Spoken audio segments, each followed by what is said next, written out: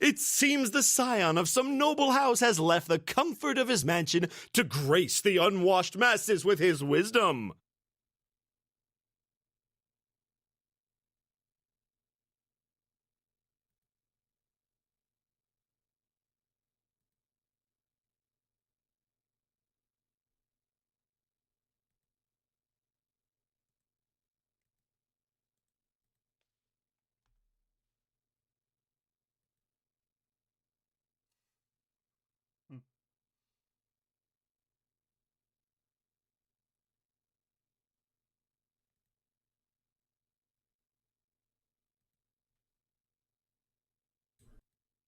Thank you, Squirrel. Yes.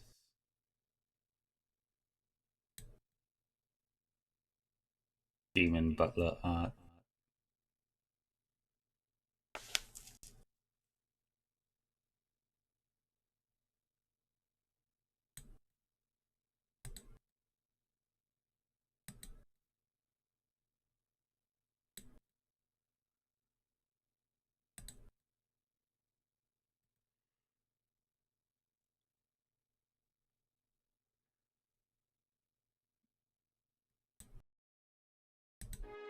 And we're back.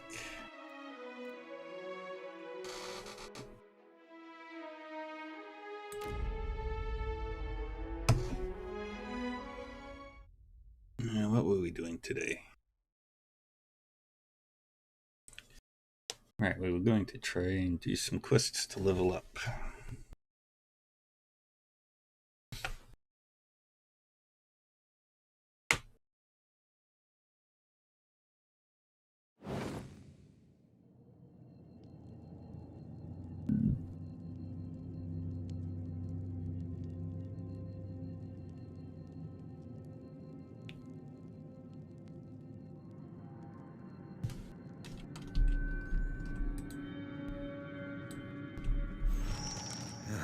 Ain't never seen Poxiadra before, Cap.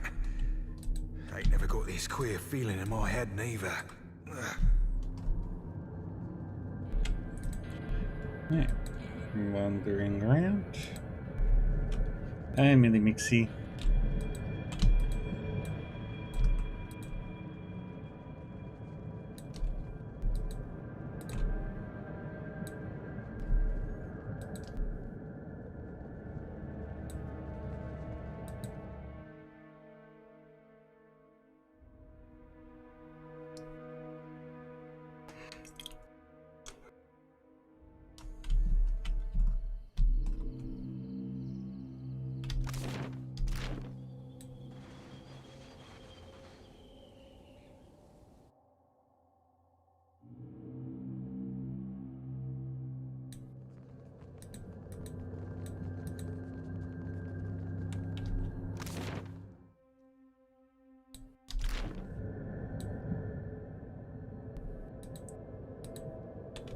Doors of Eternity, that's fired.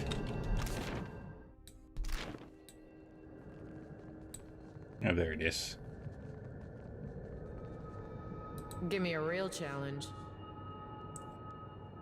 The machine at the base of the pillar is in bad shape. The Adra panels are warped and the copper is corroded, but it looks whole. A high, keening sound comes from the Adra. You check the copper connections and knobs. Everything appears to be intact, but none of the essence in the pillar runs through it. The keening grows louder.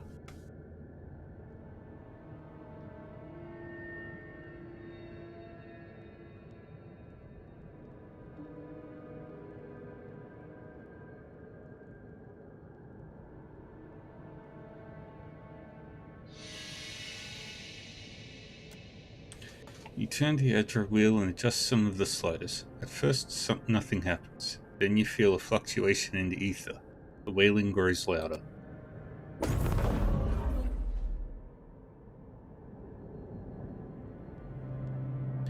Essence moves within the Adra, opening a dimension as raw and distorted as a fresh wound. Something in that place pulls at your soul, and the distant voices cry out again.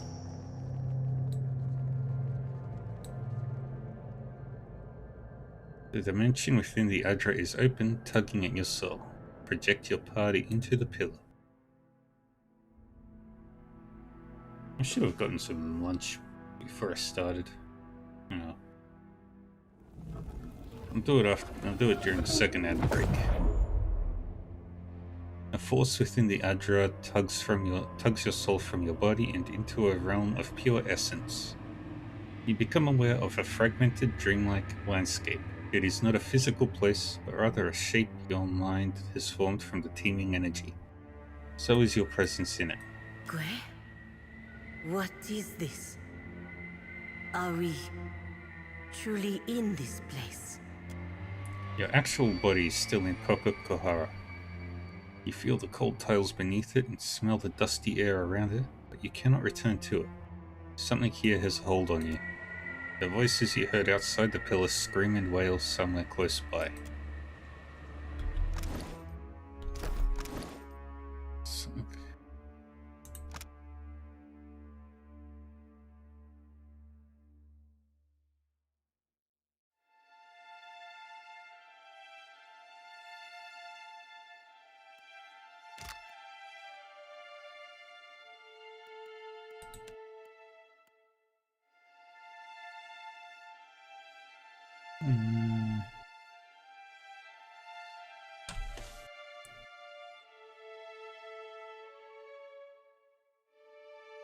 +8, penetration.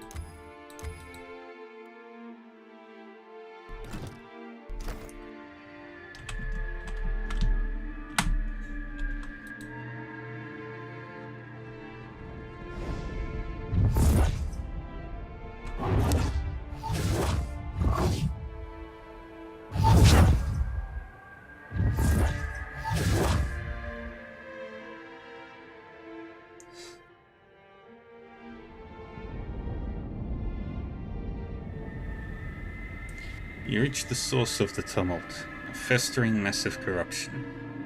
Hundreds of souls cry out within it, trapped and twisted by the accumulating decay. If this is how the gods run the Beyond, I'm sure Valian animancy would be an improvement. You do not belong here. I just missed what was before. The speaker takes the form of an older Huana man, his visage shifting as if reflected in rippling water. He is not a physical presence, but rather a soul-given shape.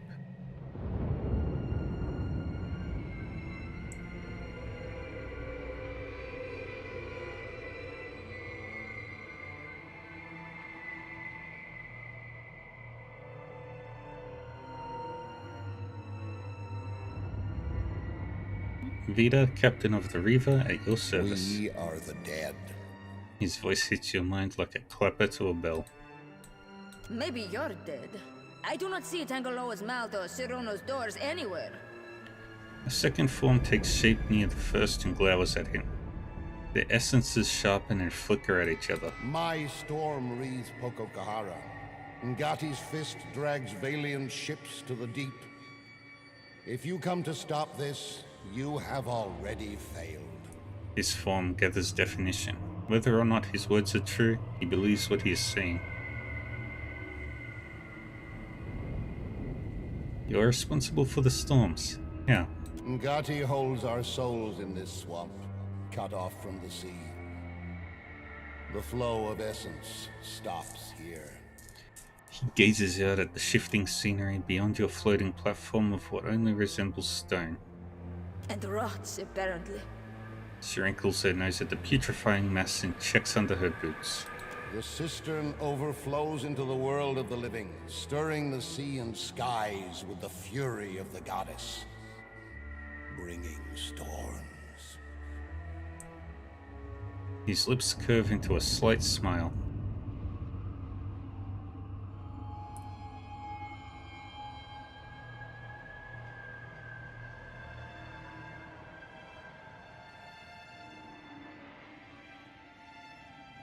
There's nothing divine about broken machinery around an Adra pillar. The gods laugh at machines, I say.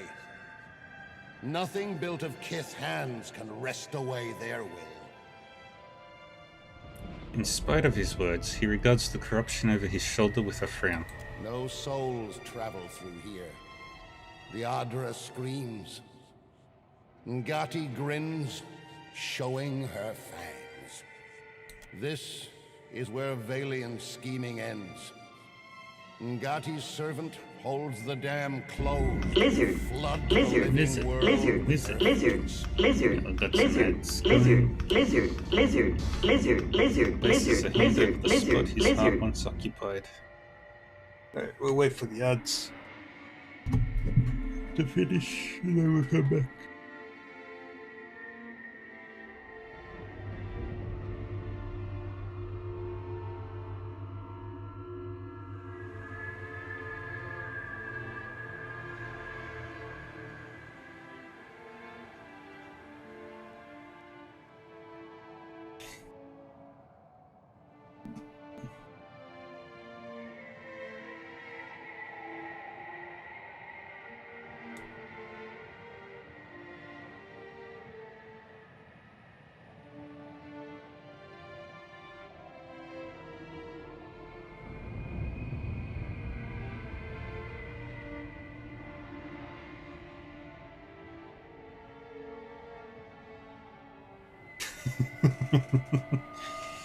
Ice cream? Yeah. Yummy, yummy ice cream. Ice cream, yummy, yummy.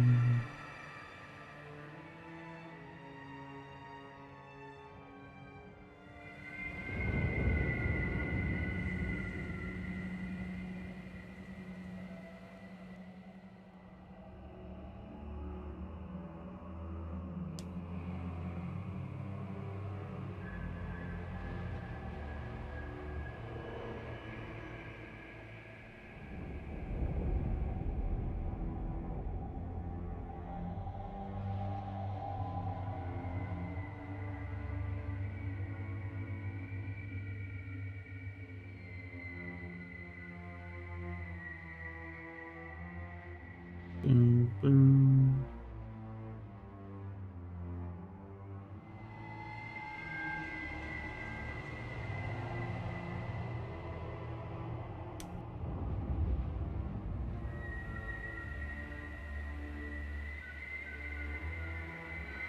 And we're back from the ads.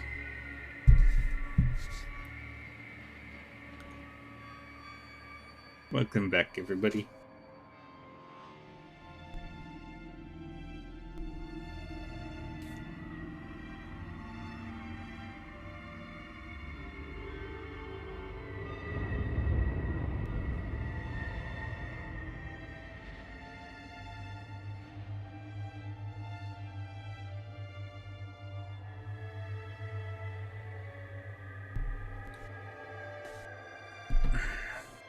Pushing Avelia only exchanges a trading post for Rotaian warships. Their ships also sink when the winds tip them over, Akira.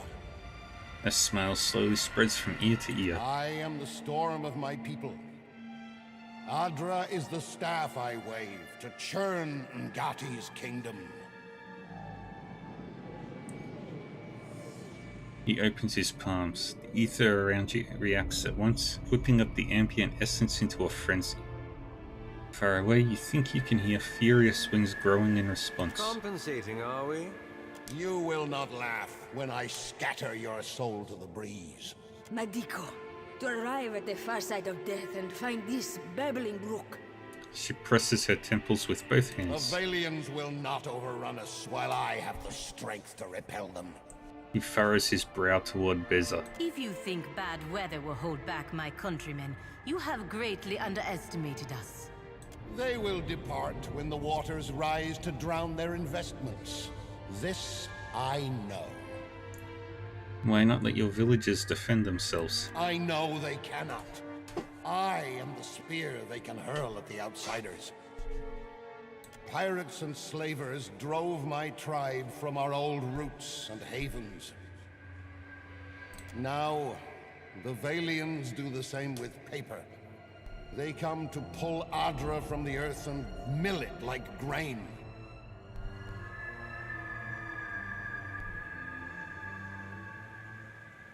You speak as though this Adra has been the heart and soul of your tribe for generations, though you have only recently come here.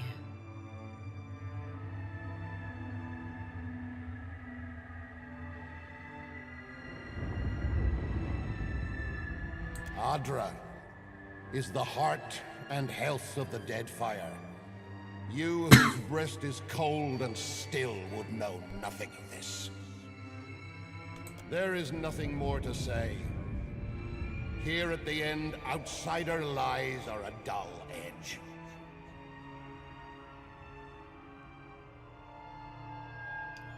He glowers at you, the ambient essence going sharp and turbulent around him.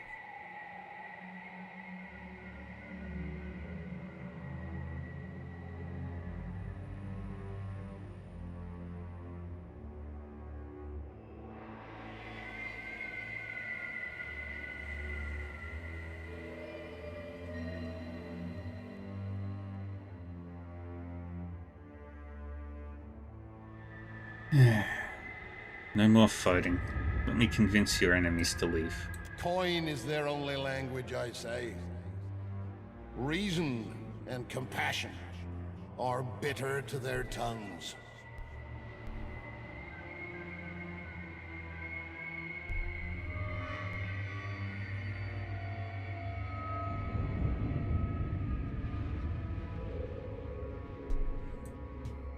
This is where all things stop.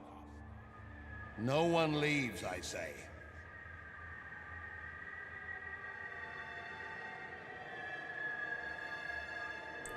He balls his hands into fists, his shoulders nodding with tension. Akasi, let's not be hasty. Some of us still have bodies out there.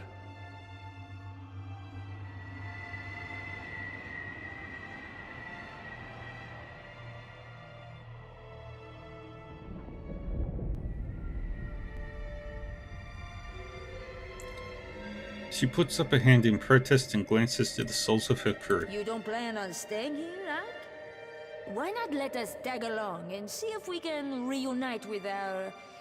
what we left behind? She spreads her palms palms open in a show of benevolence.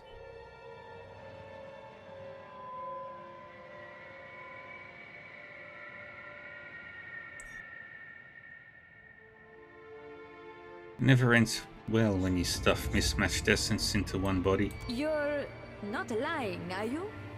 She glances back to her crew and winces. You've all served your captain with distinction. But I think this is where we part ways. She nods to each of them in turn. Dismissed. She salutes her crew, many of whom vanish on the spot, their souls joining the ambient ether. Beza nods to you and departs soon after. Grimacing, and Aharu advances.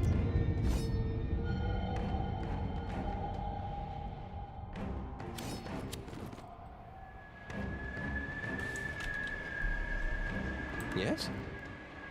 Kill the ghosts.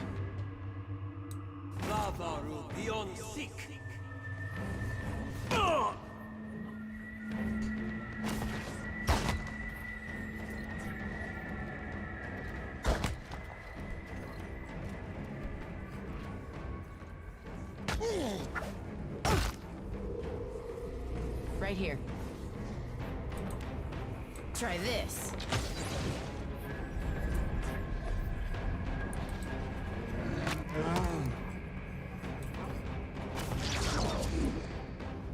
ready.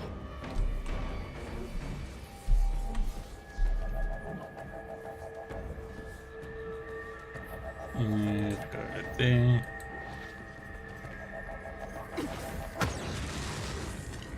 Right. Fare thee well, cog swabber.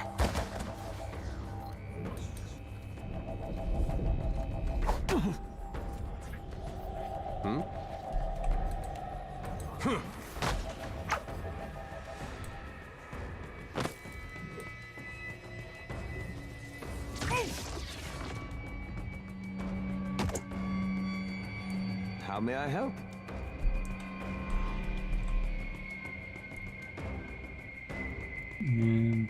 Indeed.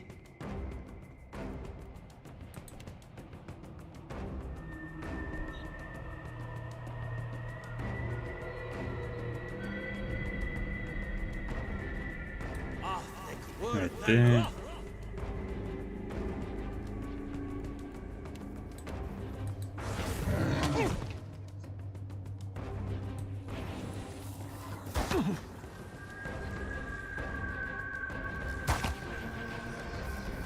And keep going.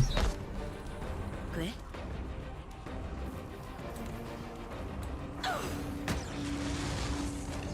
Something I can do?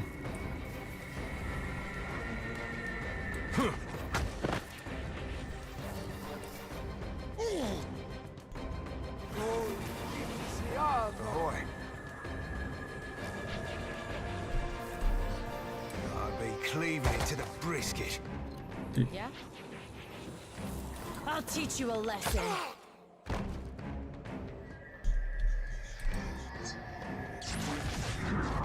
Aye.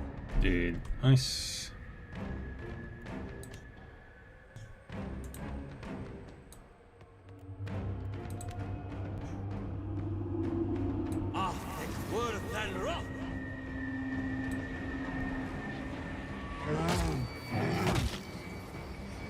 Hey. There we go. Let's try again.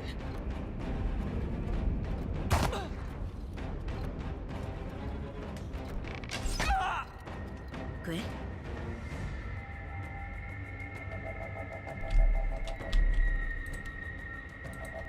Get over there.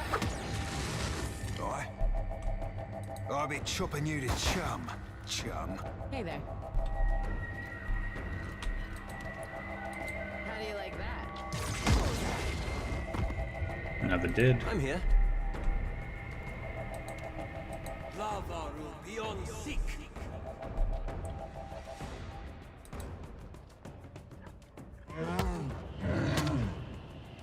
What do you need?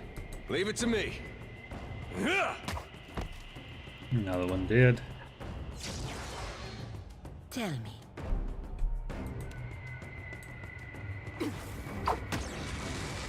Right.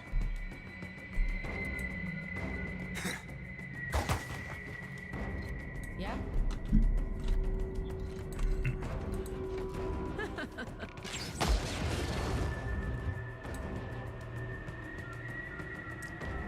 And there it How goes. may I help?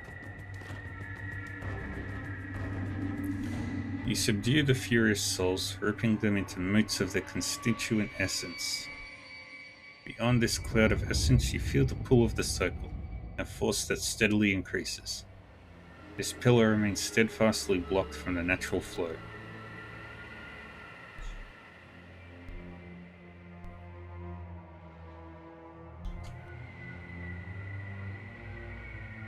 Power still hums through the essence. Sending it through the cycle would restore the Adra around you. Fragmenting it would detonate the delicate balance of power, destroying the pillar.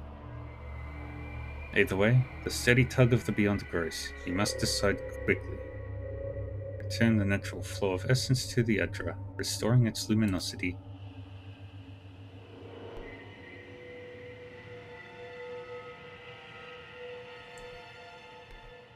You push the essence through the widening channel to the Beyond. They churn and spin away. Suddenly, the ether around you develops into a churning maelstrom. You pull yourself back toward your body before the force rips your soul away.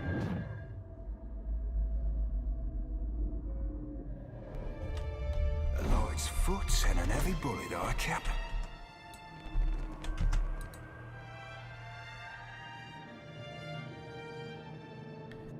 You cling to the tether of your soul, racing to the safety of the material world even as the immaterial one warps around you. Essence floods the newly restored Adra, filling it with a light and a heat that is both agonizing and rapturous.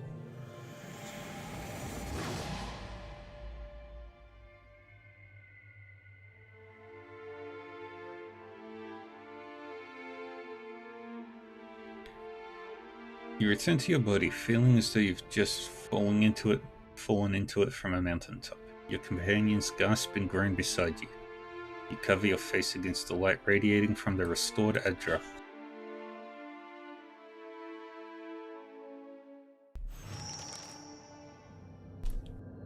Yay, I leveled up.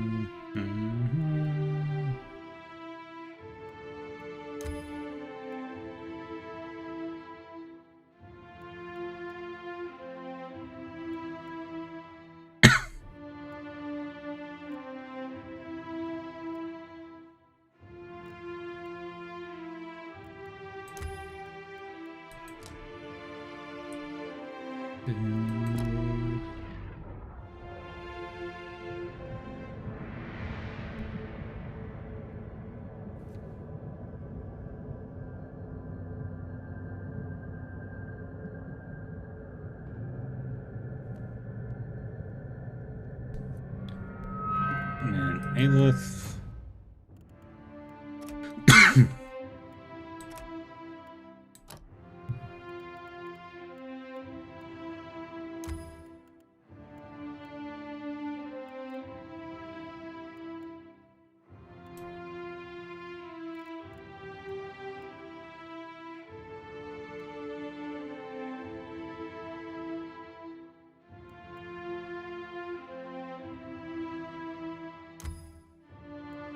Take those.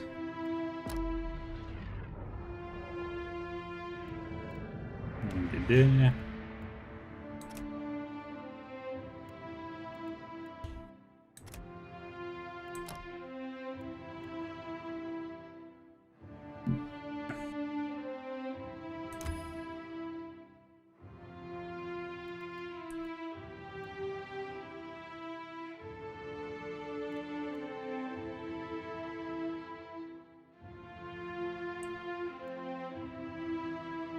And do that.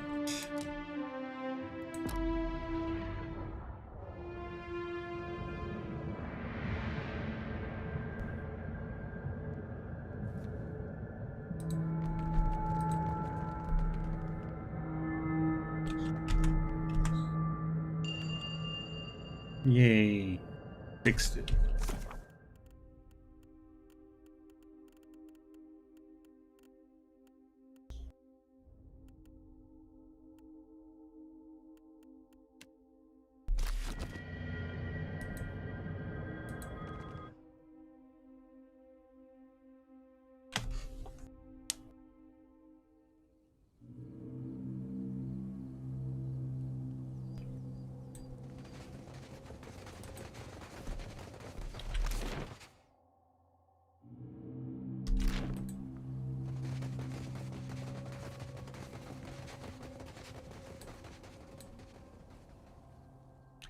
Problem solved.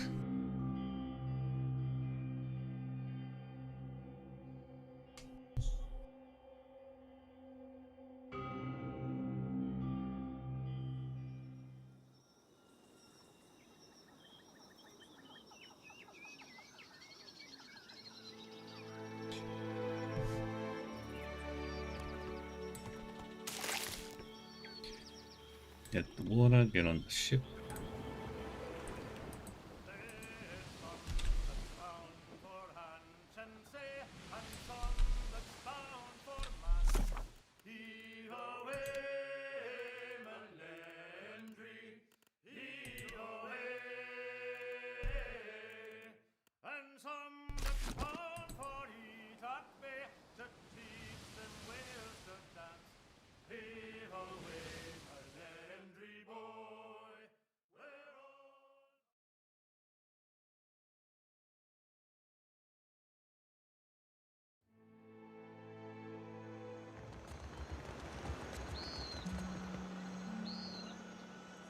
As you near the dock, the voices roar over the din of the waves. It seems as if the entire village has gathered. Many of them don't seem happy. I hope that's not for us. They argue with one another, pointing into the distance, but at your approach they turn to stare at you, their eyes wide with apprehension or anticipation. The crowd parts for the Ranga. His grin is as broad as his shoulders. My fishermen saw your boat sailing from Pococahara. The storms. They parted like a school of fish before Nagati herself.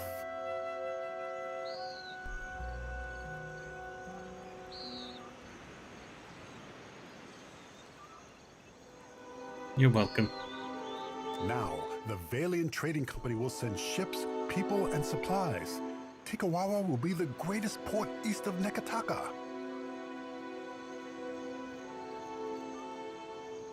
Yay. First they must clear room for docks and storehouses. But that will be many months from now, no? The dwarf wipes his brow, considering the beach and the half-finished, half-painted huts built along it. The young priestess glares with open malice, the angles of her crossed arms and clenched jaw as sharp as daggers. Already they make plans. That's all, I should be going. I say this is a turn in our fortunes. The first of many. His smile widens further still. You are always welcome among us. Accept this and know our thanks. Yay. The others nod and disperse, murmuring to one another as they scatter across the village.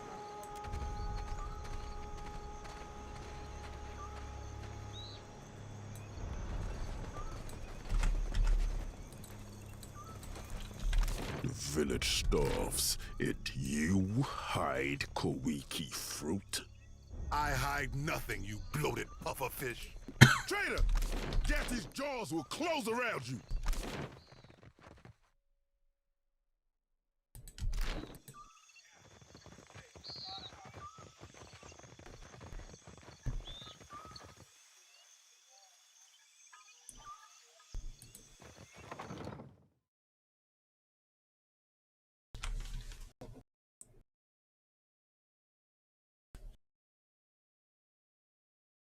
Amir's winds blow. The gods give answers. It is only my duty to listen. You were right to be wary of the Valiants. Again, this is nonsense. Beza's notes are her own. Her mad fantasy should not disgrace the company by association. Halagina's eyelids narrow and jaw clench in frustration. She takes the pages and examines them. Her finger crawls down the text. She's reading slowly, but her eyes are widening with understanding and horror. And the Ringa sold us to these sea snakes.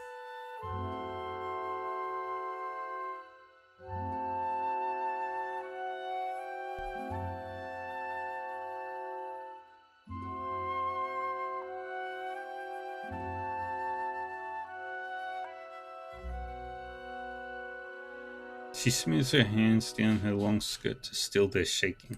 Thank you for this warning. But for what did you bring this to me? I have made many friends among the Hawana tribes. I aid them when I can. I heard this, and I did not trust your reasons then. It's just that the pillar, if left in its state, would probably cause problems. Perhaps it is too late to stop the Valians, but I will do what I can. You don't seem to think much of Ruanu's leadership. He is our Ranga. My own great aunt looked into his soul and declared him such. Even as she says this, she hesitates, one hand clenching in a fist at her side. I must respect him, even as he builds a village for our enemies. Have you tried reasoning with him? Akira, I have, and so did Anna. She breaks off, looking down and frowning. That name is cast off. Forget I said it. The words have a distant, rote sound to them. What's the problem? It is not spoken of. apologize. Farewell.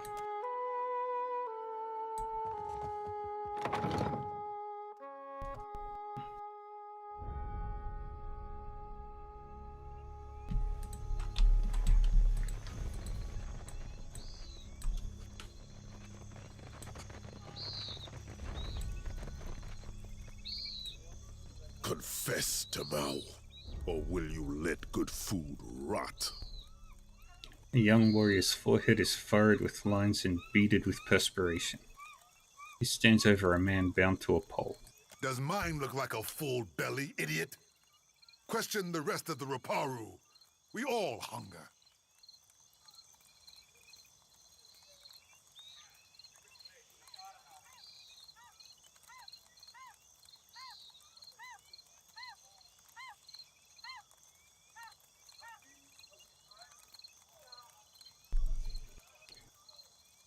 Every word out of the bound man emerges as an agonized wheeze. He glares up at Mukumu.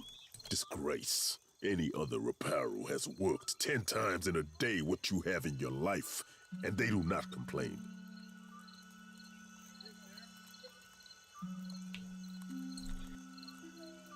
The warrior pulls a dagger from his belt and thumbs the tip thoughtfully. Blinking, he turns to you wearing a bright, friendly smile. Another outsider. You visit Tikawara in hungry times. Mukumu sighs through his nose. What do you make of this hagfish, huh? Will Tamao confess if I tighten the ropes? He gestures to the bound man. Take it he's done something wrong. Pakeho caught this wretch stealing the last of the Koiki fruit. The tribe was to feast on it for a harvest ceremony. I stole no Koiki, but I wish I had. I would have hid it somewhere most unpleasant.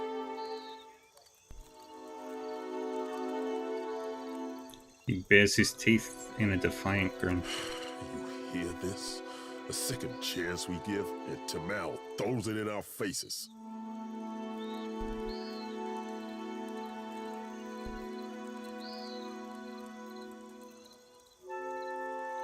Mukumu holds the blade level with Tamao's heart. He's done this before. Lied and stolen? Akira.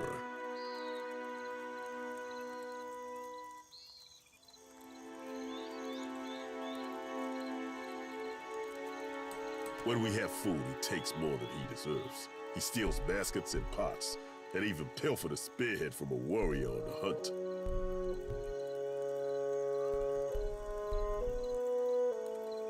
Exasperated, Mukumu mops his brow with the back of his hand. I say there is no person in Tikawara who he has not wronged in some way. Maybe no person in the Deadfire. What say you, Tamao? I say I deserve what others have in plenty. Shade, a full belly, a moment to kneel on cool sands.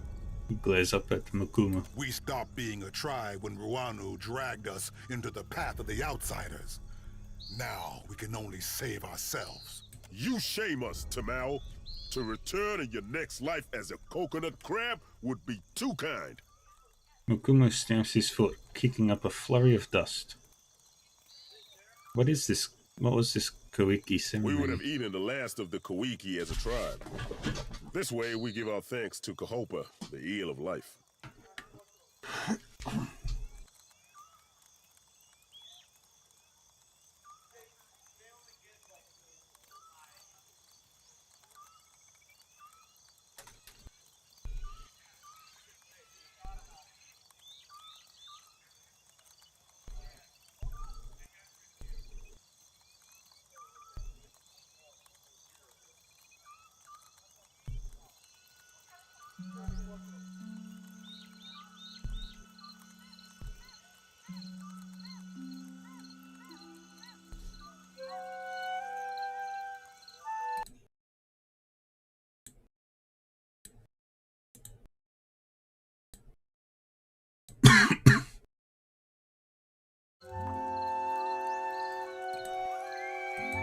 Now this cannot happen. Our harvest fails because this one puts his empty stomach higher than the gods.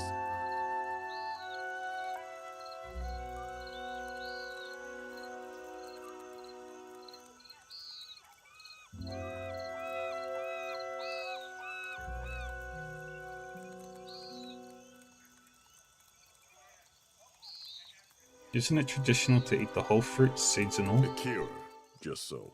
He nods resolutely. To consume the fruit, seeds, and all. This is how we pray to Kahopa for bounty. Would it make things better if I had some spare Kawiki fruit on hand? I say, missing food is not the problem. Tamao betrays the tribe, dishonors the reparo, denies all of us Kahopa's mercy. He winces as if ashamed to even discuss it. And he will surely wash back into our nets as a mudfish in the next life if he does not tell us where the Kawiki fruit is. Raises his voice again, just to be certain Tamao hears it. So you have your guilty man. What's to be done? The Keho's word is enough to give Tamao over to the waves. Mukumu faces the beach and touches his brow. Better to drown as an innocent man than starve with you fools. Tamao spits, but without the forward momentum it just dribbles on his chin. Mukumu turns his gaze away, doing his best to ignore him. Justice does not fill our stomachs or our hearts. It brings the gods no closer to ending this famine. Mukumu's hand strays toward his stomach. He glances out to the horizon. If there's missing fruit to be found, then Valamar and I will sniff it out, won't we? Who's a good boy, Valamar? Yes, you are. He blinks at you and Valamar with dawning comprehension. Akira, you would do this? I say, our Ranga will dedicate the Feast of the Last Kawiki to your name. He claps you on the shoulder, leaving Tamao all but forgotten. Until the Kawiki is found, I will delight in prodding this stubborn eel for answers. Touches the point of his dagger, his lips spreading into a broad grin. You're free to question him and your customer, say. Peheko, he tarries often by the beach. Mukumu nods toward the shore. Farewell.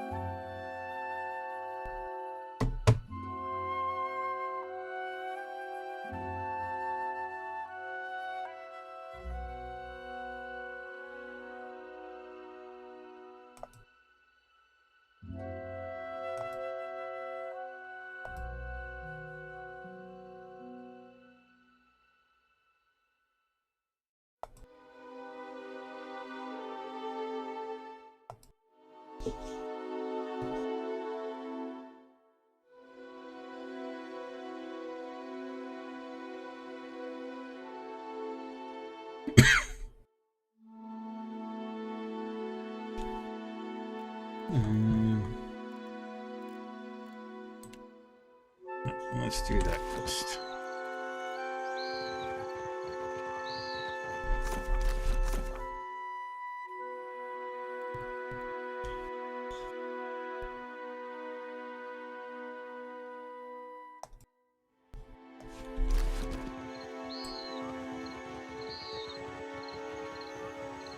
Wait, is there any? No, there wouldn't be any other quests.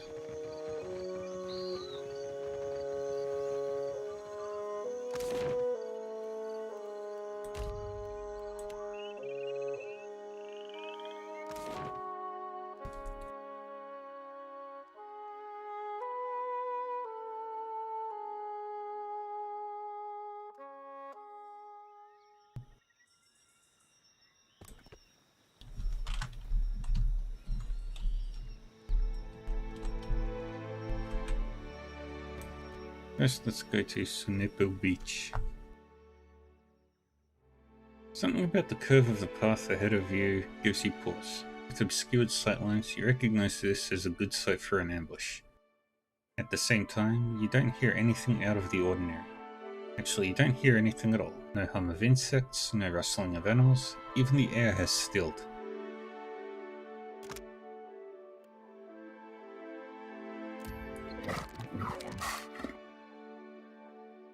As you move carefully forward, you spot a massive log of earth slinking through the wild growth.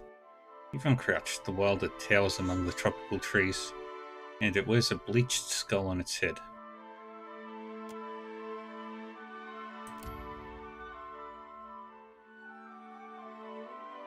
The log of earth doesn't seem to have spotted you yet.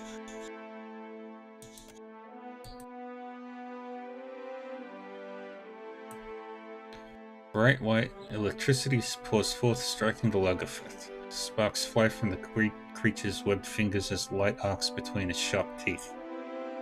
Sizzling and smoking, the creatures flee into the wild. In its wake, the log of earth left some fish, a few of its poisoned barbs, and a well-crafted club.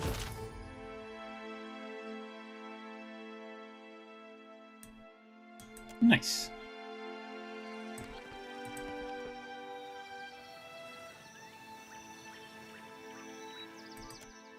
Search the location, got a spear, brigandine.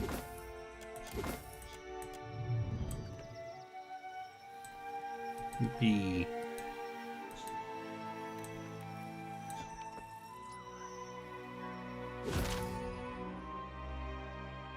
The scent comes upon you gradually as you travel. Smells of the kitchens of Caed Nua, of honey, cinnamon, and fresh bread, of meals shared with those now absent. Off the path, you catch a glimmer of movement. Something large and bulbous stirs beyond the trees. Near the center of a nearby clearing stands a Delungan, tending to a large spore. The Delungan seems formed of the living tropics, with vibrant flowers cresting her head. Her shape suggests that of an elf replete with pointed ears. Examine the spore.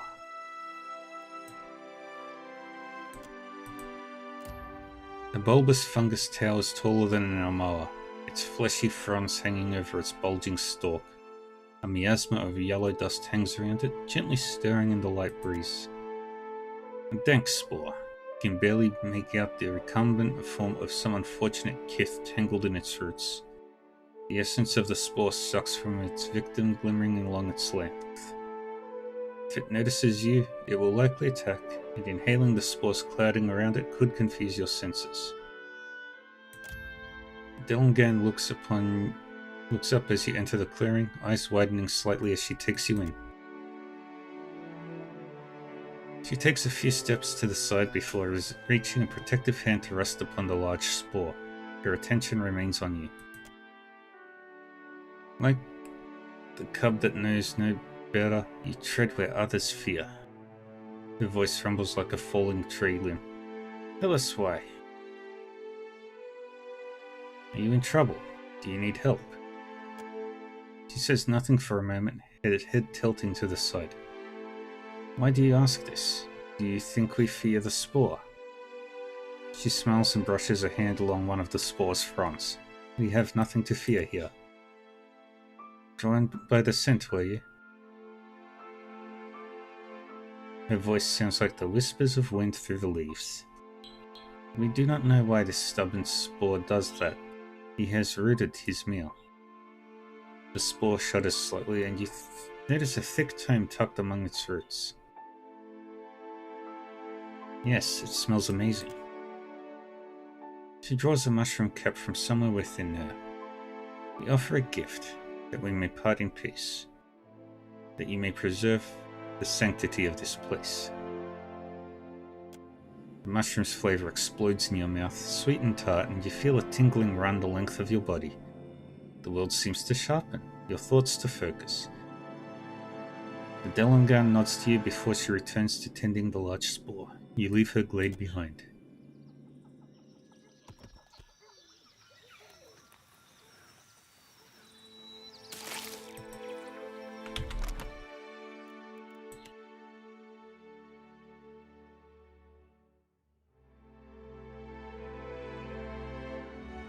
Did it do anything?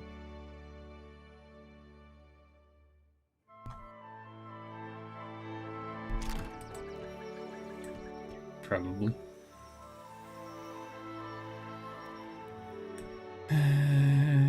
Search.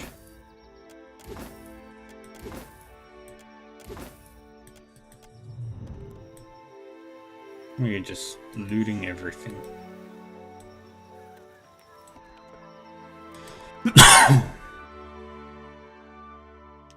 The rumbling reaches your ears first, a low growl from the land, before being pierced by the cry of a distant bird. The ground sets to vibrating beneath your feet, the growing roar of the stampeding beasts echoing around you. You crest your eyes to find that the stampede has passed, only now a rumbling cloud in the distance. As the dust settles, you note that a few of the boar remain fallen and still, with large feathered darts protruding from their fur. A single upright boar remains. Piglet nudges its snout against one of the prone beasts. You pick your way down the rise and approach the downed boars. They seem to be breathing, albeit shallowly. You're not sure how long they have before they meet the wheel.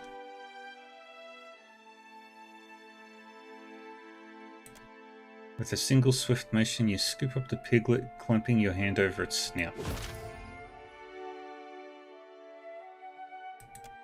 Now we investigate. The darts seem to be from some of the Lagerfirth that haunt this island.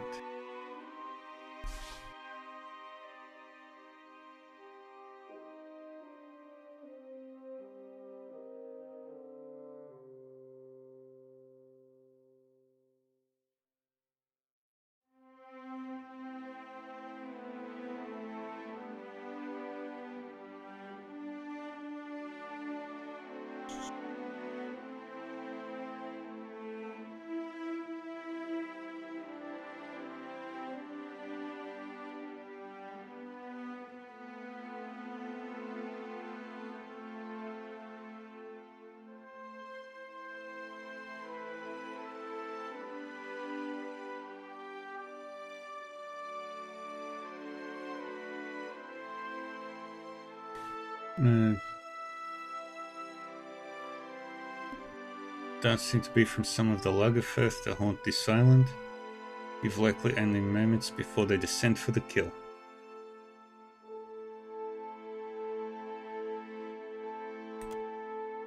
You creep away, the prized piglet squirming futilely in your grasp.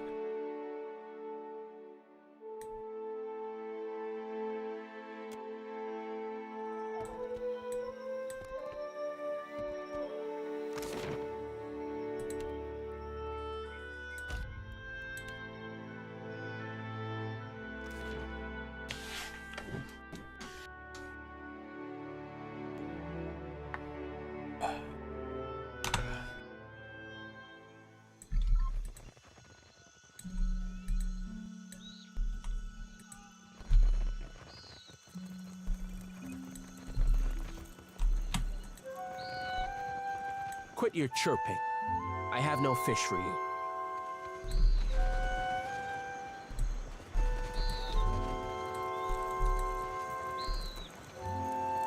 For what do you linger here? The village is much too quiet.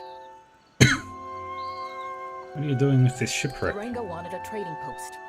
She glowers at the strange building, which appears to be part scaffolding and part shipwreck. He said it will bring more Valians like the sweaty dwarf. Then they will bring food and supplies and their sweaty money. A shiver of disgust ripples across her face. What's wrong with that? Always I stand here. This is no job for the Mataru. We hunt, fight, and lead. She paces next to the trading post, restless energy practically quivering through her arms and legs. So why aren't you hunting or fighting? What is there to hunt on this heap of rock and moss? No game. Only Lagofath skulking in Hoina Ravine. Even the antelope know there is no fit home. The grasses are thin and the trees are like a child's bones. Small and soft. Even to build this, we must hike up the mountain for wood. She raps the side of the trading post with her knuckles.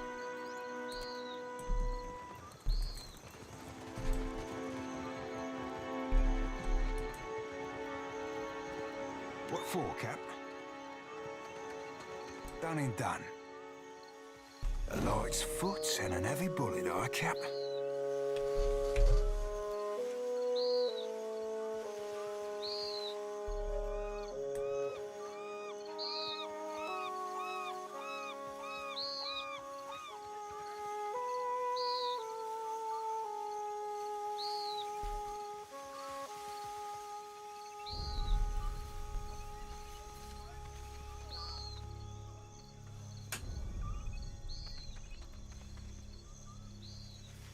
My fingers be flopped and sparkling, Cap.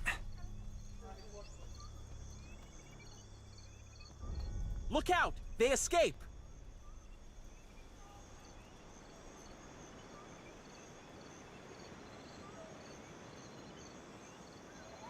How can this happen? Himwehi will be angry with me. Done and done.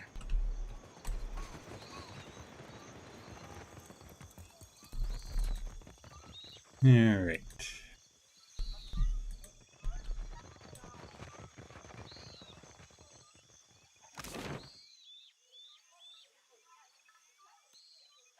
Now no, don't do that. Go on foot.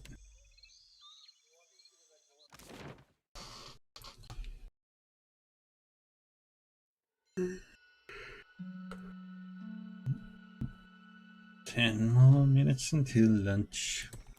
Yep, stretch. Thank you, squirrel.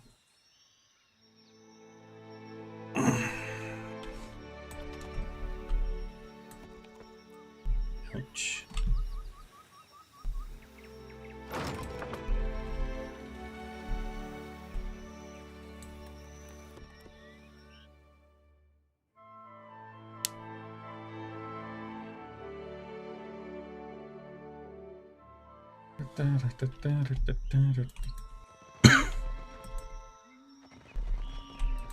Isn't this something? Lagerfeth hatchling chirps excitedly when it sees you. Its bulbous eyes You widen keep the even big ones further. distracted. I want to see if I can teach the little one to hold my pipe like he's smoking it.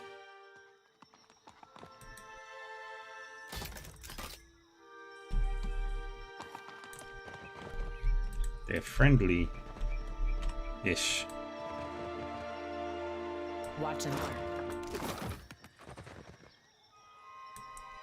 Sections of the boulder have been etched with strange runes and glyphs. Many of them seem to represent What for, Cap? local plants and wildlife.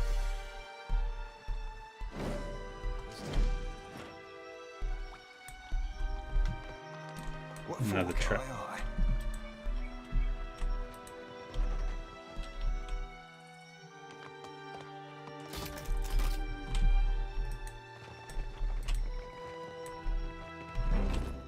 Yes? Oh.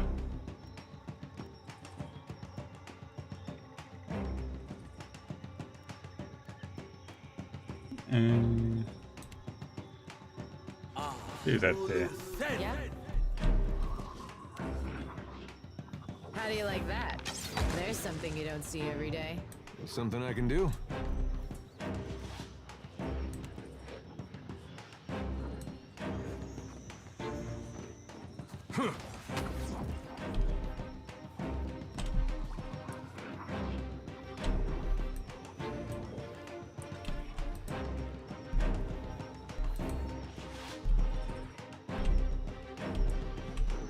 Ah.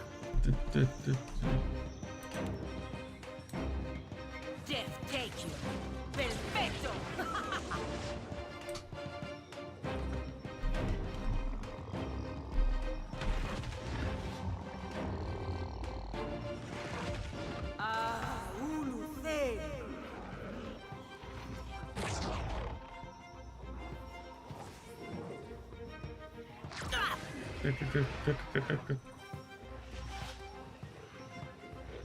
Ahoy.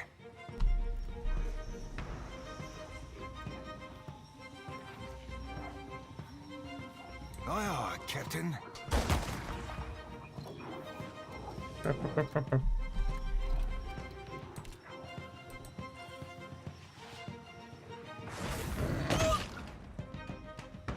How may I help?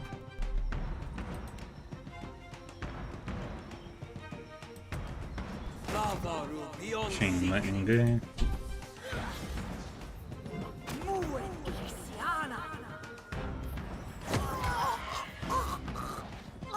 There's a walloping!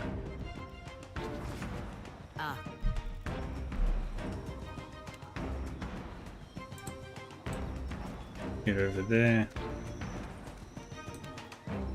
Death to those who oppose the republics! Hey.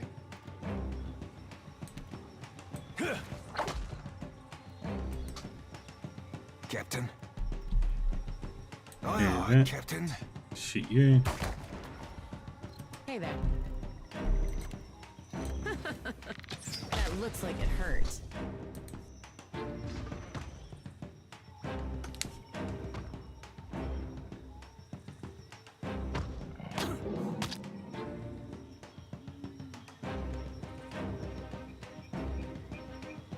Oh?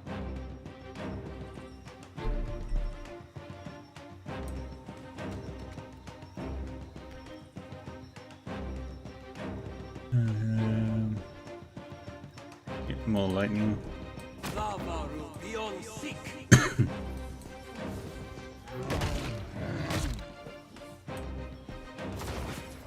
Yeah?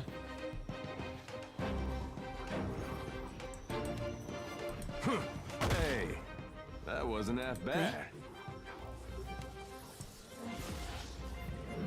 Yeah, dude. Aye. See mas me Yeah? too. Try this. And that's how it's done.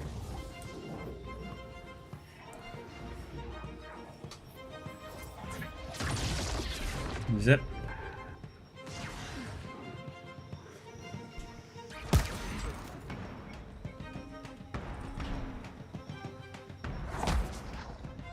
I'm here. No mercy!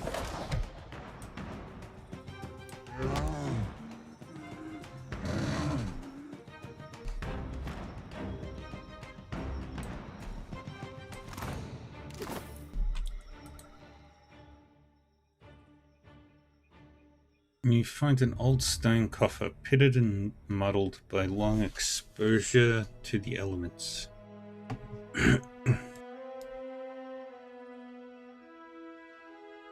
The lid is cracked, but thick woody vines like giant's fingers hold it in place.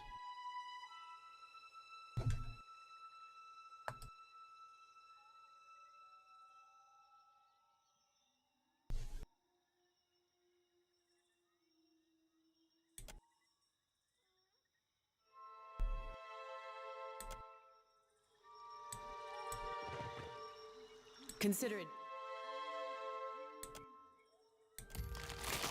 And Adair rips the tendrils off the chest. One sec.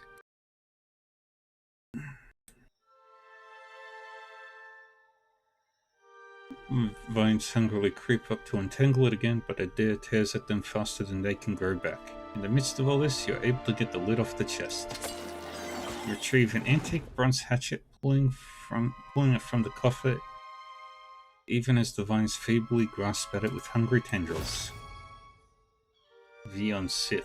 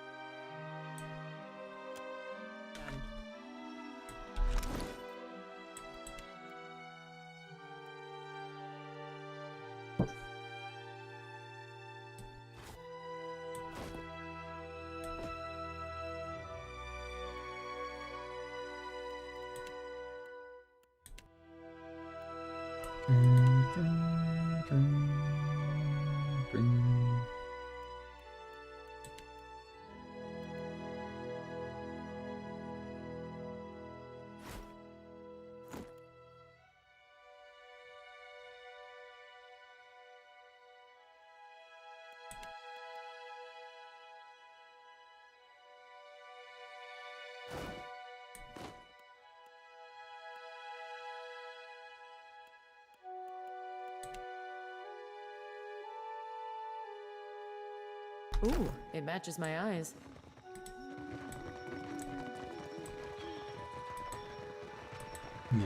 up.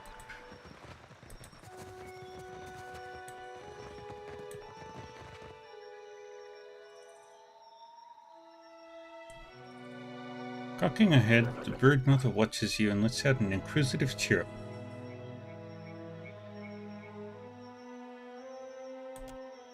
Paloma moves closer and sniffs at the Lagerfeth's feet.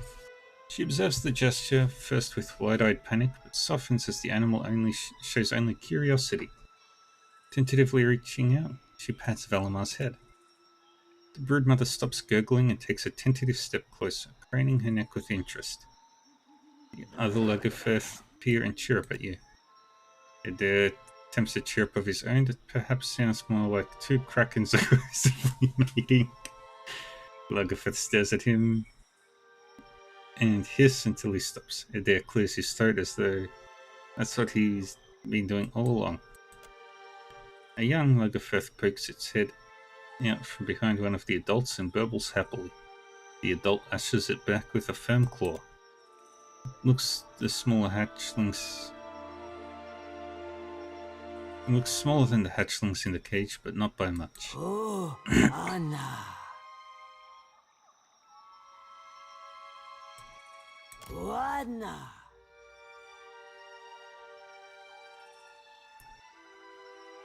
I freed your hatchlings from the village. The broodmother glances toward the pool and trills. 4 enthusiastic high-pitched chirps answer from the cave behind her. She looks back at you and cocks her head in question, jingling her scrap necklace. Adair looks impressed. Stay away from the village. Broodmother coos at you. She pulls the scrap necklace off and tosses it at your feet. With that, she lowers her head and chirps quietly to herself.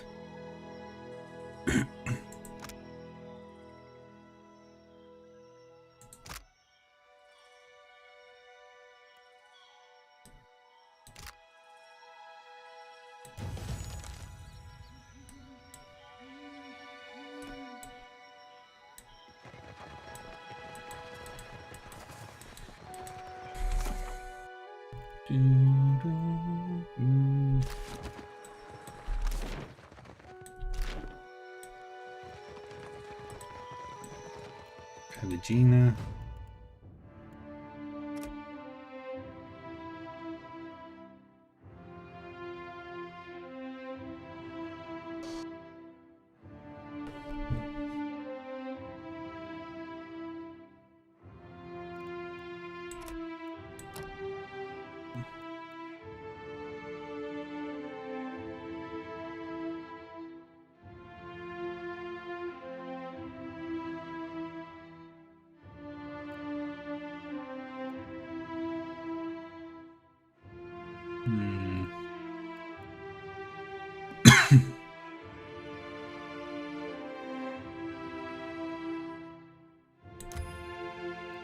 Do that.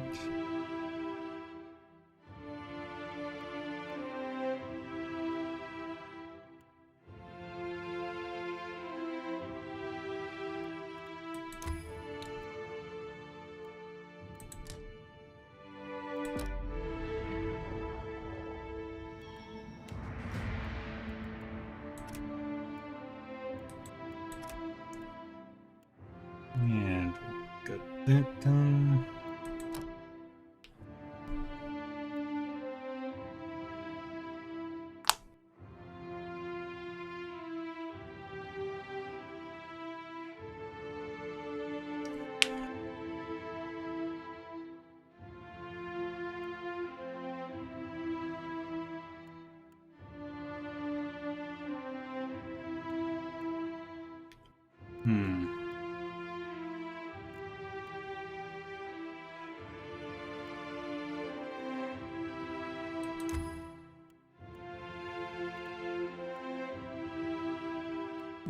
Take that move.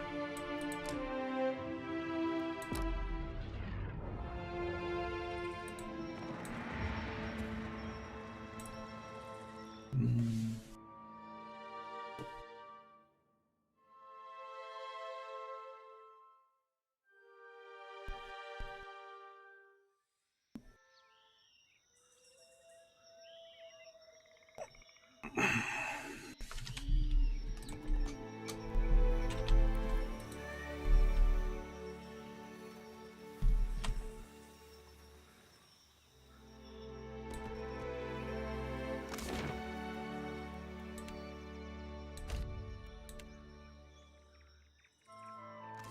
Tikawa.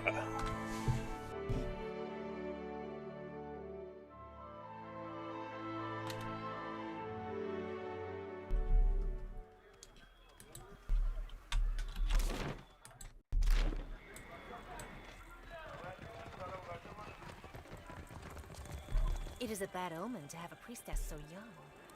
Age is no assurance of wisdom. It seems the Lagofast no longer bother us. I can save my strength for a worthy fight. Favor.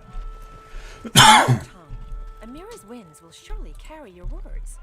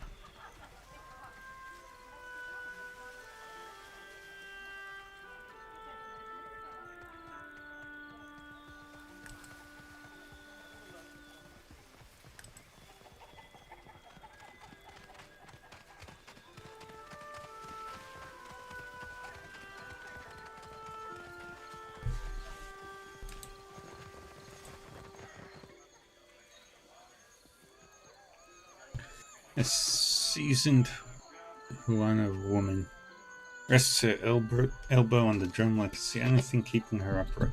She pats the hide skin, the percussion no more effortful than a sigh. She opens her eyes as you approach. I'm Vita, Captain of the River. One of the eyebrows arches up with an unspoken question. She squints down at the dock and nods toward your boat. She touches her brow with 2 fingers. Then she gives the drum a pair of playful taps. That may have been an introduction. What do you do here? Exaggerating her movements, she shields her eyes and scans the horizon. Then she points off at the distance, kicks her legs up with youthful glee, and pretends to pound on the drum with wild, enthusiastic beats. Shrugging, she lets her hand fall to her sides once again. Don't you speak? A deep, wrinkled scar traces a winding path down her neck. She tilts her head to the side and beckons you to look closer. The angle and shape look like the mark of boar's tusks. She raises one finger and points down to a dried hoof knotted to her belt. Then she makes a gesture of pulling back and releasing a bowstring several times in rapid succession. Grinning, she snaps her fingers and leans once more against the drum with a satisfied sigh. Play a short, hesitant beat. She bites the inside of her cheek and considers drumming a quick response with her knuckles. She beats hard, then she beats a harder, faster rhythm and steps back, grinning at you.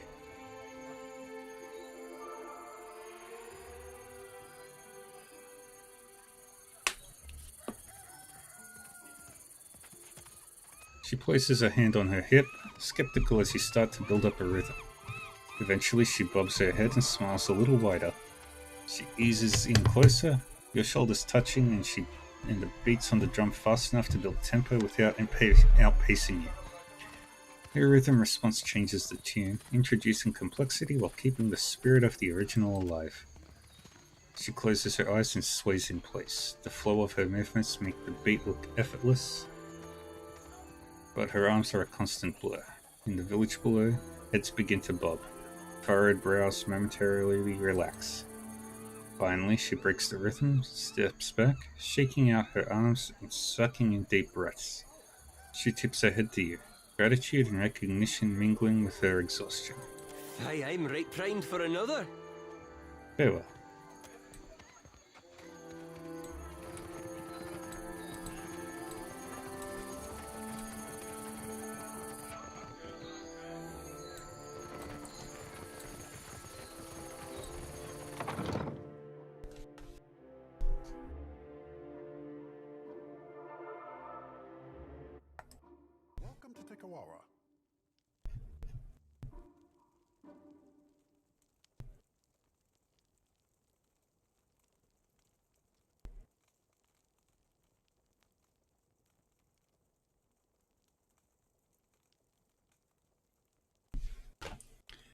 Rangaruan. One day soon, this will be a busy port. You have done a great thing for us. He grins and claps you on the back. And I missed when I was going to go get some food, so I will do that. Apologies. I'll be back soon.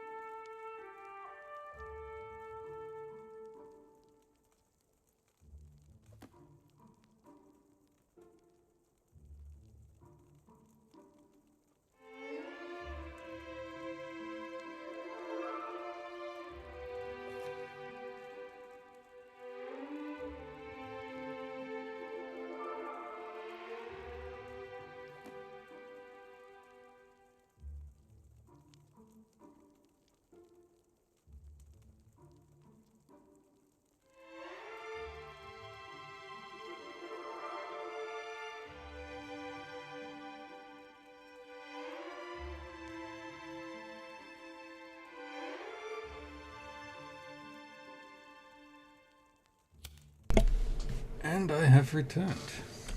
Sorry. We're disappearing on you all. One sec.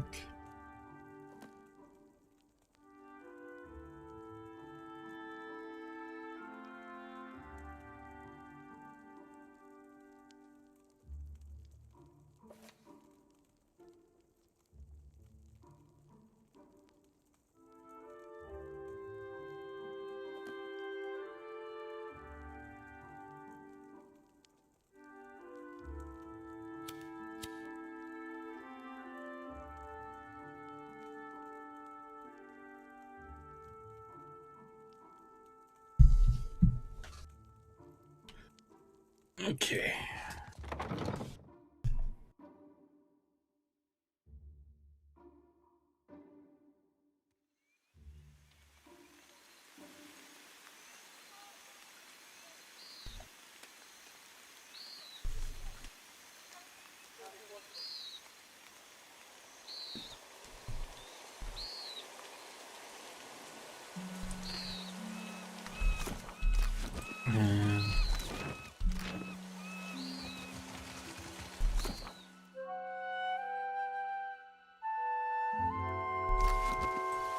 Let's talk to Tian again. Do you know anything about the tribe's missing Kawiki? Frowning, she sweeps her hand out to gesture at the entire village at once. She shrugs. Then her hand wanders toward her belly. She sighs through her nose.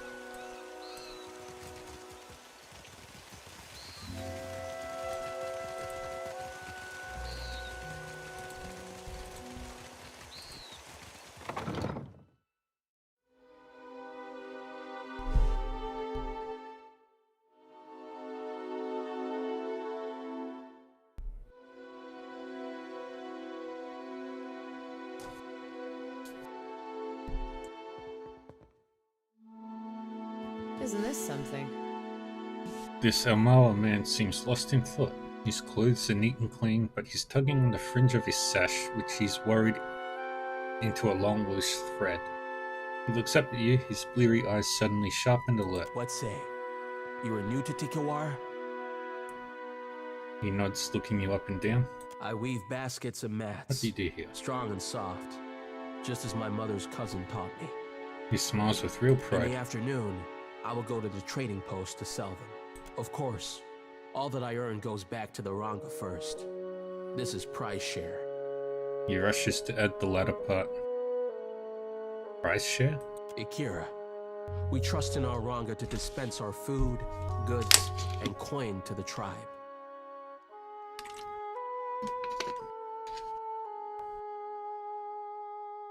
The Mataru get the best of all, and then the Kwaru. The Raparu share what is left among themselves. Mukumu sees to it that Tamao is made an example of what breaking prize share looks like. Rangi frowns to himself. I weave in the after. Of course, all that I earn goes back to the Ranga first. This is Ikira, what say? Do you know anything about the missing Kawiki fruit? Only that Tamao has slept like a fat tortoise, while the rest of us chew on reeds to fool our bellies. Rangi folds his arms. Ikira, no one could be less surprised. Tamao had this coming. You don't seem particularly upset about it. Guilty or no, being tossed to the waves is what Tamao deserves. I have no tears for him. He complained until the Ranga gave him my finest mats, and then left him out for the sport of beasts. Let the gods sort him. Thank you, Millie Nixie.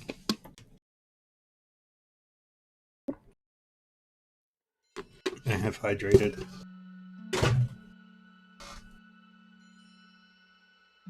Rangi's lips curl back, but he holds his composure steady. So even if Tamao is innocent, you don't care. The tribe has challenges enough without Juana eating from each other's plates. Flaring his nostrils, Rangi glances away from you. You overstep for a stranger, an outsider. I say you should go back to the shore that welcomes you. He turns away and says no more.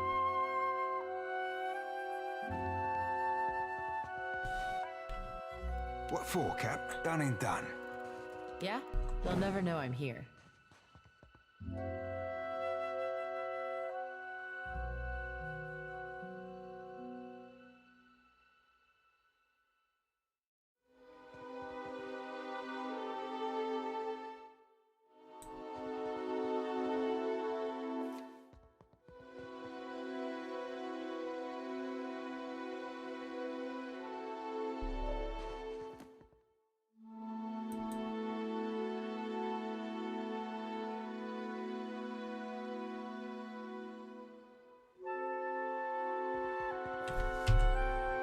I got this. I got this.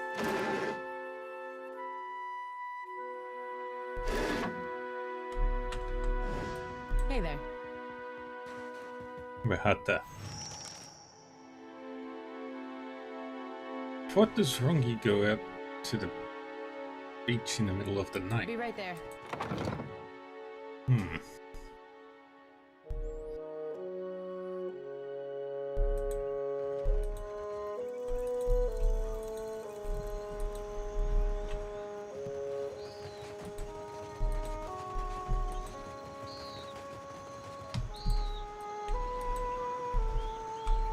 Ooh, cat.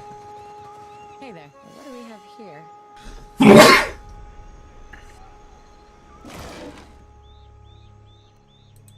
Leave it to me.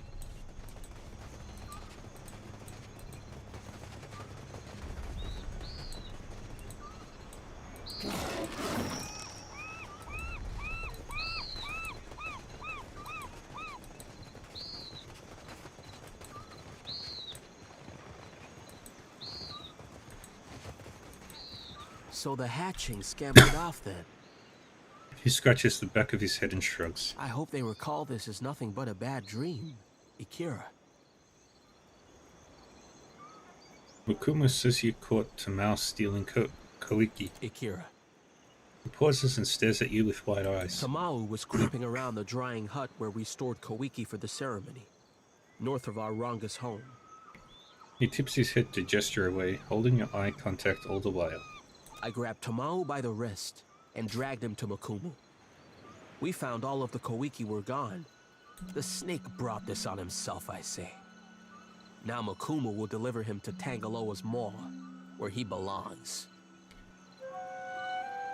Pekeho nods slowly. Did you actually see Tamao with any Koiki? Ikira, it is as I said. Tamao was near the Koiki hut. He blinks at you. A bead of sweat rolls down his brow. Stuffing his face, I say. And if he will not admit it in this life, he will pay in the next one. You look awfully nervous, Pekeho. He opens his mouth to retort, but closes it and hangs his head. It is said the gods piss on the souls of liars before sending them back to Aora as krill. Tamao stole no Koiki. Kahopa must have made Tamao from sand lice, because he gives nothing to the tribe, only takes.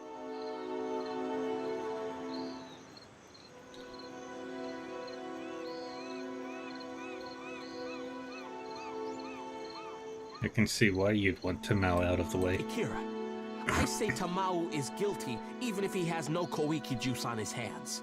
He hates the tribe. Pity and charity fill his belly and shell pouch, and he has not strained a muscle to serve anyone but himself. Pekeho balls his hands at his sides. Knowing this does not bring the Koiki back to the drying hut, but it will help to heal the tribe. Would Mukumu accept your attraction without Koiki to provide it? No. He wants the Koiki and the guilty. So do we all, I say. I cannot say if the true thief covered their tracks, since Mukumu never looked for clues. Pekeho shrugs and calmly brushes sand off his foot. But the drying hut? Ikira, in his sandals, this is where I would look. Very well.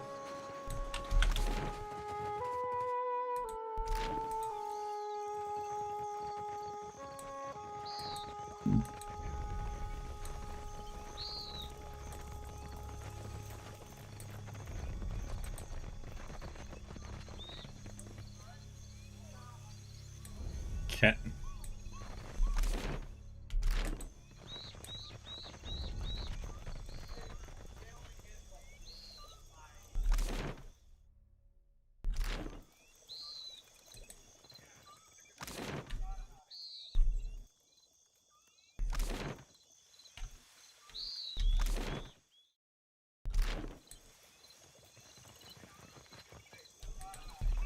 see what I can find.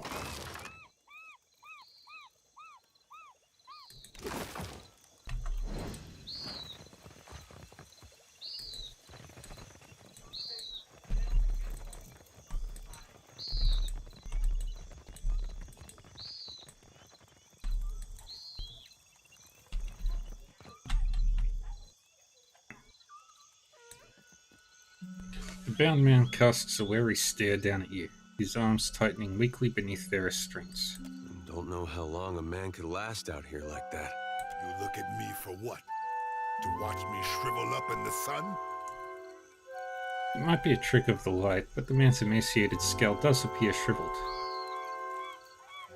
I had some questions. Then maybe you ask someone with both feet on the ground. I need to conserve my strength. You stole the last of the tribe's Koiki? If only my brain and belly had coordinated. I say I would have tried sooner. Glances longingly toward the hut north of the Runkas. Keho hates me because I insult his puny catches of fish. All he does is weigh down his boat. For this, he accuses me. What's your side of the story? Keho says I was skulking by the drying hut north of the Ranga's home. Akira, this is so. I would have taken the Kohiki, but it was already gone.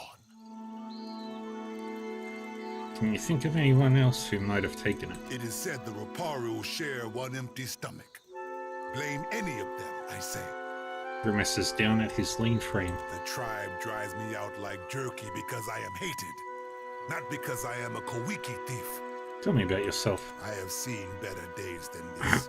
He grimaces up at you. I labor for the tribe, but our Ranga saves the best of everything for his warriors.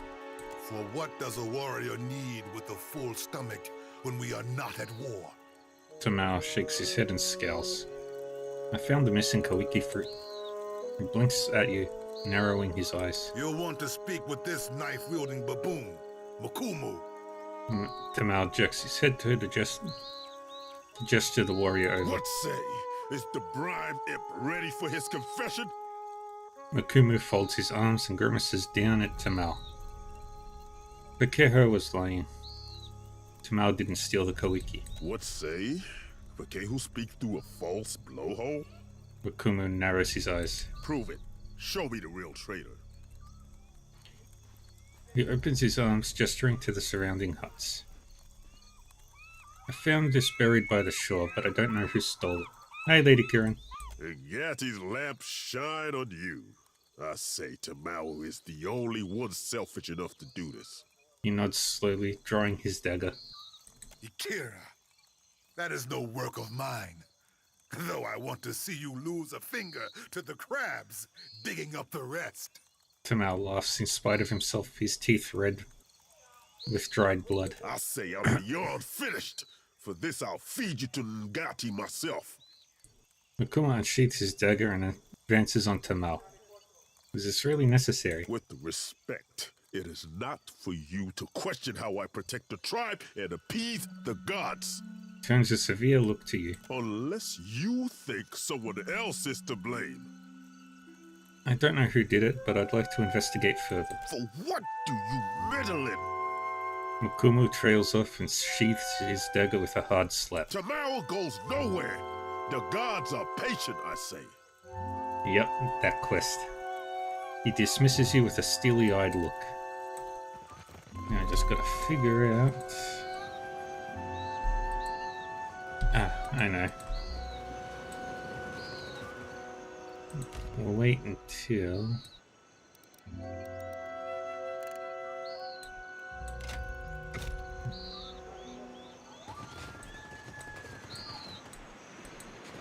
For what do you follow me?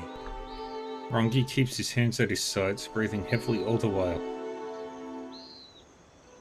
If you're looking for Koiki, I already gave it to Mukumu. He blinks at you, his mouth falling open. First, it seems like he's going to protest, but then he simply hangs his head in surrender. I stole the Koiki, not Tamao. He winces. You remember not liking that quest? Ruanu would have us waste our last Koiki on a ceremony to the gods. I say the seeds must be harvested and planted. He nods, resolute on this point even as he eases back. So I hide them by the shore, where the sun warms the sand just so. And I wait. Storing fruit in a moderate heat source. Not a bad way to ease the seeds open. Ikira, do you cultivate? His eyes swell open with hope. Koiki is tough, stubborn. You He does remember not surrender liking this without a quest? fight. I let Amira's hot breath warm the heart of the seeds and tell them to grow. So why friend Tamal? Why not explain it to the chieftain? Ruanu would not understand. A Kuaru like me is no farmer. It is not my place to decide what is harvested. But if I can spring life from the Koiki seeds, then we have a chance to feed the tribe on a new crop. At least, what tribe still lives by the time the fruit grows? He glances away and sighs. Tamal is an innocent man after all. What say? He has stolen, insulted us, even hurled insults at the gods. Rangi spits and wipes his mouth with the back of his hand. He is no innocent, I say. If birthing a new crop of Koiki means his sacrifice, even Ngati would forgive this. Yeah.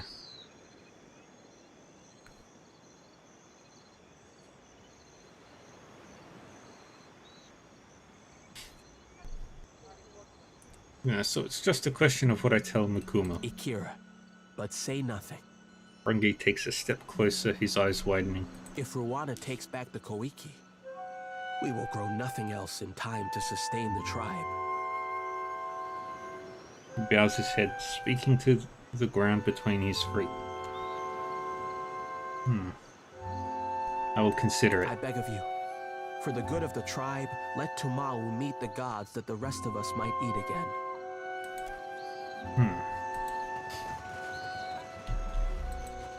What's the correct answer here? Who knows?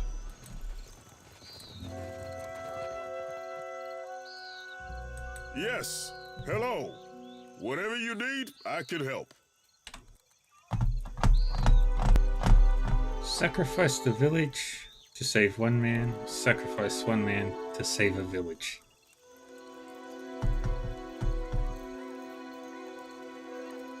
The one man is hated by everyone.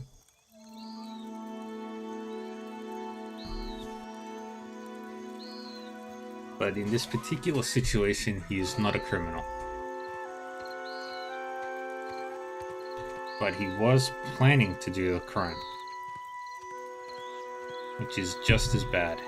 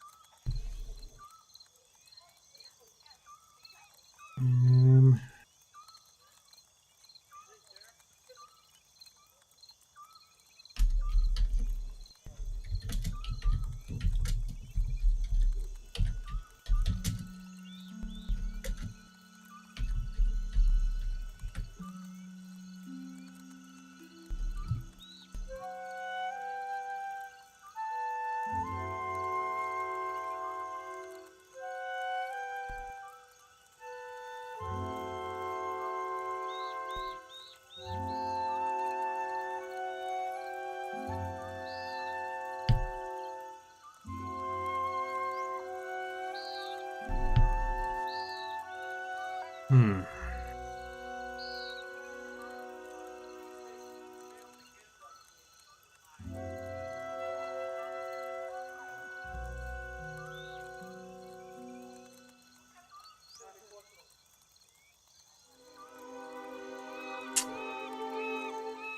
I restored it.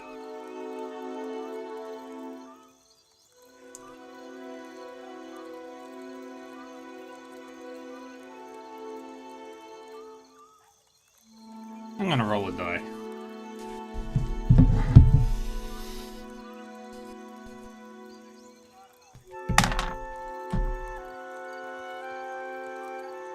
If I roll odds, Rongi takes the blame. If I roll evens, it'll be Tamal who dies. Alright, Rongi. You draw the short end of the stick.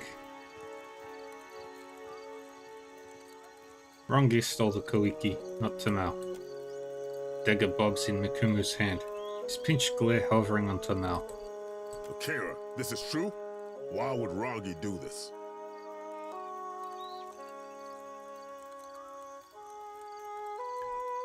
I don't know. Why don't you ask him? Rongi gave up his words when he stole from the tribe. His voice is silenced to me. Two traitors. But only one deserves death this day. Without another word, he passes you some bottles and shells.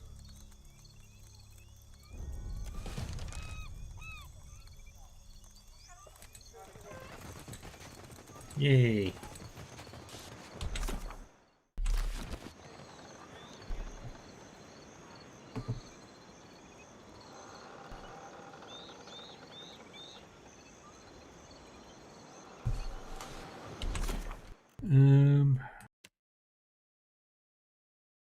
Now we're gonna go hunt down Urnox.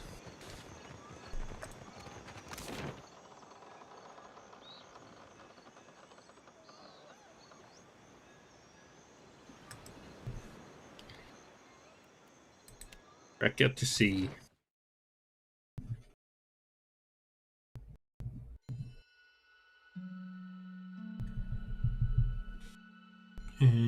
What level am I now? I can almost do the honored guest quest. Urnox was... I just gotta find him on the maps.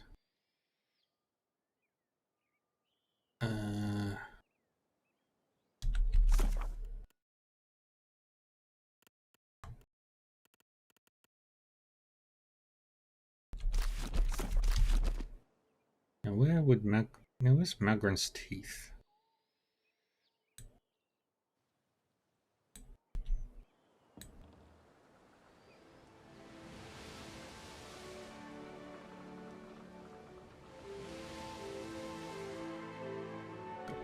Plenty of food, plenty of drink. All the way up north.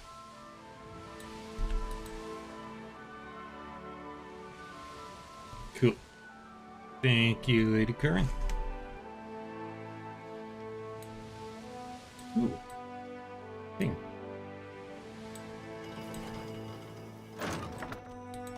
I needed that.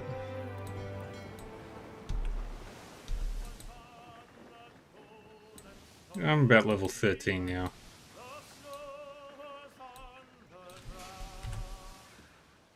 Quick save. I'm high enough. There it is.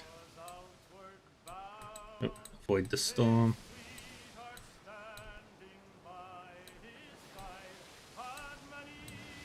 We just gotta figure out how to get into Magran's teeth.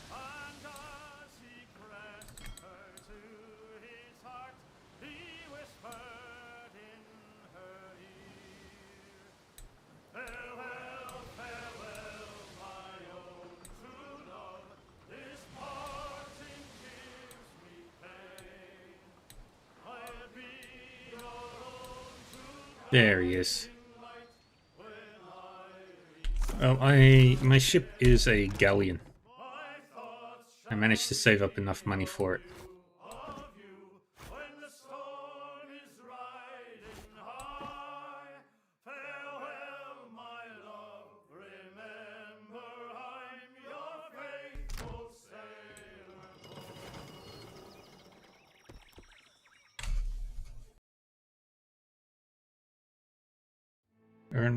Ernox the Rathan.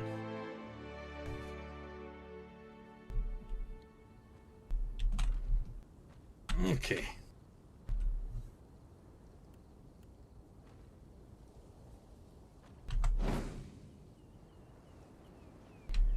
You've got Fire Drake.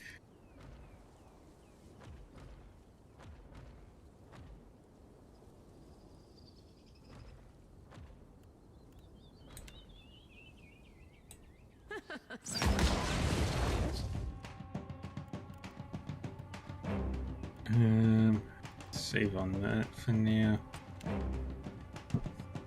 Fire is no good.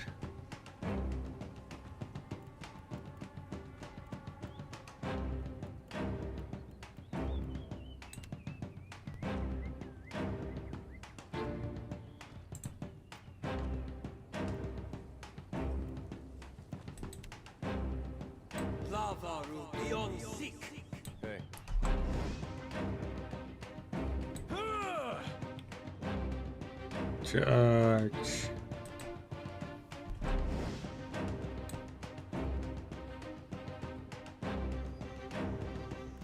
Yeah. I am ready. Yeah, I just realized Pelagina is kind of useless in this fight. But she's the only one I've got with a heal.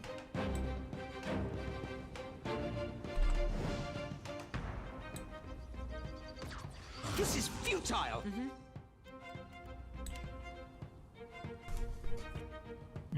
Try this. Keep shooting that radar. Thing you don't see every day.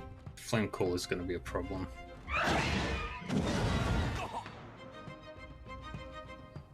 That might also be a problem.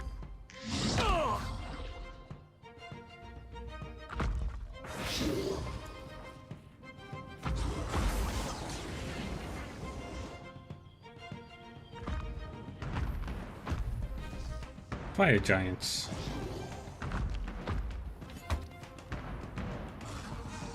What for, Cap?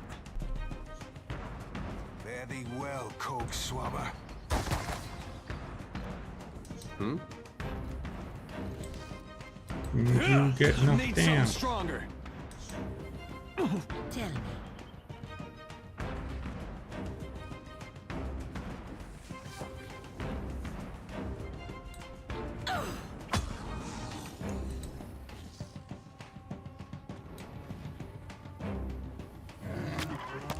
Do that. Good.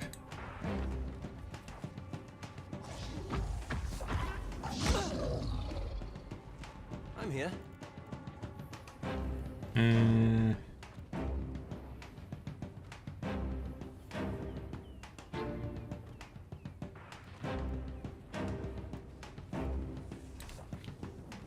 Chain lightning on Ernox.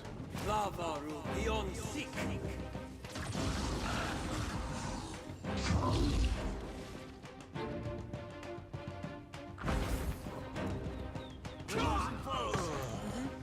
I need some help here.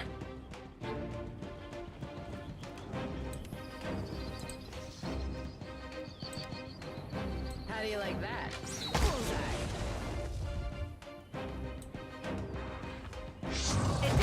Down. I don't think this fight is going well.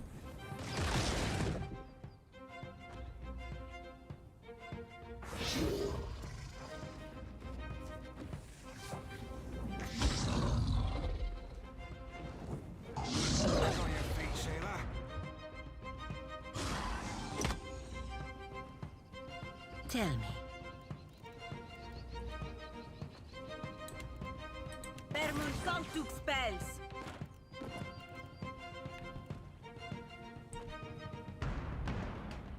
Meri Publices, per Milanis. Hey.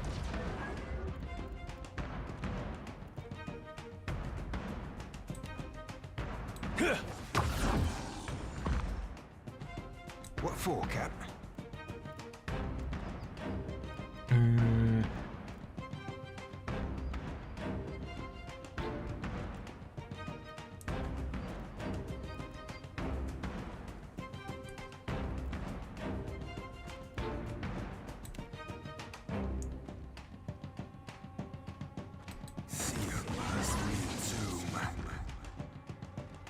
Right here.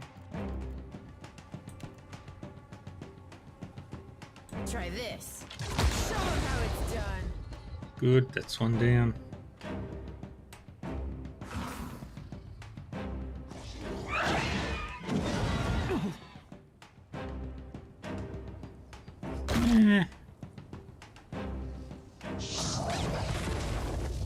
I think I'm doing alright now.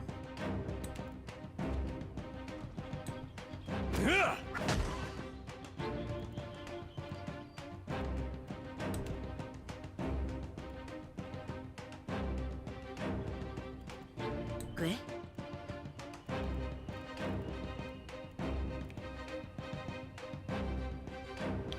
Meri publices, per Milanis. What for, Cap? Another tack, Cap. Yeah? How do you like that? And that's how it's done. Yeah, I'm doing a lot of damage. I need healing. Yeah, but this might hurt.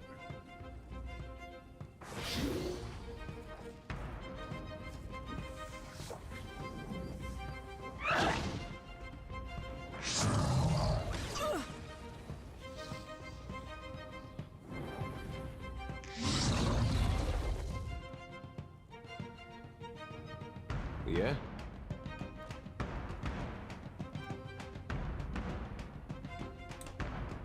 And I'm on it. keep working on that. Sure, I am level 13 now. Come on, Kalagina, hang in there.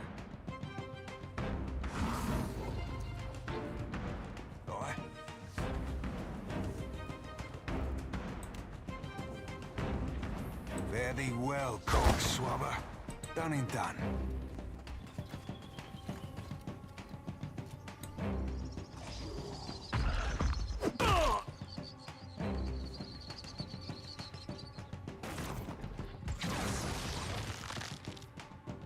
Yeah?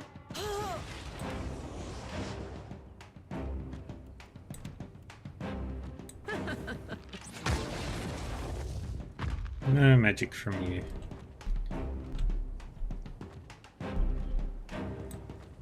Back up.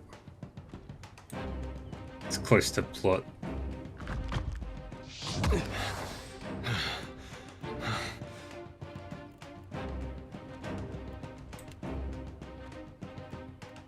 So we do this. That's right.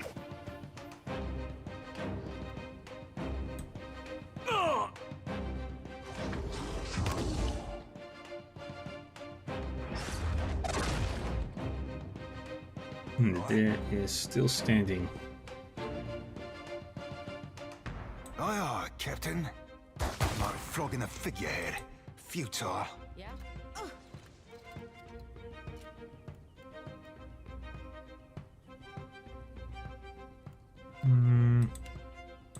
Try this. Another one went pop.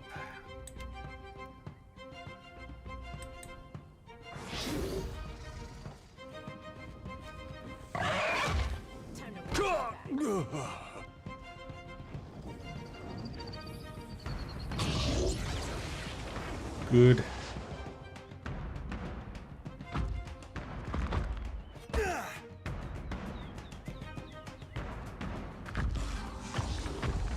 Everything hurts, savvy? It's gonna be. Hey there.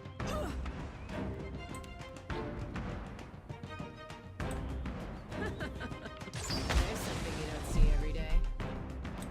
Now back up.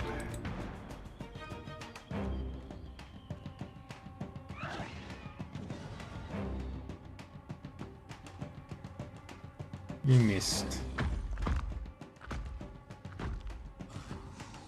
Yeah?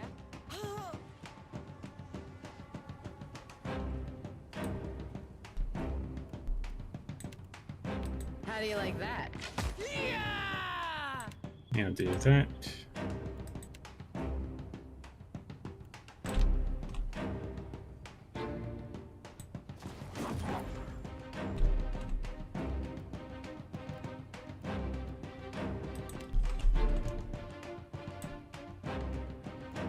Yeah, I'm not winning this fight.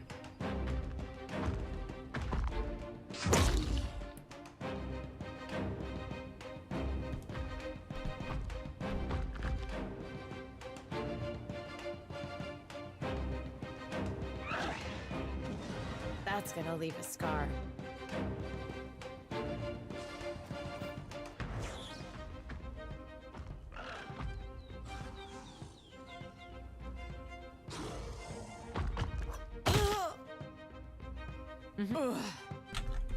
Yeah.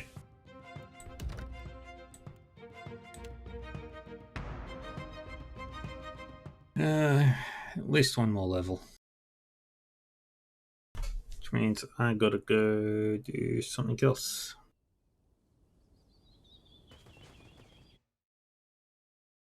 What else? Where to then?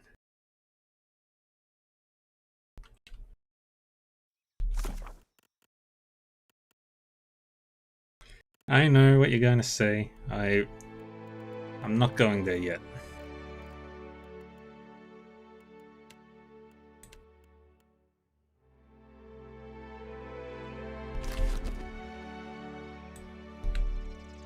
Oh, I got a quest.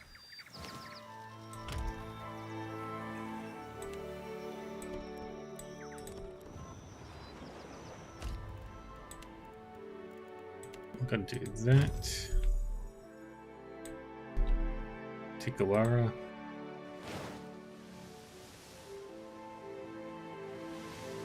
Avoid the storms.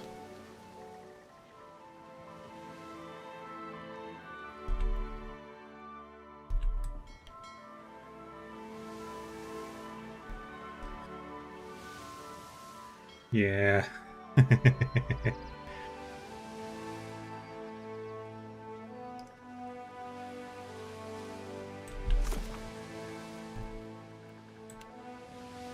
I also got to do that too at some point.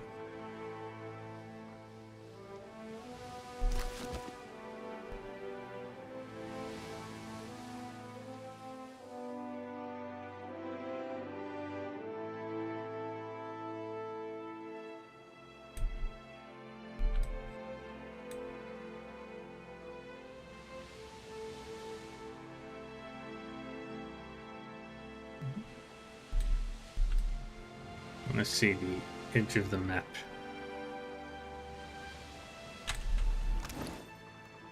Oh, right. I also need drinks for my crew. So we will head to Tikawara.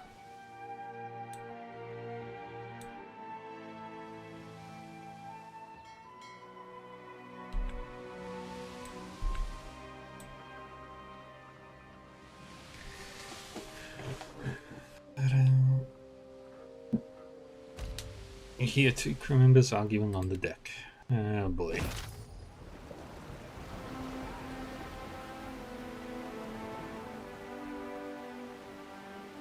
An argument from the deck pulls your attention away from the gentle rocking of the ship and the smooth expanse of blue on the horizon. "Ah, if those fish were belly up," cries Ram Damrigier. "Better we throw out the whole catch than end up with rot-bellied crew." "They looked alive enough when we hauled them out," Yukuk retorts, gesturing violently at the pile of fish on the deck. "Fish die when you pull them out of the water. That's what fish do." What do you think, Valamar? Valamar approaches the barrel, sniffs at the fish, and snaps one up, presenting it to you as a gift. As if a gift. Yukuk laughs heartily. "Looks like we've got one crew member's approval. Let's judge the fitness of the catch." There are no signs of discoloration, open sores, or bloated bellies. The fish appear perfectly healthy. "I told you it wasn't dangerous," Yukuk floats arms akimbo. "We're in no position to throw away food. Stow the fish in the hold." "See, Ramdon Roger? Captain knows we can't go throwing away perfectly good meals."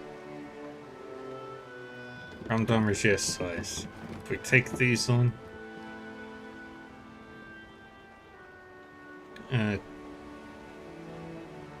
There's every chance. Stow it. It kicked box. Captain's word is law. Let's get these fish below. Pair, heave the barrel and move it towards the hatch, leaving you to return aft. Yay, we've got 30 silverfin.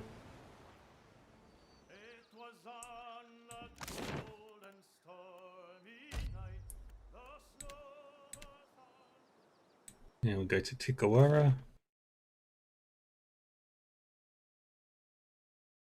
And do this quest for Maya.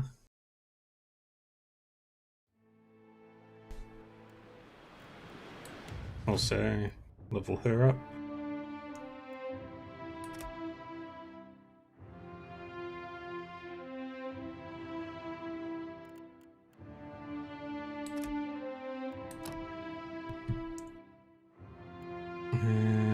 Do that.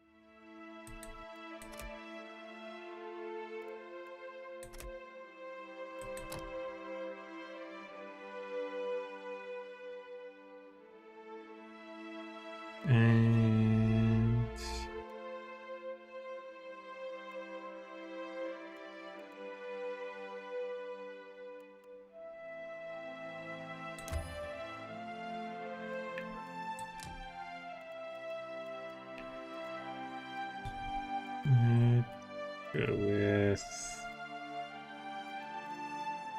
Battle Axe.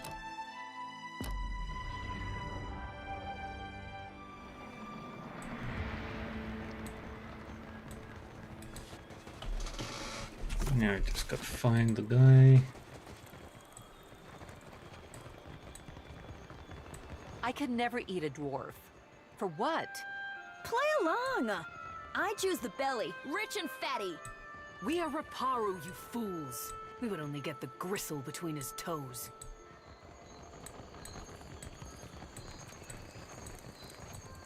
Gotta find Tamao. Oh wait, no, that's not who I needed. Stretching to crack his spine, Tamao favors you with a tired, disinterested glance. I hope you do not come for thanks. My gratitude pouch is as empty as my belly, I say. People would love it if I hit him. Not even a little thankful. For what? Because I am no longer accused? I say you set a low bar. Who do I need to talk to?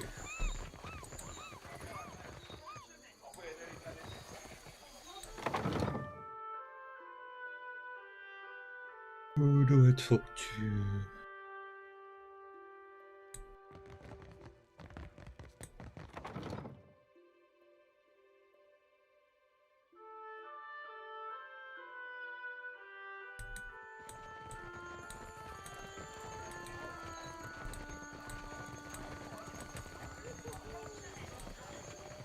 Step back, all of you.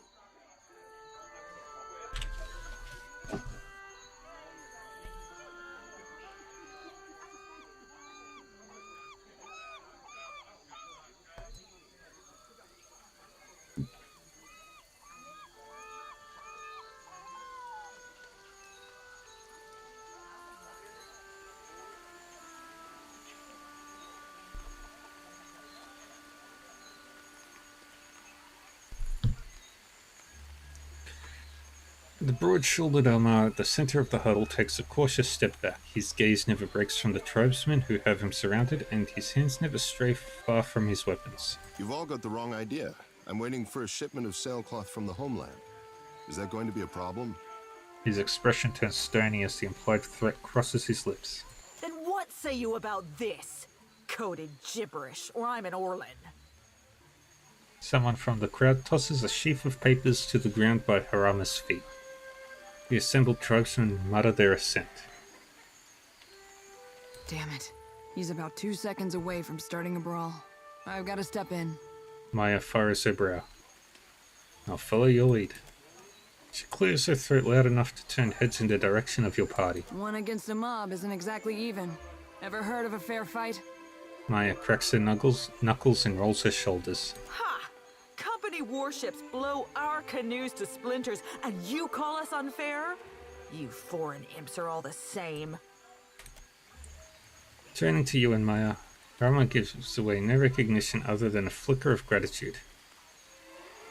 What seems to be the problem here? As surely as sharks circle spilled blood, this one has been casting an unwelcome shadow on our village.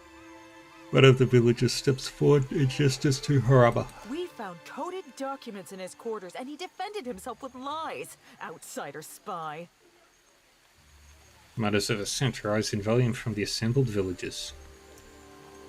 What makes you think it's anything nefarious? Because Rauatai hungers after these isles, like a tiger lurking in the tall grass and whetting its chops.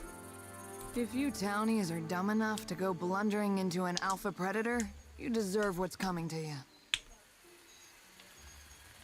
Maya squares her stance and shakes her head. Who are you to speak in his defense? And who is your traitor friend who postures like she is not one of us? She jeers and red gestures fill the air, many of them aimed at Maya.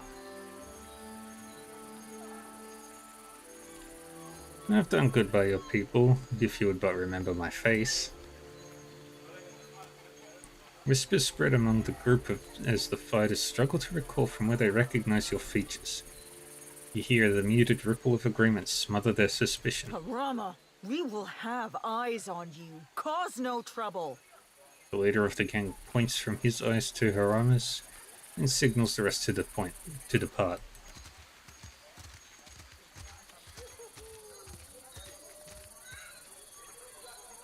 I owe you thanks for that, stranger. The big Rauataian stands at ease and looks you up and down, nodding with approval. Now here is a welcome sight. He turns to face Maya, and a smile brightens his features. Is that little Ashiza? Hop over here, you old terror. Harama opens his arms, and Maya's bird darts enthusiastically closer, pecking at Harama's shins. Ishi town. You don't know where he's been.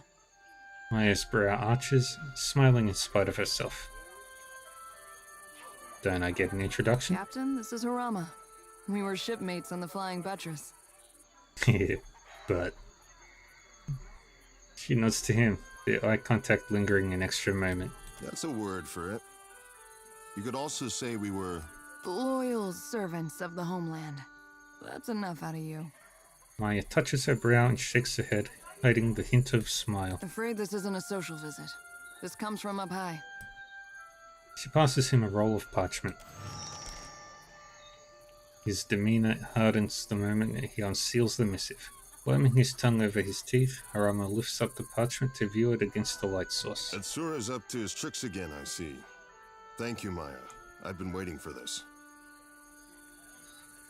It sounds malicious. Maya, why is she asking? Harama squints at you, hesitating to say more. Captain, later.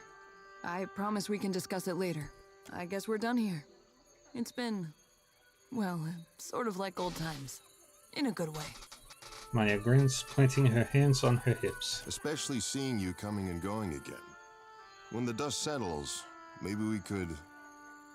He trails off, shifting his weight. I'd like that. Ishi misses you something awful. Say no more. Good luck in your travels and other adventures. Ashiza, you keep your feathers clean. He salutes Maya and steps back with a wink. And I believe the other one was in Port Mage.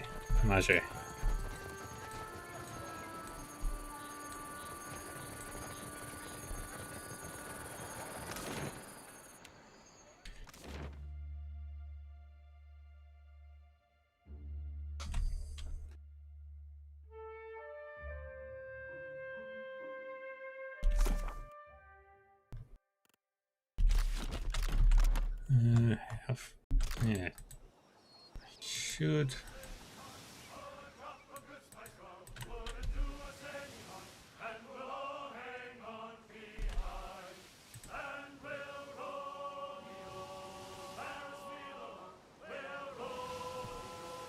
Yes, Kurin Isle.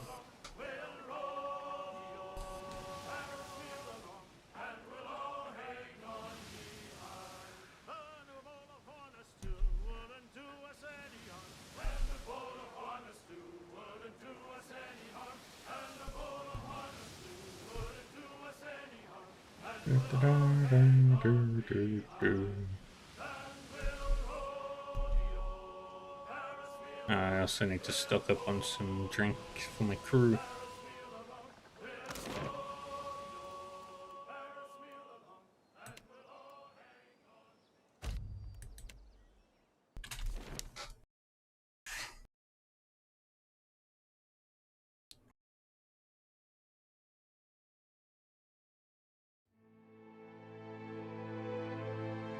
Quaint place. The Republic sure know how to gussy up a village. Red Serens, adherents, that they're wooden. What next? A giant right out of the living lands? Don't joke. Who knows what that thing was? Tuaha.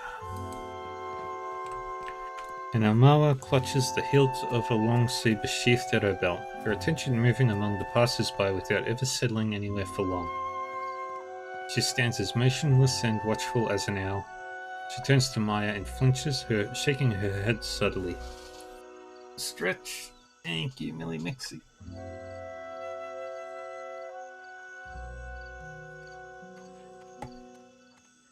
Been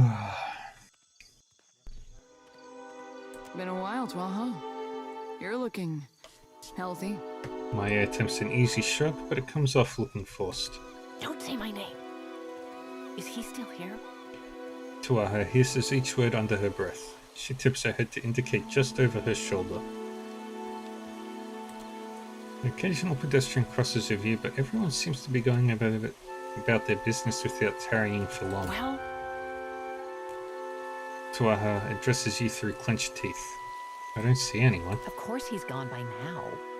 Tuaha glances over her shoulder and frowns. Here's your shadow. I'll string him up by his thumbs before he lays a hand on you.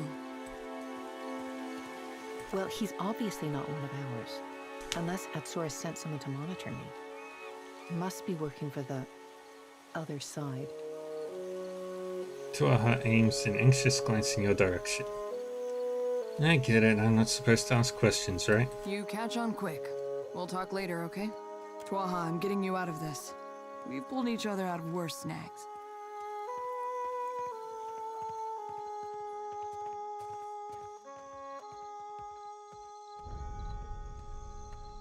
Maya pats Tuaha on the arm, an attempt at encouragement that only causes her to flinch. Easy to say when it's in the past. This stalker is relentless, and he is always watching. What can you tell me about whoever's following you? He's Juana, average height, and I've caught him scribbling on a sheaf of notes. Like any good tale, he's indistinguishable from anyone else wandering around Port Mage. Probably why they picked him for the job.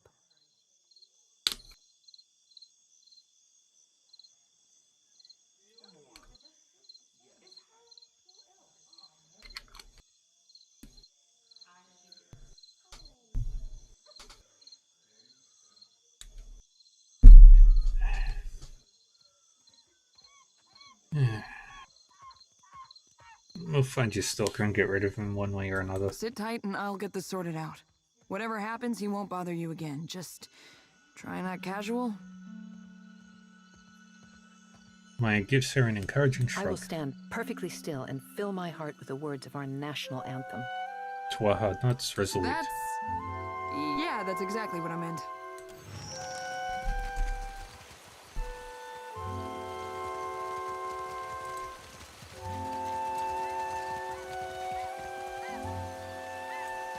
What say, you need something?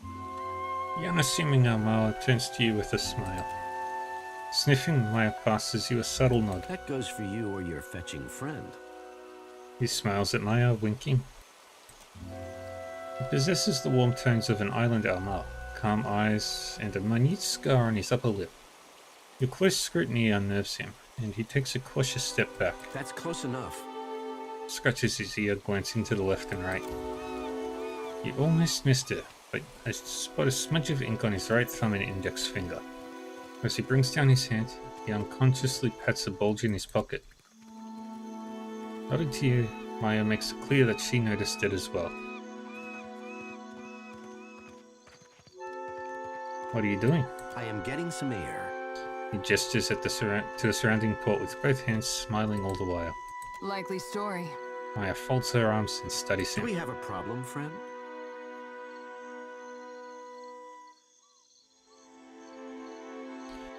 Listen to me. You're being followed. He pales, glancing left and right with alarm. No one told me to expect you. There are proper channels to discuss this. His whisper lowers to an urgent hiss.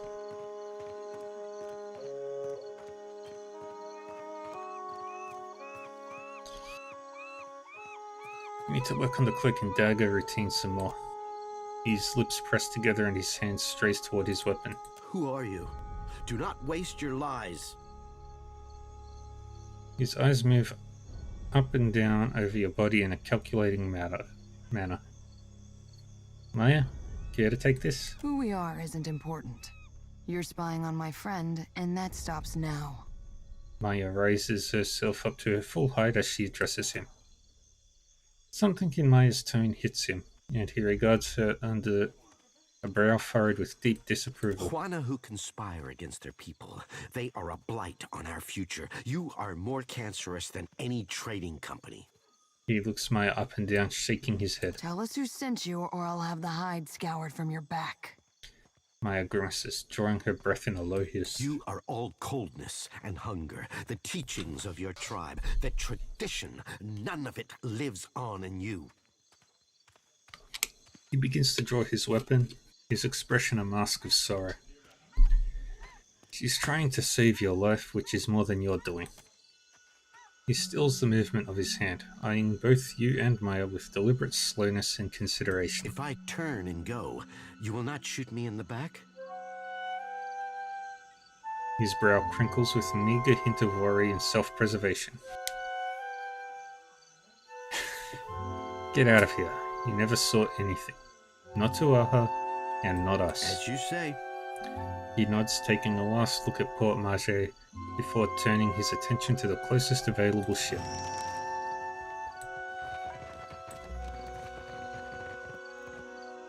You probably have some questions about what we've been doing.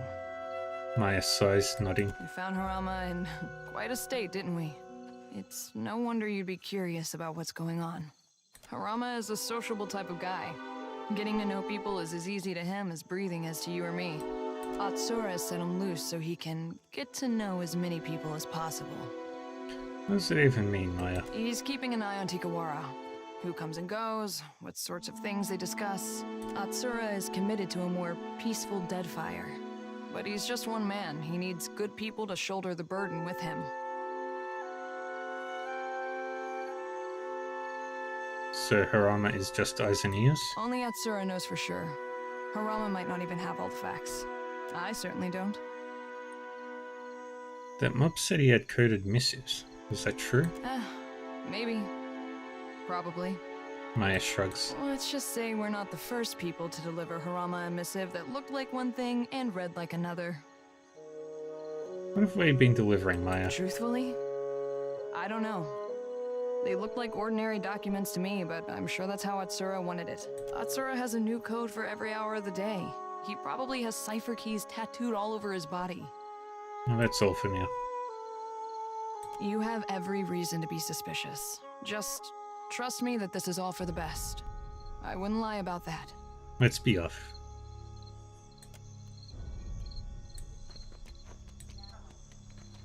Right here. Sure.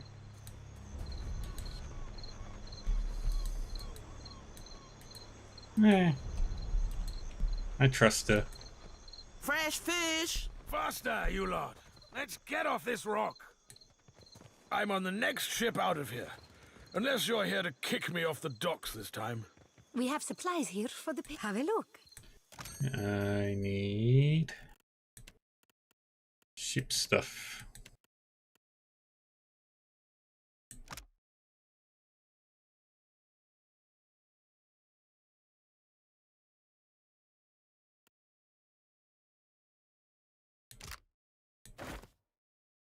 That seems kind of important.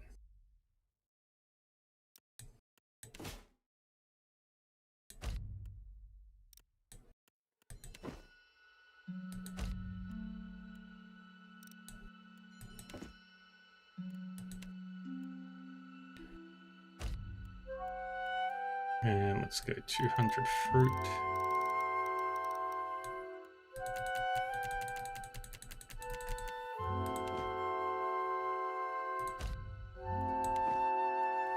$200 ale.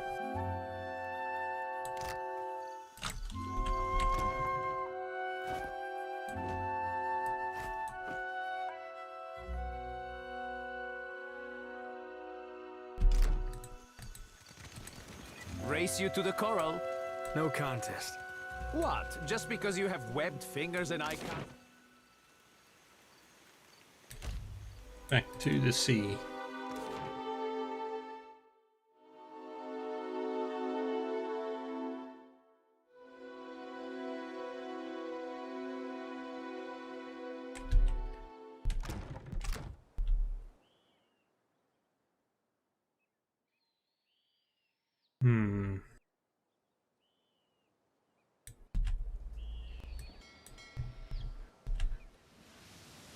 Corroded Wasteland is still way above my pay grade. Can't do Still Preacher.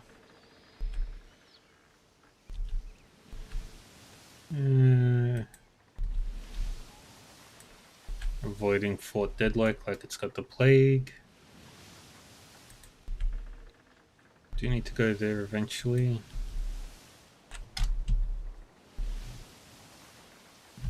Alright, there was a thing that happened at Fort Deadlight. No, not Deadlight, the ruin, the temple. Or the thingy, the hall. I completely forgot about that.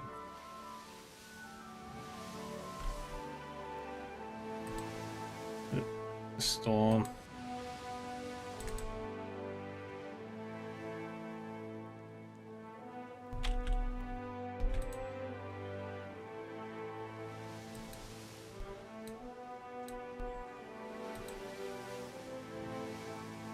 Derelict ship. A knock at your cabin door interrupts your reading. Arsold stands outside looking like someone who's just lost a bet. Captain, you best come topside. There's a ship on the horizon. Looks derelict. Arsold leads you up to the forecastle, where a small gaggle of hands have gathered. Pouring a holy symbol, Eld Engram points toward support. It's a bad omen, Captain. Should give them over to the Lady Lament, or there'll be trouble, mark my words. Little Lyuka chuckles. We don't even know if they're dead, much less what fills their holding. Do you want to sink them? Ship in question lists upon the waves, its sails pulled in. Topping the mast is a green flag, a symbol of a ship carrying disease. Spyglass. Pull out your spyglass and examine the derelict. Nothing moves above deck, and you spot a corpse sprawled out on the forecastle. A few more seconds examination reveals another further aft. Beneath the plague symbol, you see a flag depicting a lit candle in an open doorway. You recognize it as an emblem of the kind wayfarers. Pelagine appears off into the distance. Those are kind wayfarer colors. If the flag is true, they would rather sink their own vessel than risk spreading sickness to others. She looks down toward the deck, a rare hint of sadness creeping into her eyes. Prepare the cannons. Send it to the ocean. Yeah, I'm gonna shoot it. Eld Engram chants an undraped dirge while the cannoneers ready the guns. As their song rises in volume, the Reaver fires a volley that hits the derelict right at the waterline. After the ship has vanished into the depths, the crew return to their duties with quiet conviviality.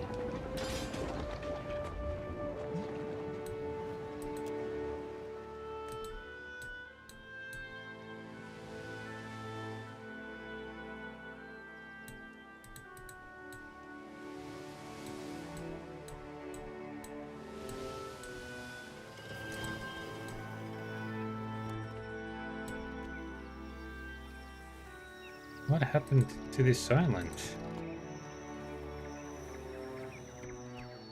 Things. Tentacles.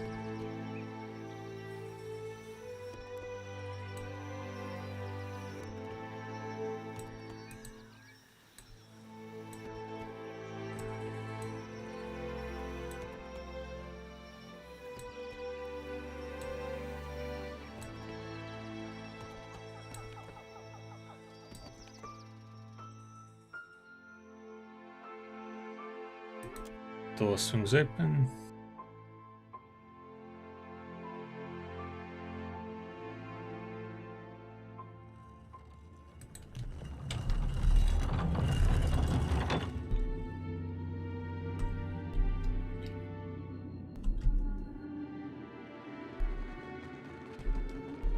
The Temple of Revelation.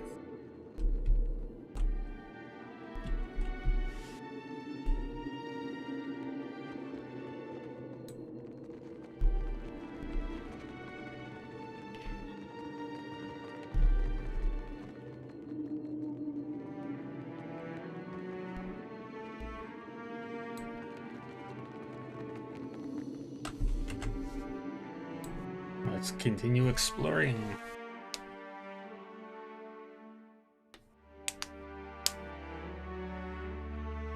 Unexpected arrival in a dangerous place. How curious.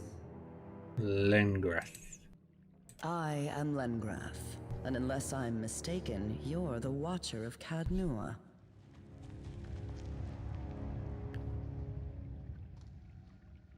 Striking godlike squares her shoulders and regards you with piercing eyes. Pleasure to meet you. Likewise.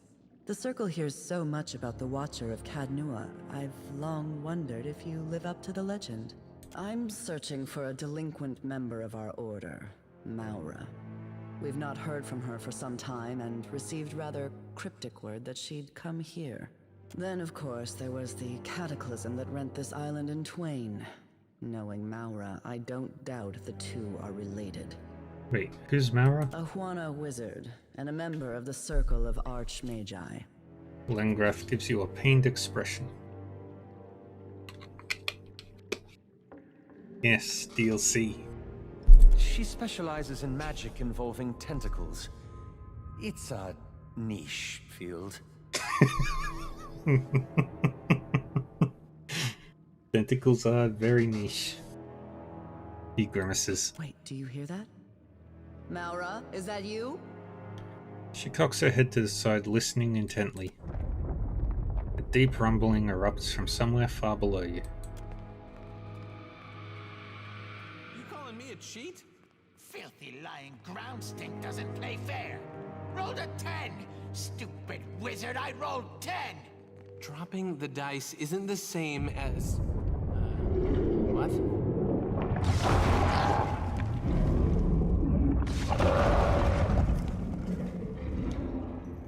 That's a lot of tentacles.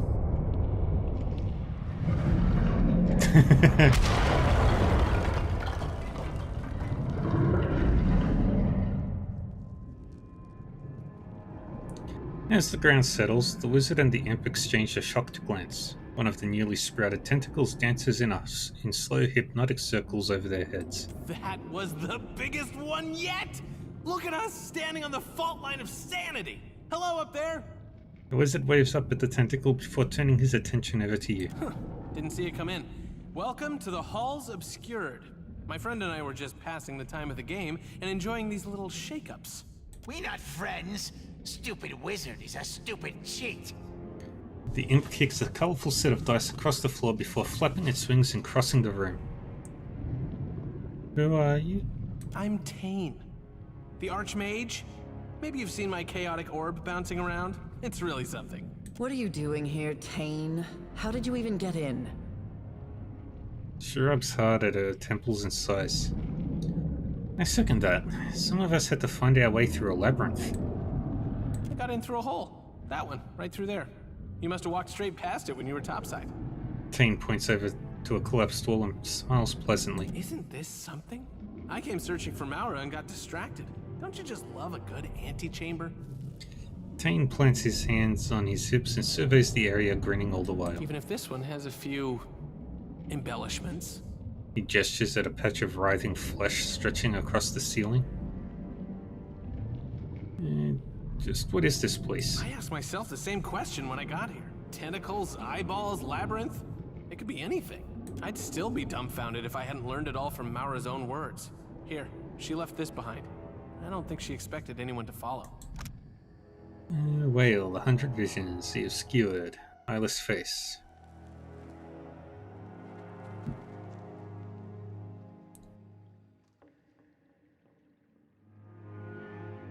Okay, she wants to kill Leothas, apparently.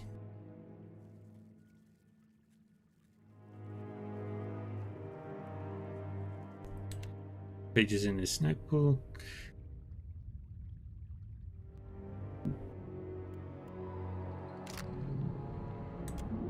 Wengrath thumbs through the book, eyes widening as realization dawns. She believes we stand atop the body of Well.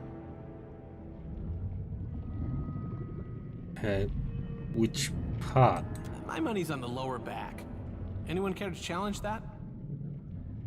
Tane raises his eyebrows at the imps. Wengrath sighs. While riding my dragon across the White March, I came across an unimaginably large skeleton. Legend would have us believe it is the fallen form of Abaddon. The Circle has been speculating on the existence of the god's bodies ever since.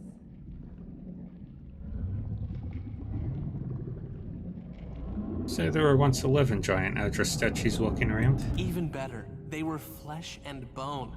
Let that drizzle some fuel over your nightmares. Tane shivers and steps closer to Wengrath. Wengrath edges away from Tane with a frown and nervous rustling of her robes. We'd believed them all gone. Not just dead, but destroyed by the god's own hands. Obliterated. This one, it's still alive. Makes you wonder what has Maura so excited. Tane considers his surroundings with a thoughtful grin. As nice as it is to take in the scenery, is everyone else thinking what I'm thinking? Huh? I mean, the answer's staring us in the face, literally. No one understands your manic rambling, Tane. Speak plainly or be quiet. The answer to what? Look, we have an unconventional problem, and it needs an unconventional solution. I don't think Maura came this far just to hug some tentacles. She wants to wake up Wal's body and send it after Eothas. I'm listening. Hasn't our Maura always said that a well-placed tentacle can solve most of life's problems? If she wants to take a swing at the big green guy, who are we to stop her? It's speculative to assume that Maura even wants to awaken Well. Doing so would involve meddling in matters far beyond her comprehension. She taps a finger against her lips, thinking. Or something she understands all too well. You don't know. Give her some credit, Len. You give her more than enough for the both of us, and far more than she deserves. You're welcome.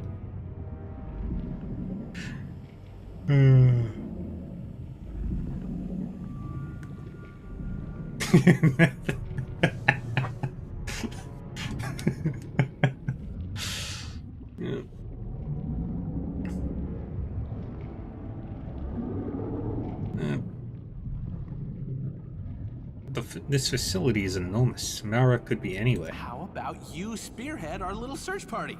Len and I will keep an eye on this handsome antechamber, where it's safe, or in case she doubles back. Fair warning, when I was poking around, I ran across some creepy librarian types. They were happy to look the other way as long as I didn't disturb their work. Tane shrugs. In the meantime, Tane and I will see if we might learn more about Wal's Titan form.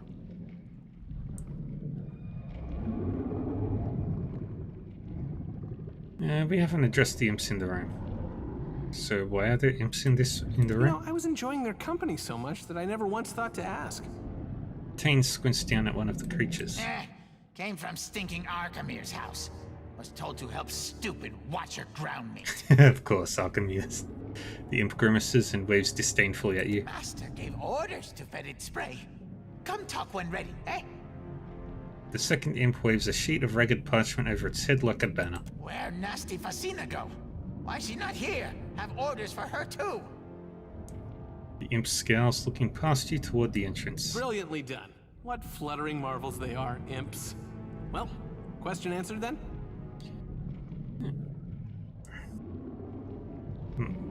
Tane returns his attention to you and smiles pleasantly. Mara is as good as found. No matter how Tane whines, Wal's body, if that's what this is, mustn't be awoken.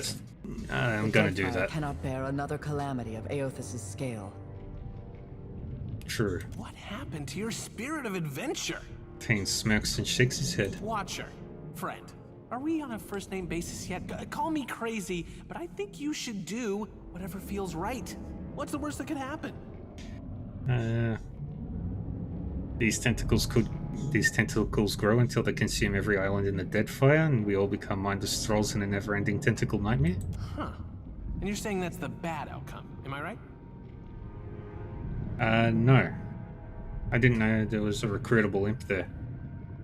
Tane strokes his chin and nods. I would hate to see what he considers the good outcome. We can continue this debate later. Right now, our chief concern is locating Maura. Maura could have only gone two places. Up in the archives to the northeast, or down into the collections to the southwest.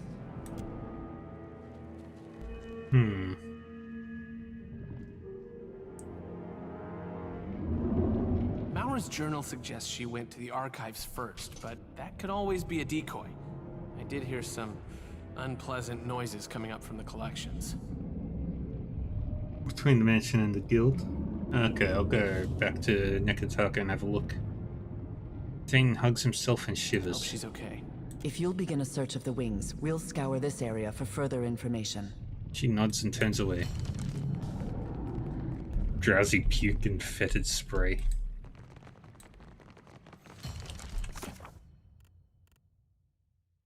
Oh, the Forgotten Sanctum is way above my level. Anyway.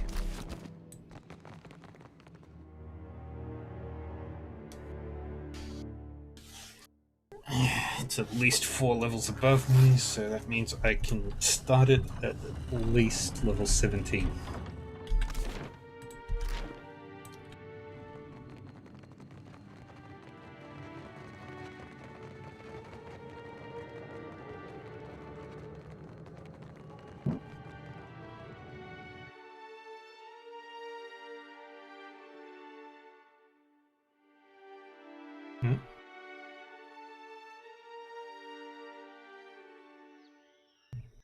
Wait, did I just fast?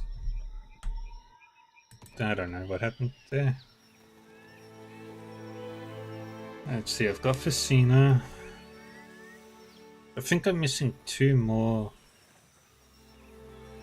Yeah, I think I'm missing 2 more party members. From what I understand, 2 more sidekicks.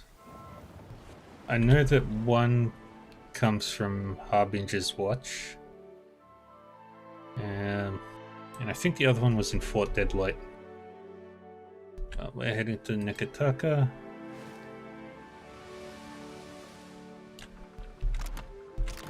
And I want to level up soon.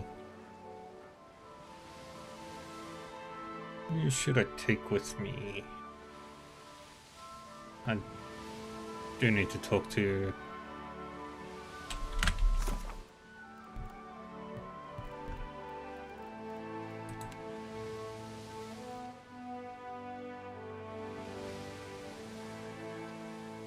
Ah, I forgot to do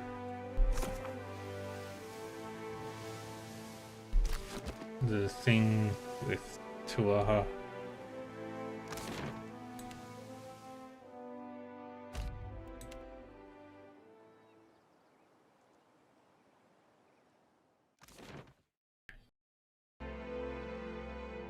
You are surprised?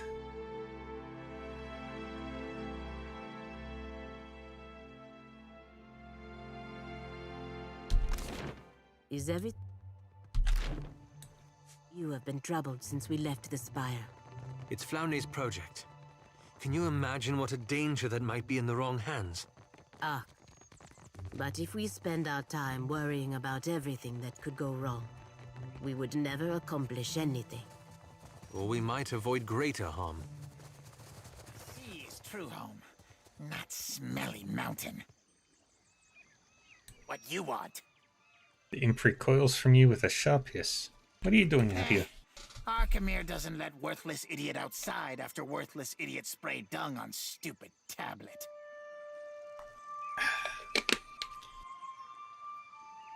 Thank you for the hydrate, Millie Mixie. But Arkemir more furious than ever since he came home, eh? So worthless idiot watches the ships come in, looks at all the tasty gulls. Its eyes down at the vista of ocean and docks. You want to set sail and eat gulls? You're welcome aboard the Reaver. The imp takes in your words, its eyes widening to the size of moist saucers. A flap of its wings carries it closer to whisper in your ear. How often you beat your crew, huh?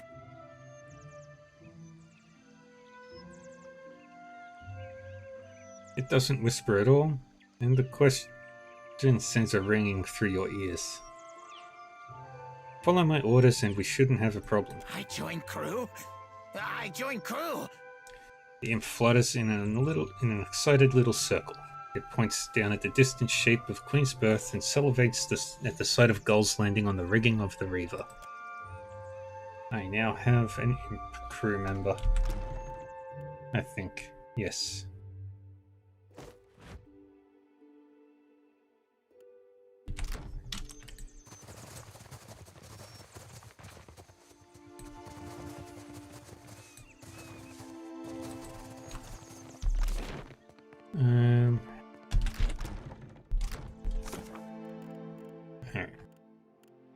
Honored guest I can almost do. I could probably do that now.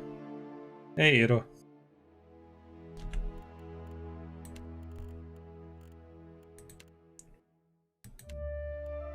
Still gotta do that. I forgot to do that part.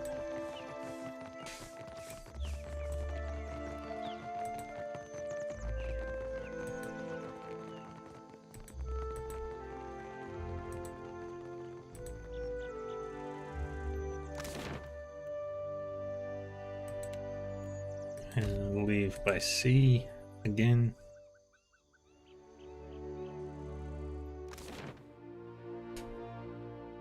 Head south.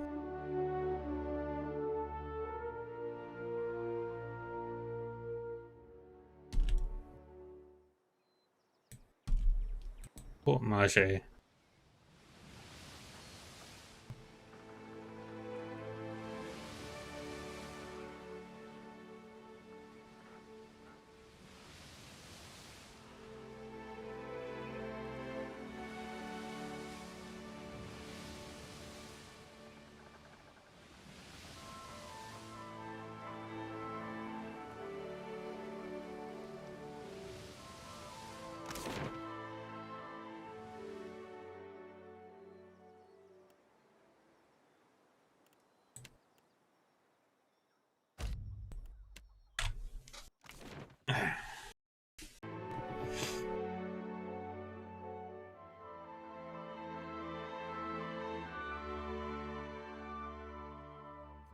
Is a quaint little town, but not a bad place to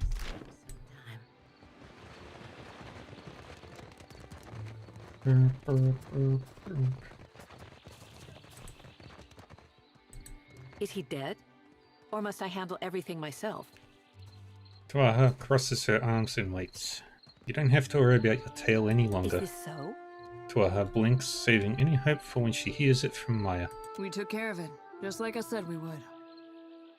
Winking, Maya holds out Atsura's missives. Tuaha snatches the papers away with a blur.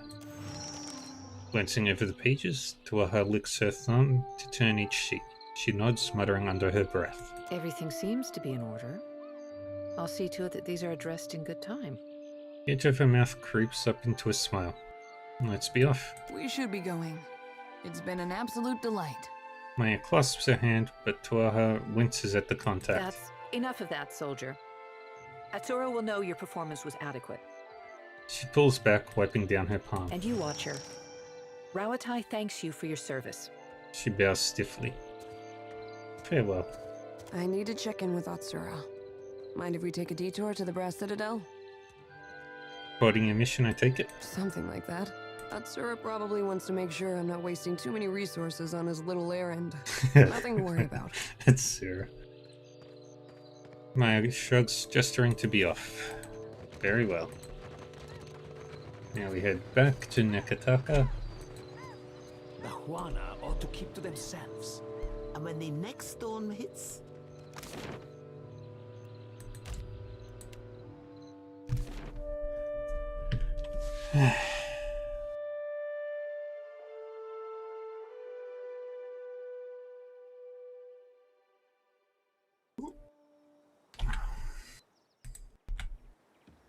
Nekataka, Nekataka, Nekataka.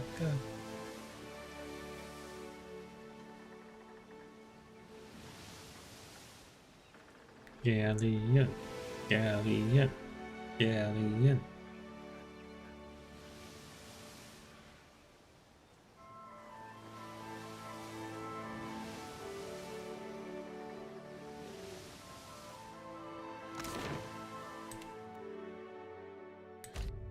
To the Brass Citadel.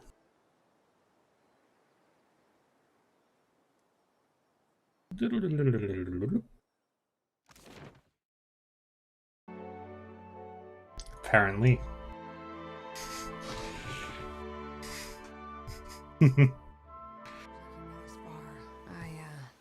Maya scratches the back of her head. This is where we part ways. For the moment. What's going on, Maya? Atsura will want me to report in alone. Sorry, it's company business. I might not be back for a few days on account of this. Maya chews the inside of her cheek and reaches into her pack. She produces a sealed missive. I'm supposed to handle this one alone. I won't ask you to come along or get involved. At first, it seems like she's looking down at Ishiza. In fact, Maya is looking down at her feet.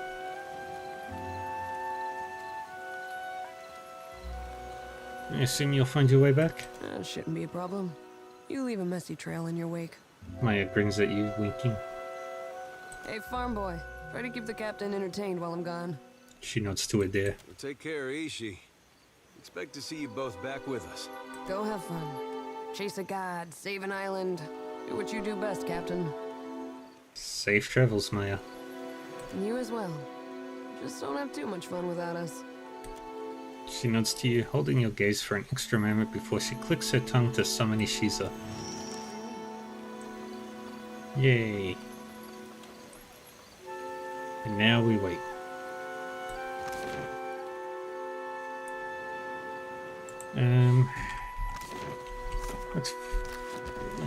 What other quests do I have?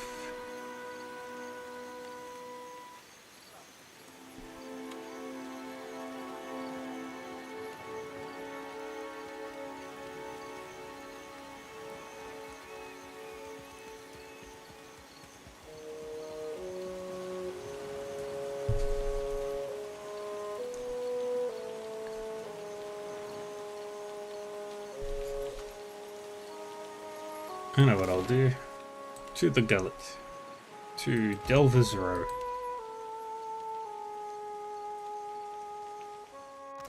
I'm gonna do a pirate quest.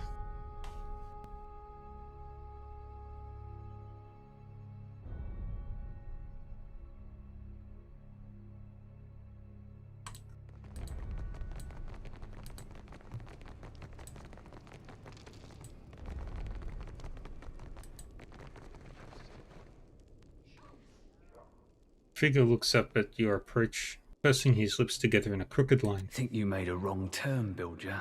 You don't belong in the row. Name is Vita. I know who you are. I make it my bag to keep my eyes on the new fish that end up in the gullet.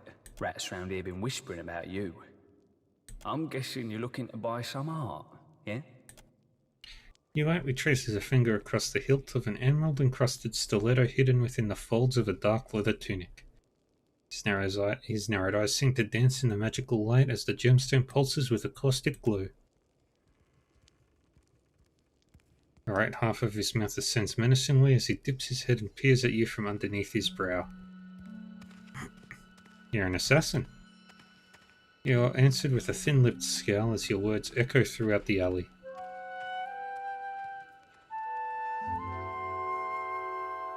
What sort of payment do you require for your services? Depends on the craftsmanship required. We don't know each other, so let's keep our dealings within the gullet, yeah? Very well. We don't need to talk to you.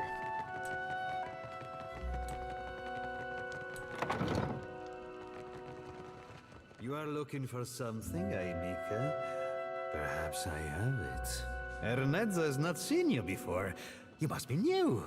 New or very good at disguises.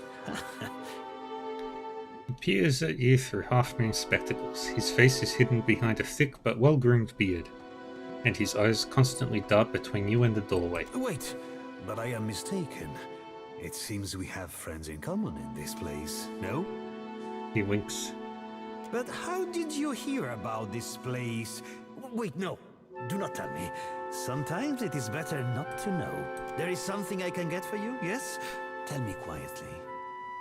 I need supplies. Of course. And there is a special discount for the boss's friends.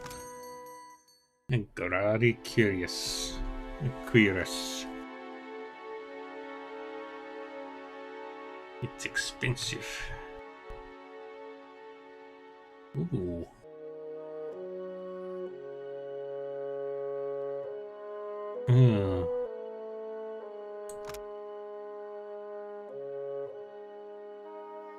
It is.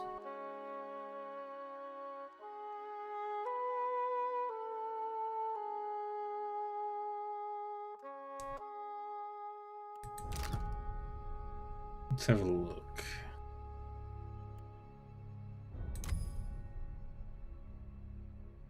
Destroy lower level. Oh, fuck.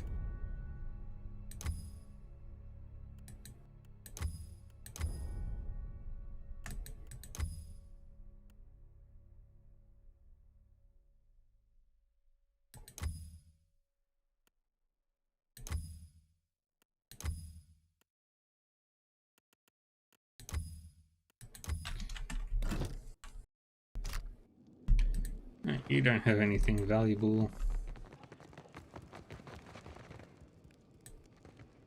The grizzled old Amara woman looks like she's been left in the sun to dry. Her skin is so worn and weathered it's hard to tell her wrinkles from her Be scars. welcome, stranger.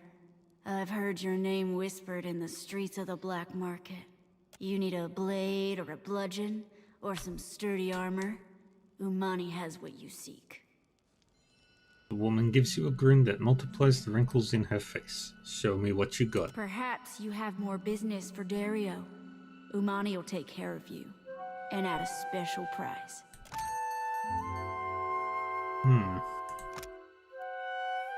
Immortal Will. That would be really good on Aleph. And we've got ads starting in 3 minutes.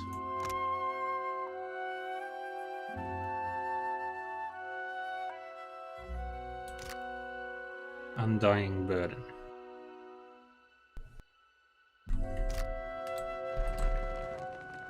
Another puppy.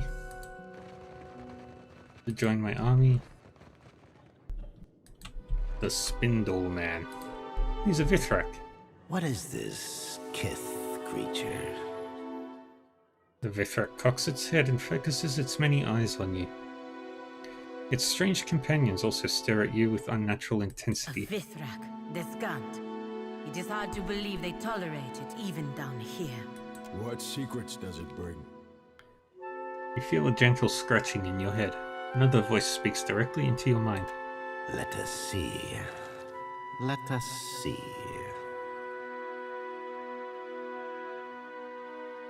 The Vithrak clicks its claws together in delight. Go ahead, I've got nothing to hide. Vithrak reaches further into your mind, plucking and picking at your memories. A watcher, the Deerwood, the wasteland of the white that wends. A death, a life, a wide sea, stirred by storms and pirates and... Yeah, there's a giant glowing head surfaces in your mind. Ah, a wonderful secret. You hear the Vithrak clack and rub its mandibles together. It reminds you of a glutton licking its lips. I don't trust this creature. At all. He eyes the Vithrak and looks toward the exit. Creature's probing psyche traces a question in your mind. Its strange companions stand perfectly still, waiting. Will you tell me a secret? Yes. You have been generous with us. The ogres nod slowly. You know of the place below the slums. There was another, more distant place beneath the sea. There lies a secret so grand that even the gods hide it. To find such a thing, how marvelous. Its eyes gleam. Need supplies. Spindleman's grimoire. Contains chaotic orb.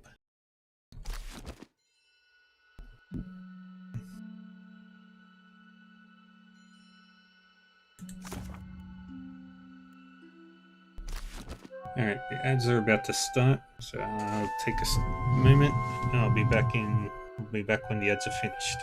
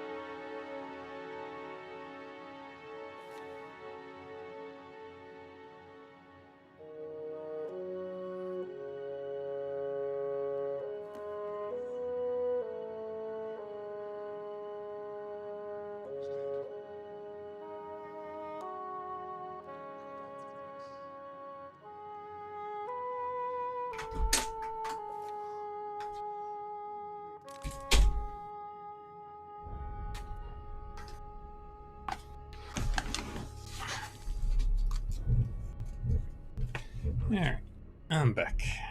Just do some walking around back to the Undercroft.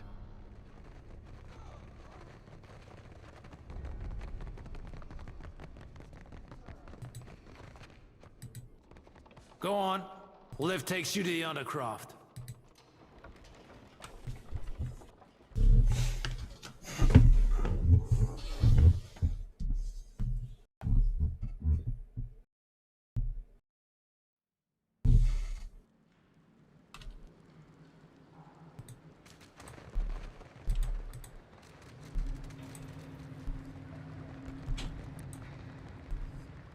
Isn't this something? I got it. got this.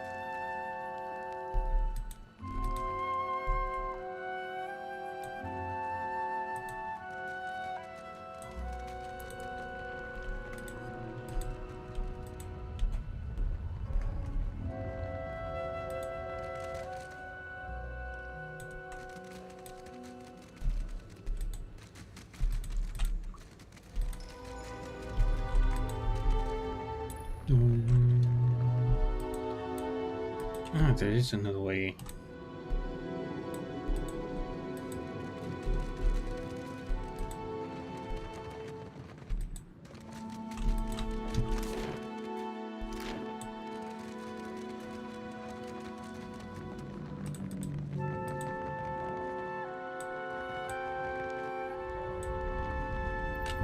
The captain of the Tidebreaker stands stiff-backed before you, looming despite her lack of height. Her hard-muscled legs spread subtly apart and she splays thick, calloused hands over her hips. She regards you with a heavy gaze, her chin topped high. And who or what do we have here? Stubby fingers grind impatiently toward the flintlock tucked into her The belt. way I see it, you've got two options. You can tell me who sent you, or I can feed you the shaft of my gun.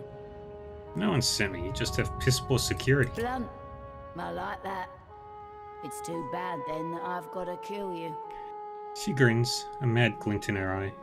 Then, with a whistle to her crew, she frees her flintlock and descends upon you.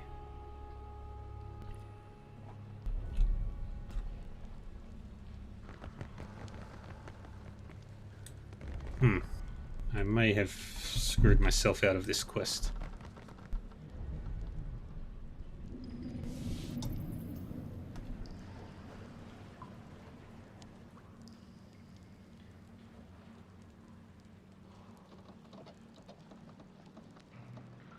So...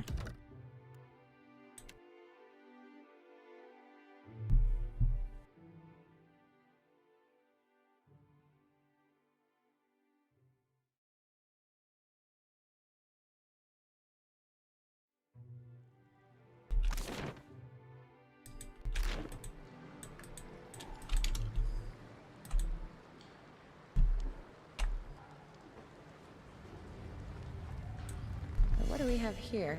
Give me a real challenge.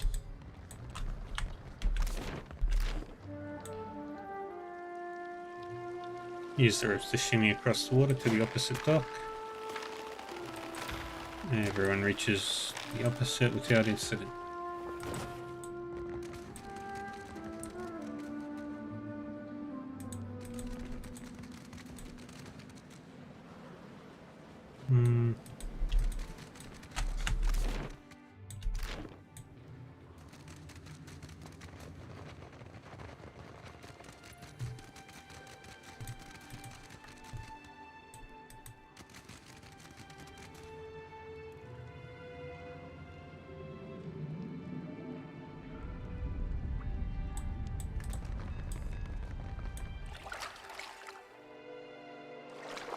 Come upon a weathered skiff, paint peeling at rocks languidly in the water. Silent as it becalmed sea, you row through the narrow cavern into Nekdarka's Bay, making your way to Queen's Berth.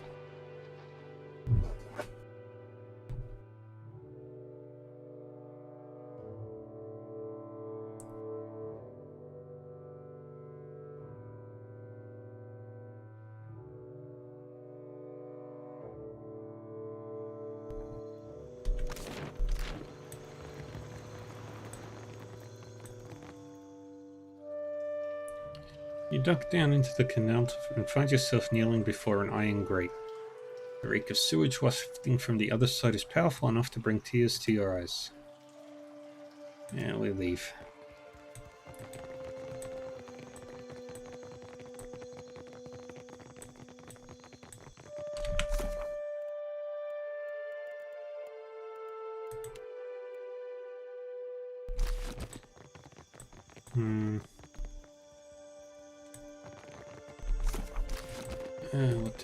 What to do.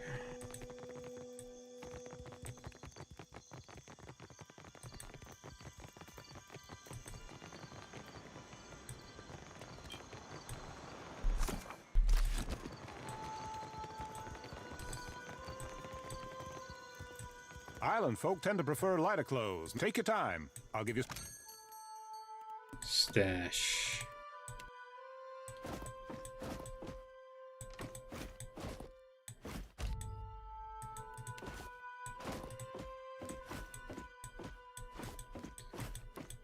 Sell.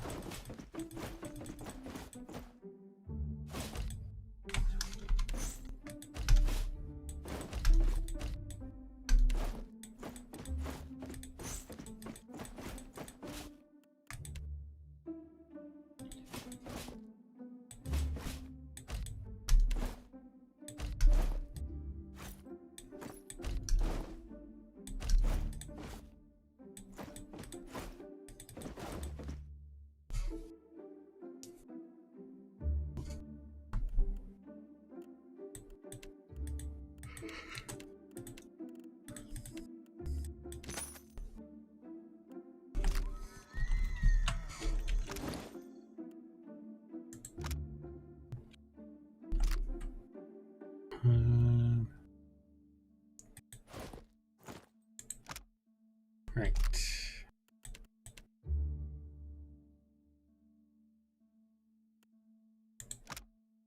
Let's enchant.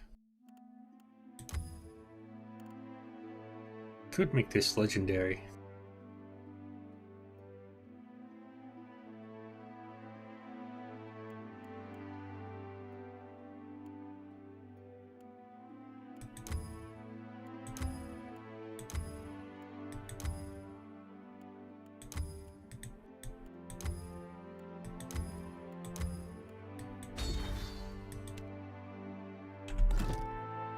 It is now 12 armor.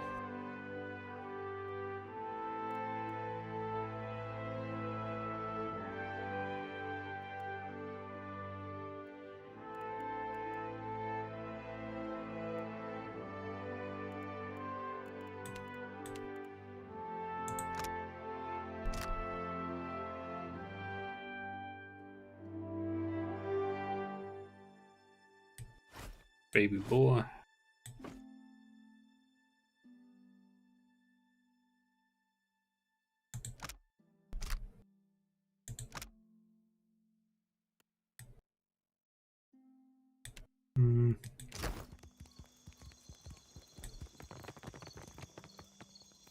Sigil of Death Wardstone.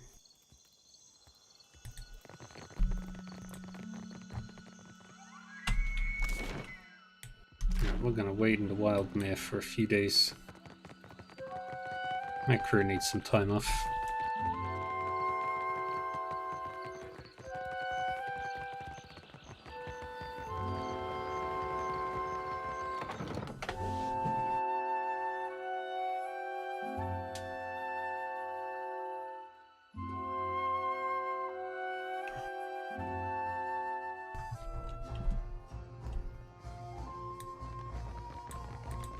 Now, what can I do for you? Looking for more intimate You're entertainment. in luck, friend. The Wild Mare employs a number of courtesans skilled in satisfying a wide range of tastes and interests. Throws you an exaggerated wink and points toward the stairs behind him. You'll find them upstairs. They handle their own coin too, so no need to go through me. Show me what you got for sale. See anything you like, you let me know.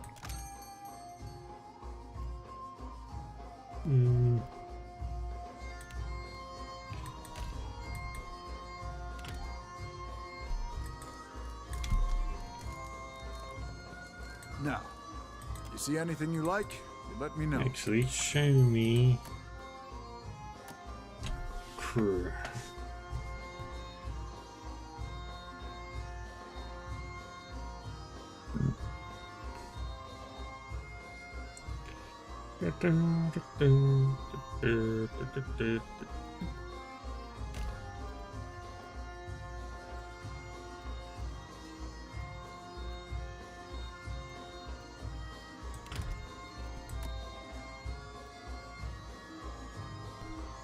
I can go all the way down to a level 12 character.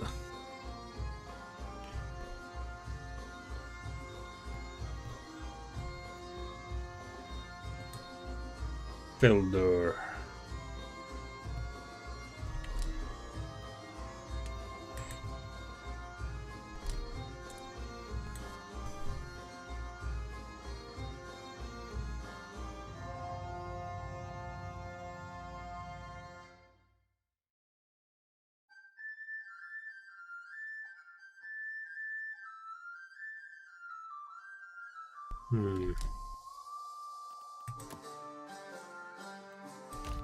Rest again.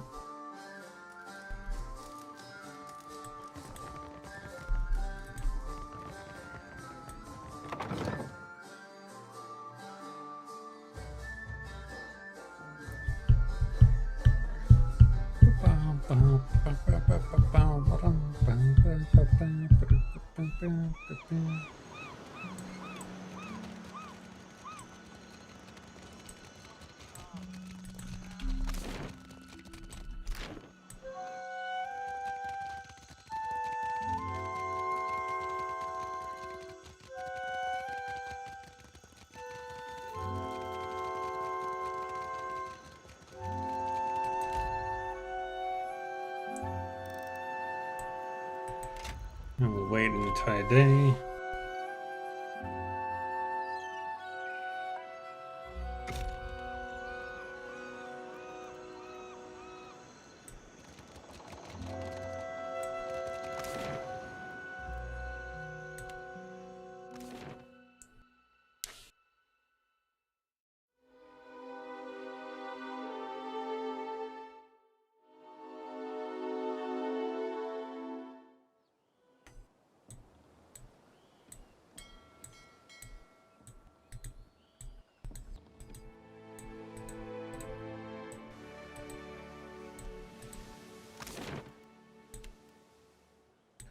To Zebra Citadel. You're traveling in the slums of Nekataka when the streets become suddenly barren. The cliffs high above the narrow alleys and tunnels of Nekataka's ghettos into darkness even in midday. The reek of rotten fruit mixes with the noisome scent of dead fish, swaddling you along with 100 other less filthy fragrances. Your footsteps echo in the darkness, piercing the otherwise silent slums. Strangely quiet, don't you think? Elif looks around warily.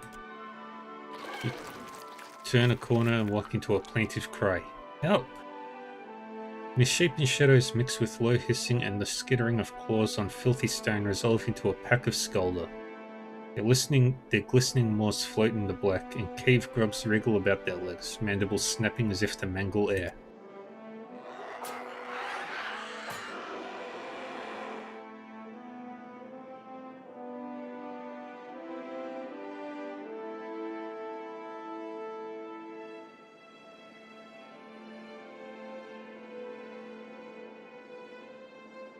On the far side of the creatures, a small girl dressed in the rags of the Huana grips a gleaming sword in both hands.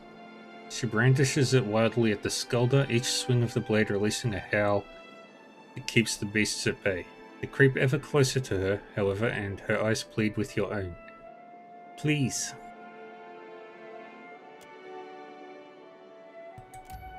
Draw the beast's attention. With a resounding shout, Pelagina rushes into the fray. The Skulder flinch and turn on your party. They growl hungrily as they charge forward.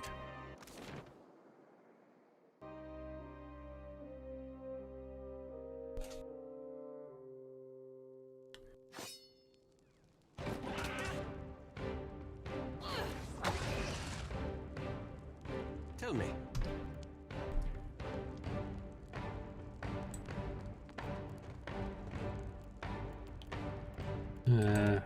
Is that...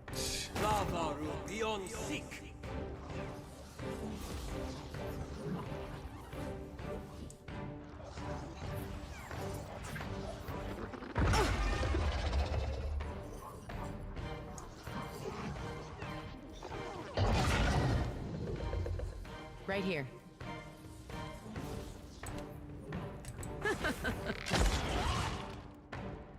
Something I can do?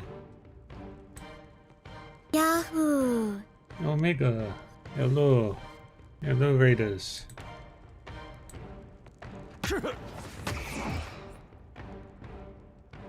Welcome.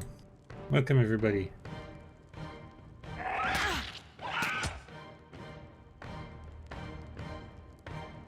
Hold on. Shout out.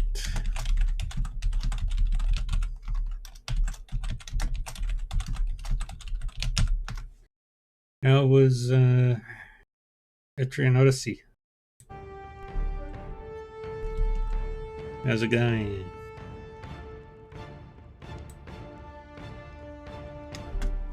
Getting there? Nice. Okay. For the Republics!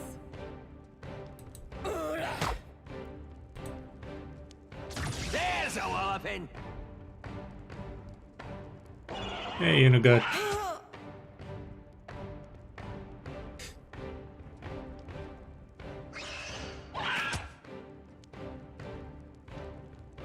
But welcome, readers. I'm Dark Reaver 40. I play video games. I do it a lot. I stream every day. Try to have fun.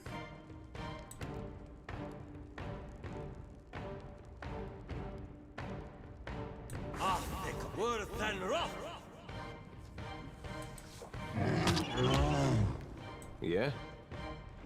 Pariathus! Hey, Lust.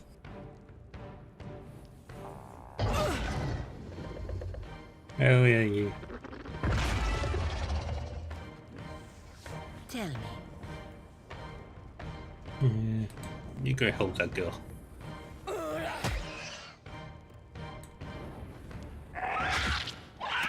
Come on, Aloth, to that delayed blast fireball. How embarrassing.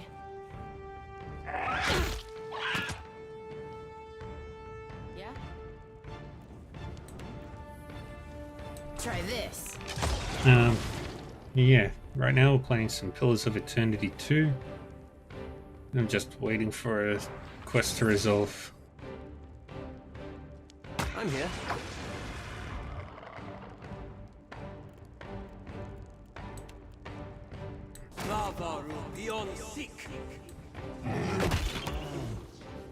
Yeah?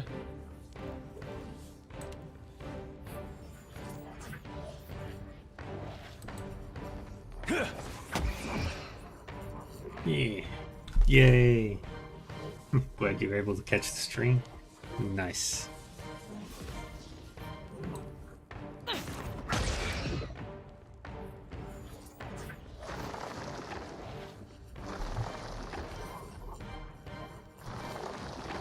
Tell me. I win.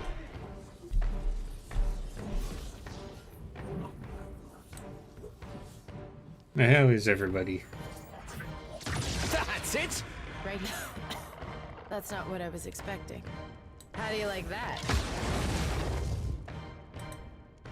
A couple of crush. It's not too bad.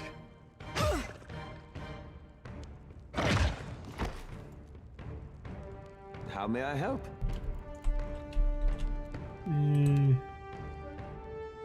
Just do that.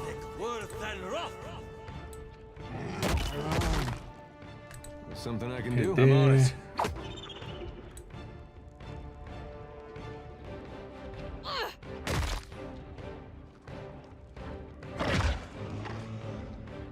Bam, bam, bam.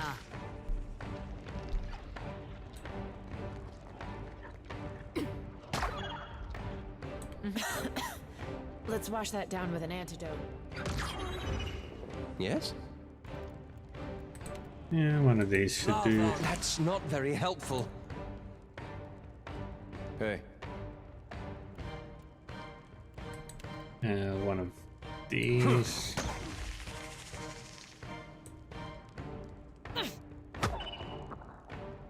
I am ready. Hey there. And Aloth kills it. That's not what I was expecting. Yay. Hey there. Grab all the loots. Now we talk to the Right girl. here. I got this.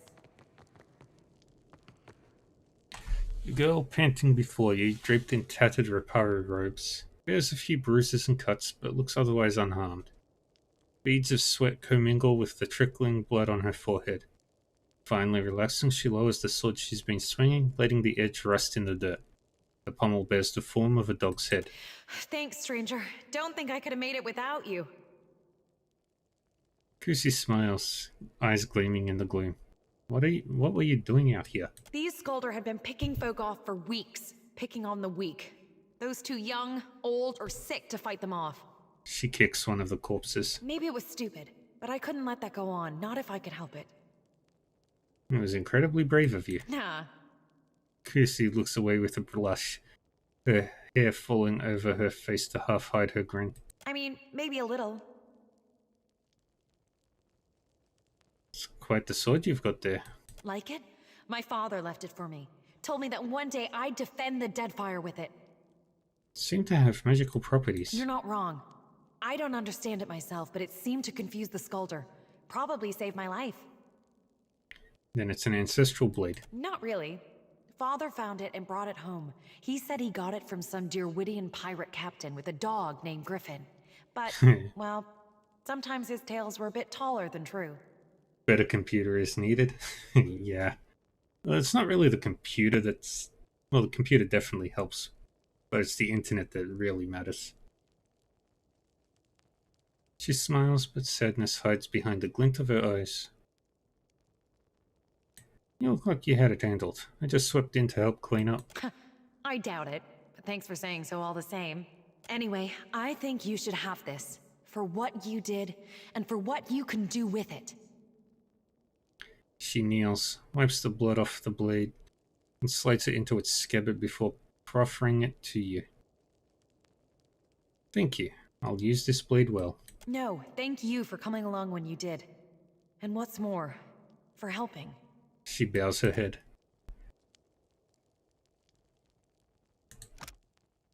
Where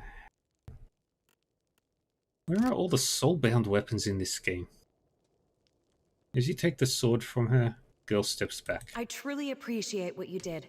Not everyone in Nekataka steps in for a neighbor. I need to be getting back to Mother, though.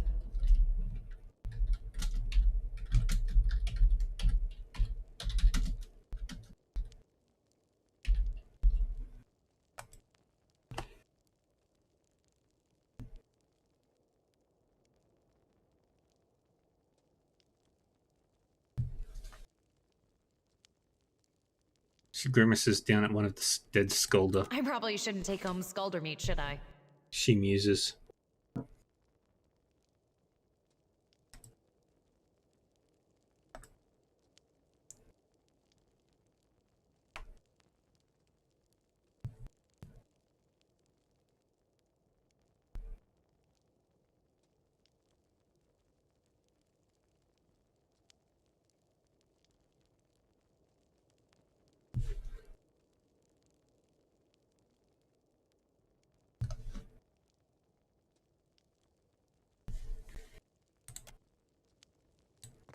Alright, all done down here. Oh no. No Elden Ring? That's unfortunate.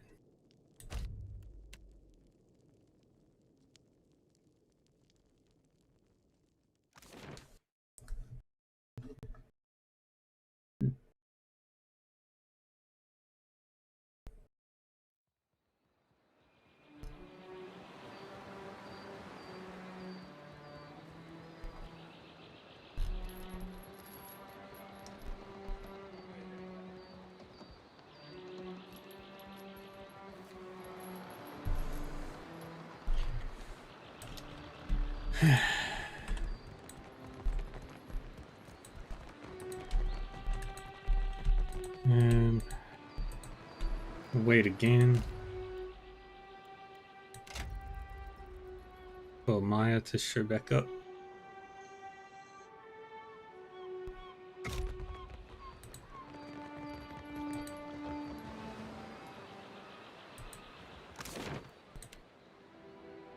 Back to Queen's Birth.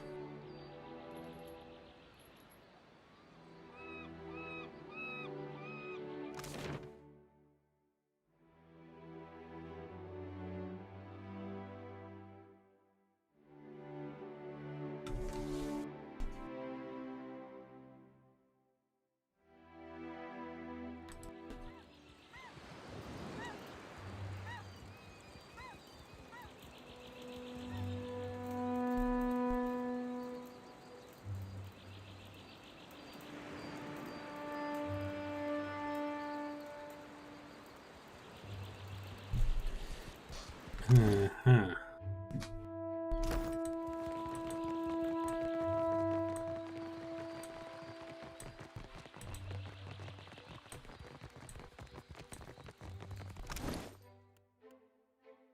So...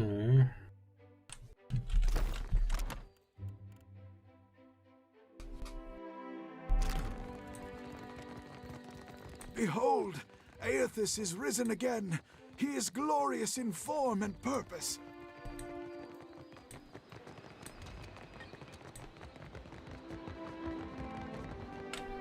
Do I have...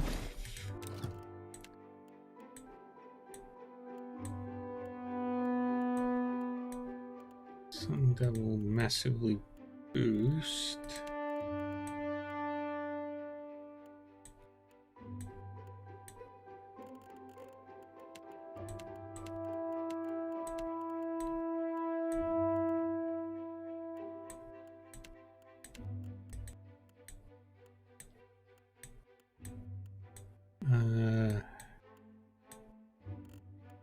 No.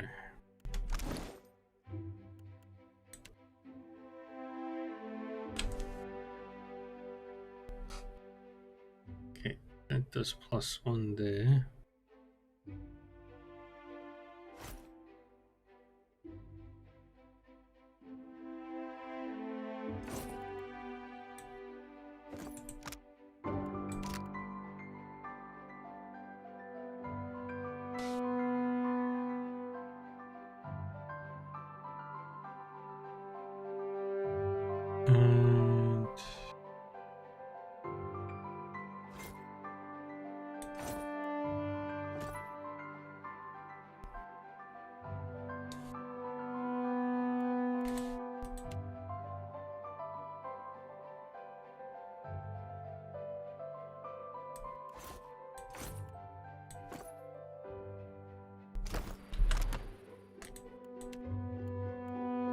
And I can just do something that gives resolve.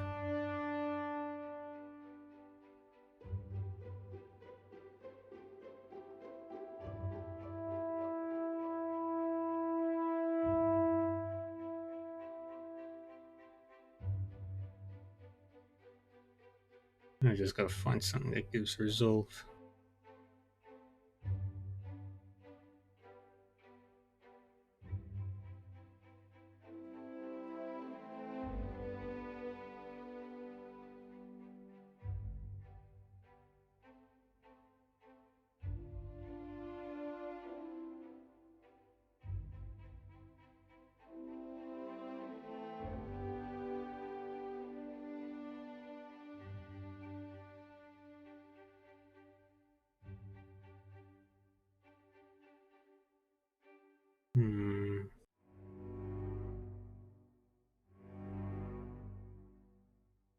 Purple sponge.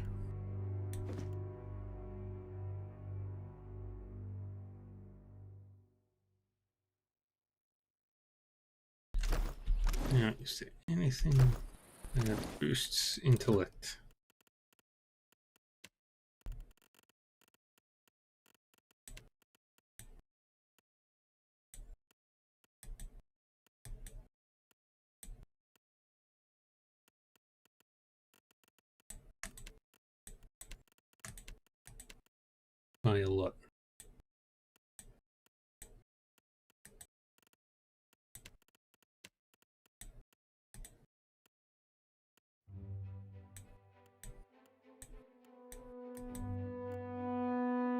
Cuttlefish.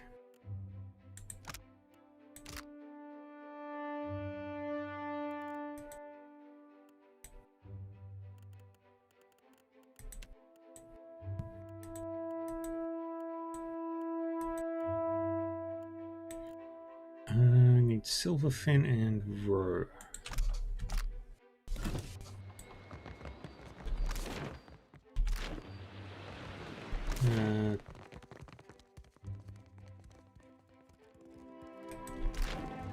Up there might work. Plenty of fish in the sea. You'll find no. Buy all that. We'll buy 200 silverfin and 200 cuttlefish. No hagfish.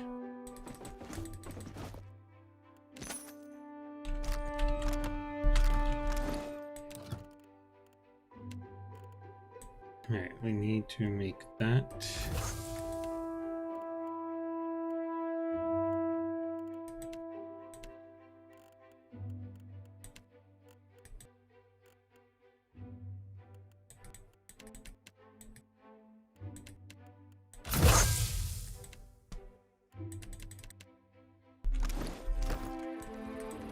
Alright, now I know where to go.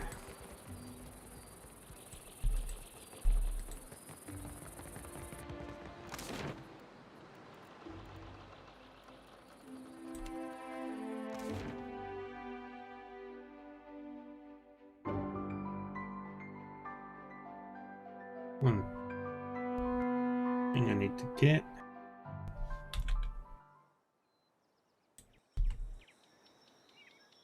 Gotta go over to Guka's land. Guka's land. Maya has returned to rejoin my crew. Alright, let's go say hi.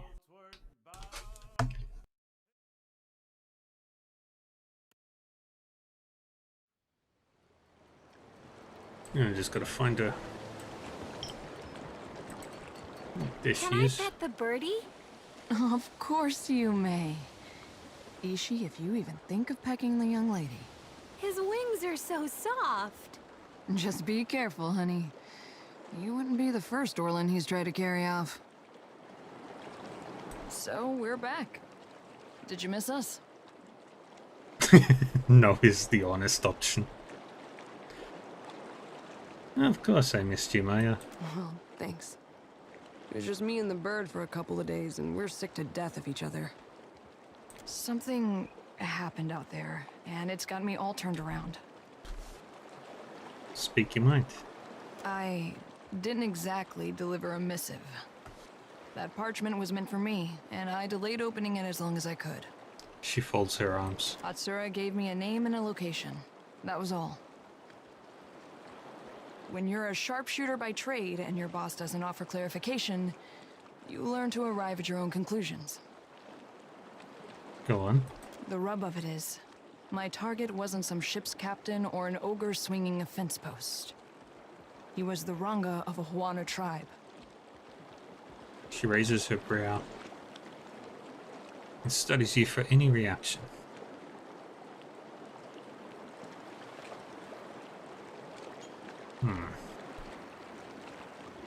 Why don't you start from the beginning?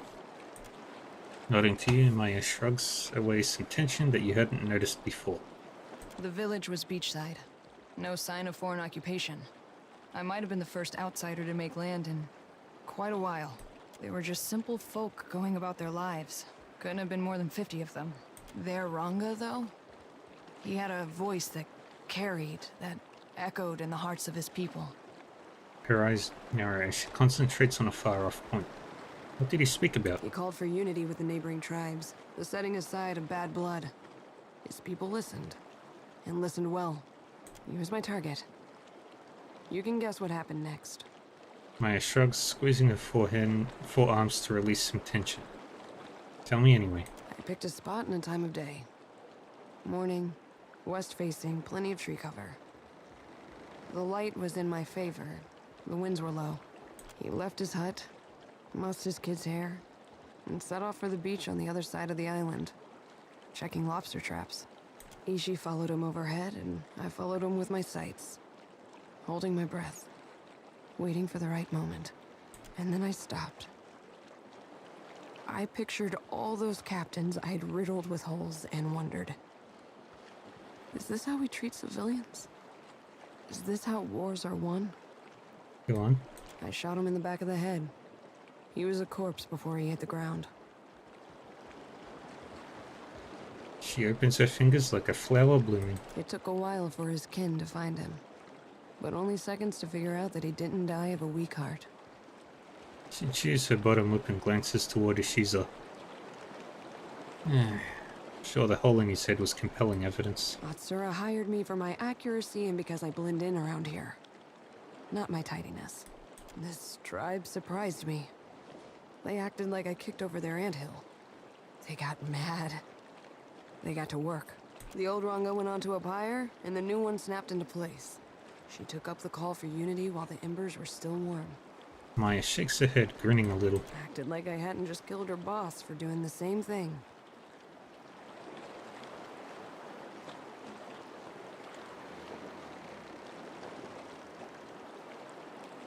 Did it make a difference to you that the Ranga was a civilian? Of course.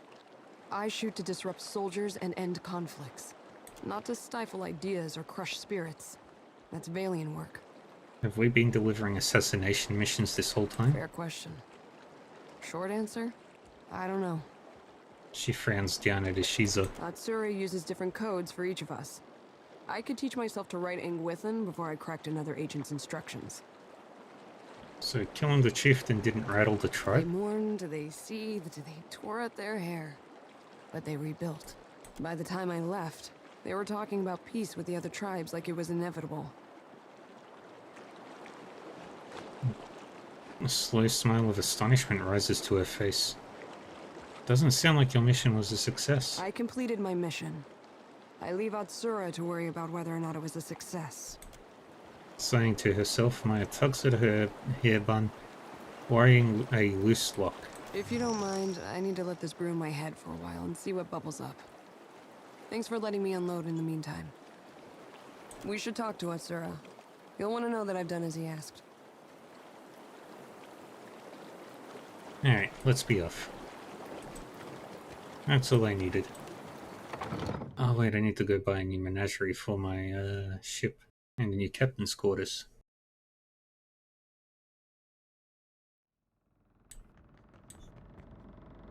Watch and learn. Got so many people on my ship.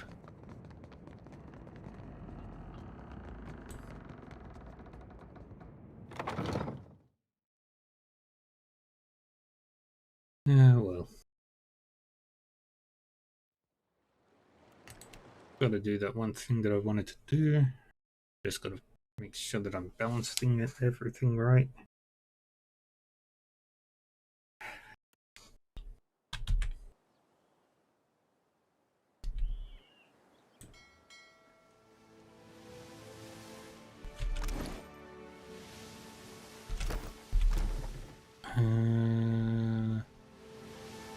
Crap. Knew I forgot to pick up some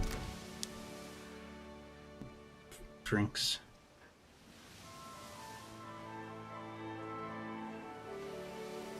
Wait, Bertrand also drunk 2 per day?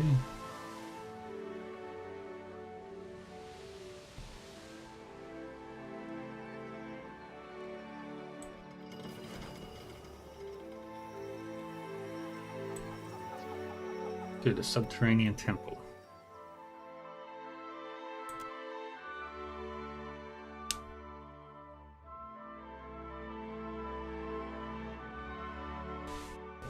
Alright, get over to where the thingy was.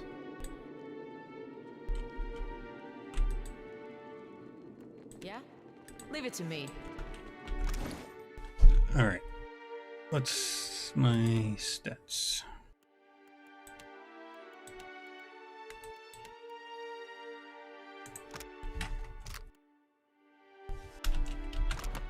Okay, got 10 intellect, 14 resolve.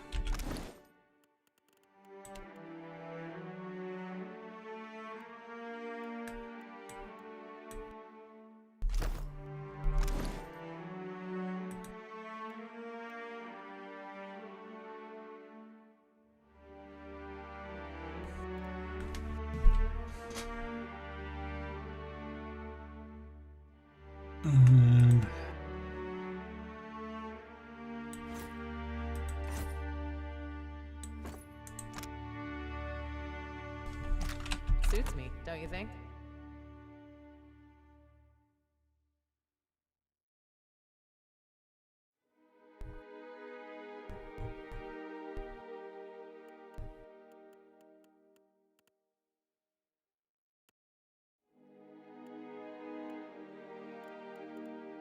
And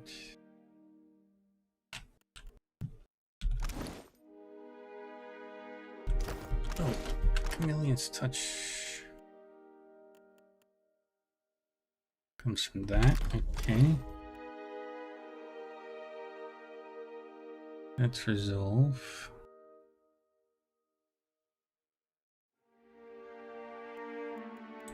Does anybody else have anything that can be valuable in this situation?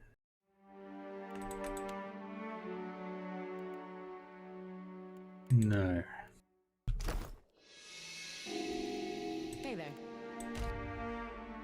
Alright, you eat that.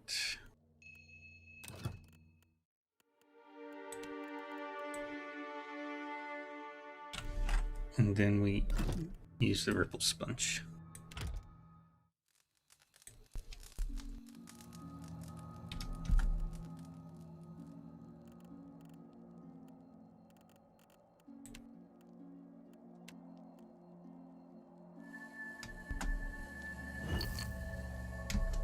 I got this. I got this.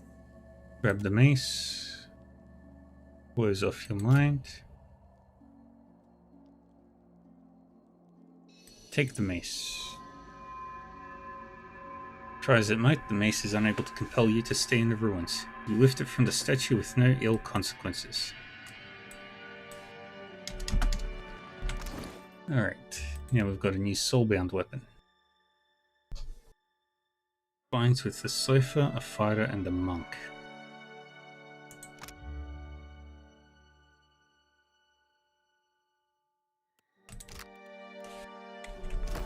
I might right there. put this onto...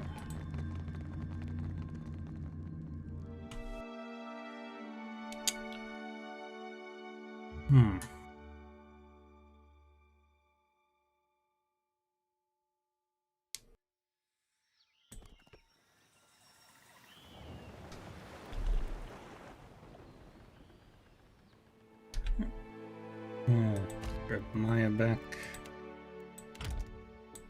Go back to Nekataka.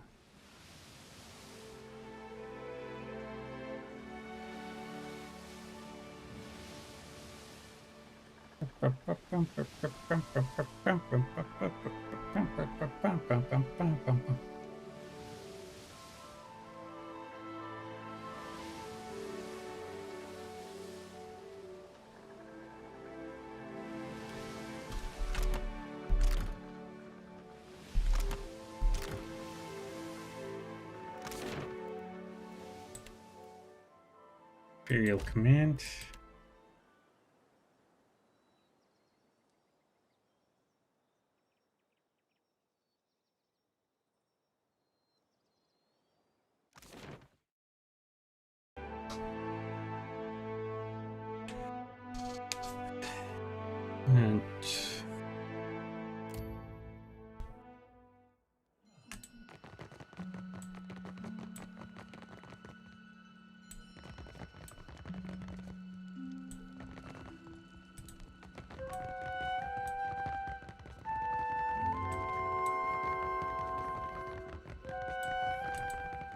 And where is the person I need to speak with?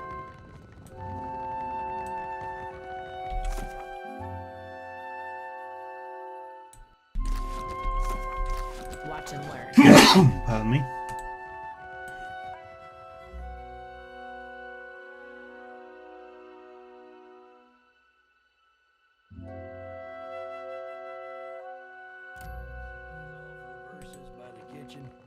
They weren't that bad.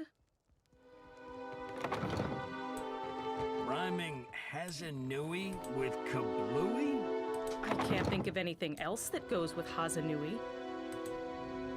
A man behind the desk regards you with attentive, unblinking eyes and a perfectly open expression.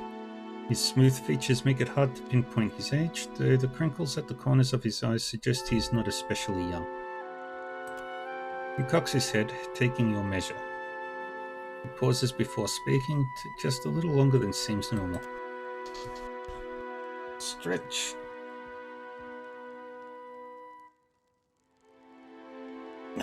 Thank you, Melimixie. When he finally does, he crosses his forearms over his chest and gives you a slow, exquisitely courteous nod.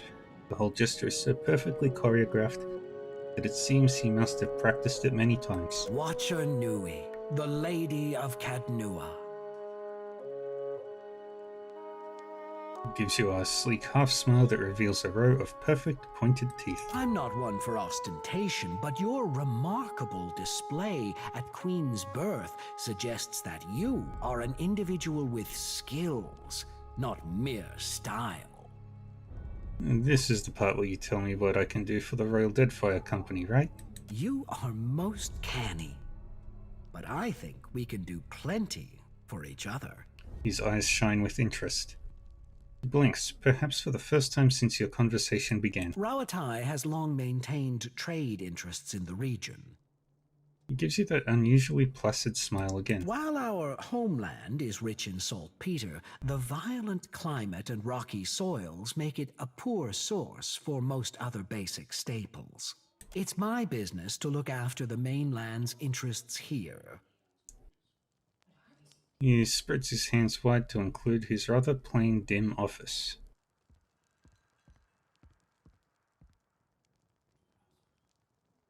It's an honor to meet you. And it's a pleasure to meet someone of your elegant manners. He dips his head, returning the sentiment. I wish I had been there to see your grand entrance at the palace, but I avoid Serpent's Crown as much as possible. It is a place of entirely too much talk, and I find that the more talk one hears, the less it means. He smiles. You don't sound like you're entirely at ease with your neighbors here. Such is the world we live in. Were it different, all the locksmiths and masons in Aora would be out of work. He shrugs and spreads his hands as if the logic were self-evident. And here our neighbors include a nation of pirates and a fractured people led by a figurehead. To say nothing of the Valians. Leave it to them to observe a substance that occurs nowhere else on Aora, and immediately set about pulverizing it for profit. A ripple of distaste passes over his features. And leave it to a Rawatayan to ignore the dozens of other uses Valian animancers have discovered for luminous Adra just in the last few years. I do not think in years, Aimika. I think in centuries. His eyes fix on her as a strange blank smile spreads across his lips. Then he turns back to you. Yet the Valians toy with luminous Adra like a child who has discovered her mother's pistol.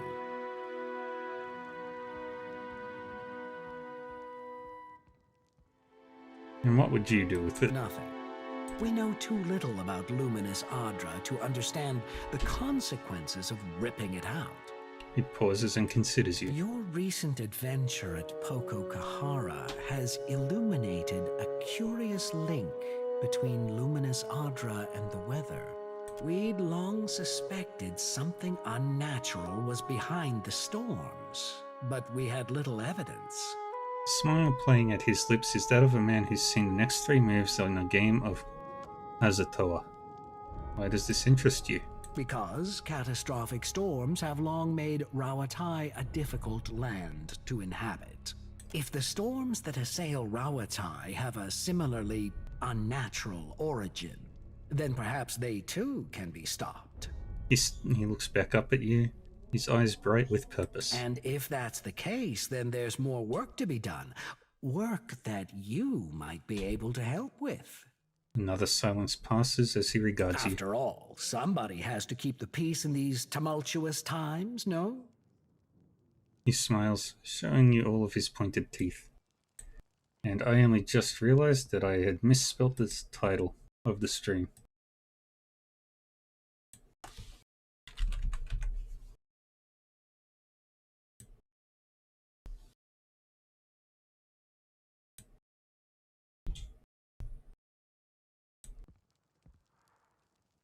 He smiles, showing you all of his pointed teeth. In any case, Hazanui Karu has a matter that could use your help. Her office is on the main floor behind the large double doors. It's most conspicuous. He frowns a little. Maya has business with you. Indeed. I hope we return victorious.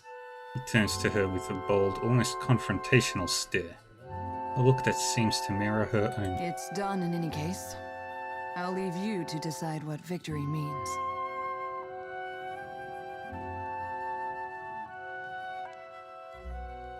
Seeing nothing. I'm certain Harama would agree.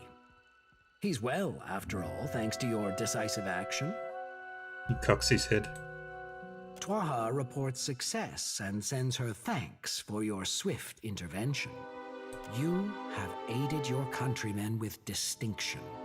There is no higher honor to which a trencher may ascribe.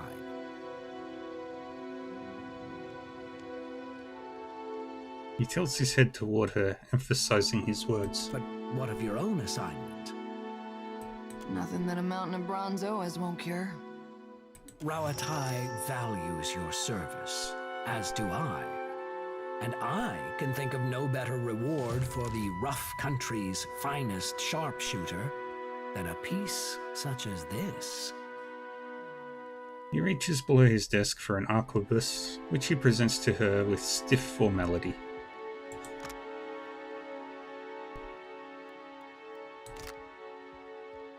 I won't keep you. I know you both have plenty of business to attend to. Farewell. I feel like I should set the record straight. Maya folds her arms and wraps her knuckles against her bicep. Go on. I didn't get into this business so I could shoot first in a battle that hadn't even started, you know? I know the Ranganui wants to see results, but I never thought any of us would be complicit in something like assassination. We're shooting at people with dangerous ideas, and assuming the ideas will die with them.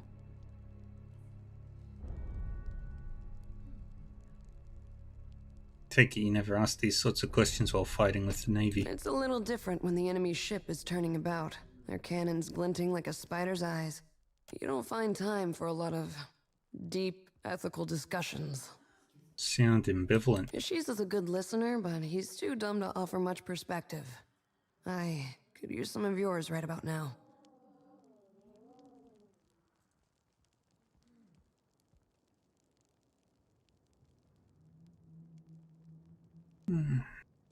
This is a hard path to defend.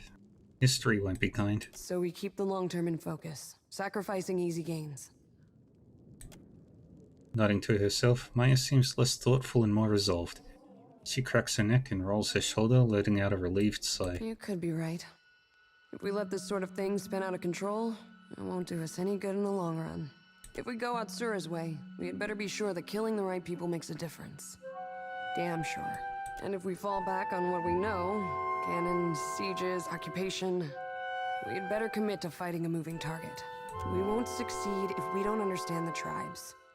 And something tells me that we aren't there yet.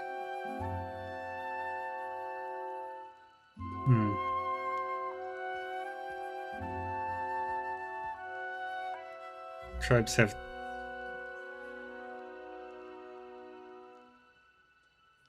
Yeah, the tribes have the entire archipelago as their battleground. I'm sure the Navy would love to test their might against a challenge, even if Atsura is worried about the cost.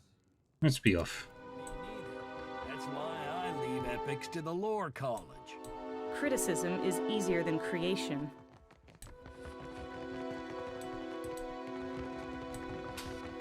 And I have now finished character quest.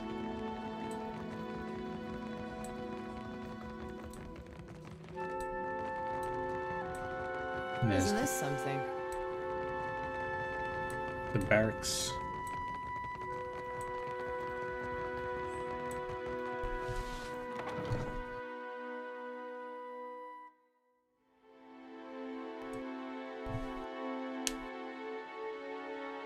Alright, how many quests did I do today? 7. Nice.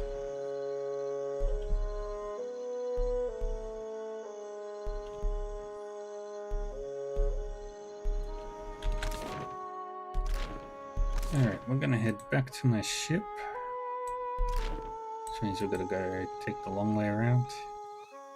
Oh, before I do that, puppy.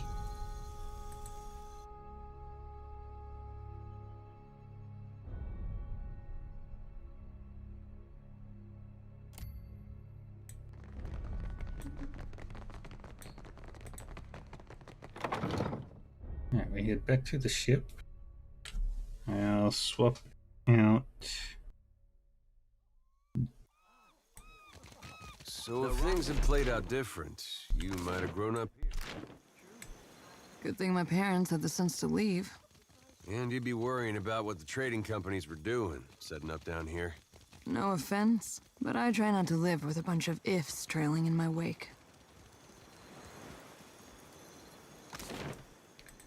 Supply.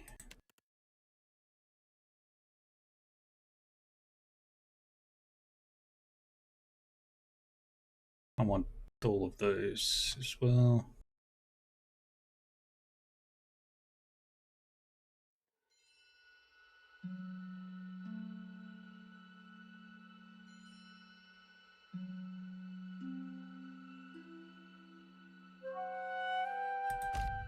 Buy one of these. One of these.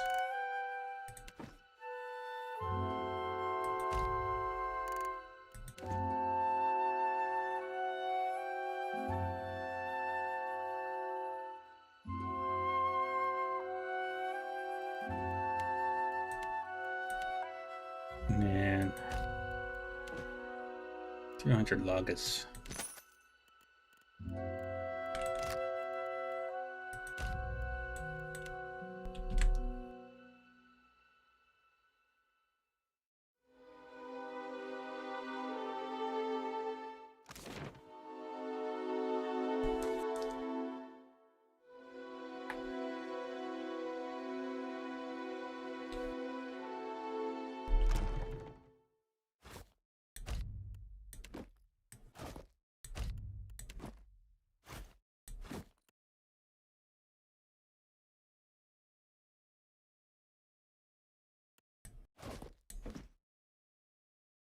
Lots of drink.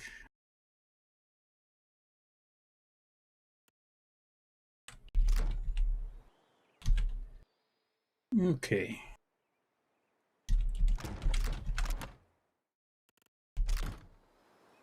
So next up we will take Seraphim.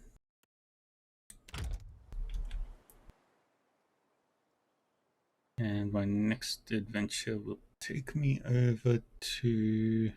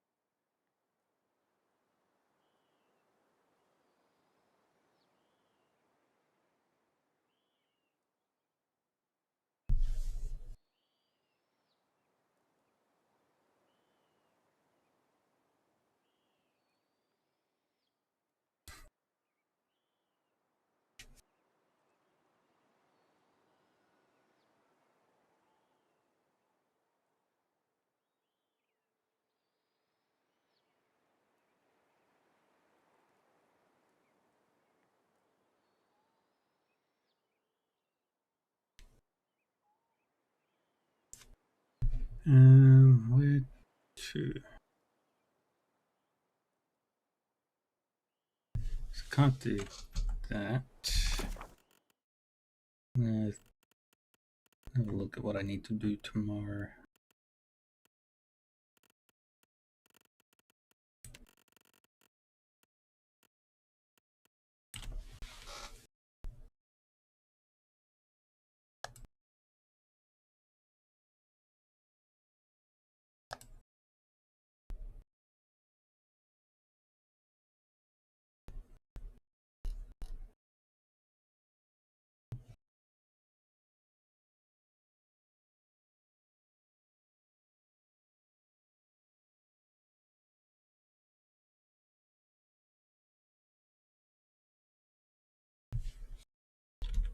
I know where we'll go. It's somewhere down here somewhere.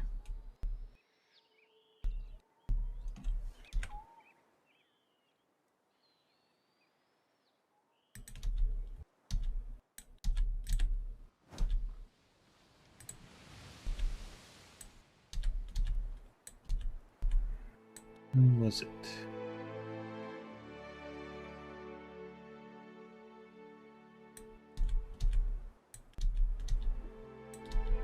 I remember seeing it. Just don't remember where it was.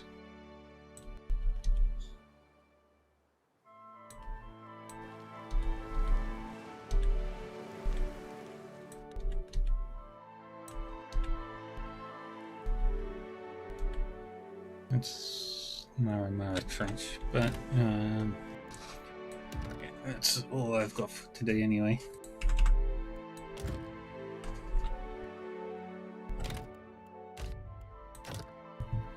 Well, that's all I got for now anyway. I'm going to be finishing here today. Well, for now. Thank you everybody for joining me.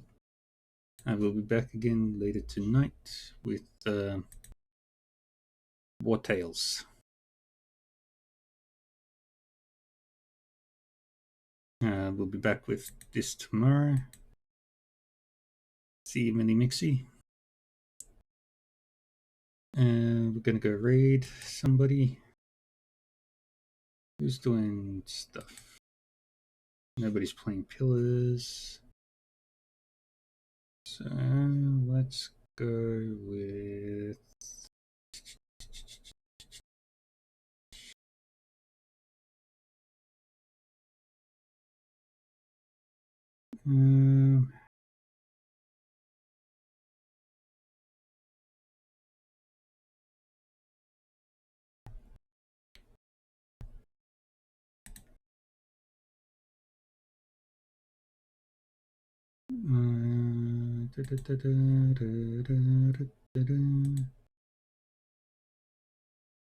Hey, Squirrel. I don't know who to raid. Pick somebody for me.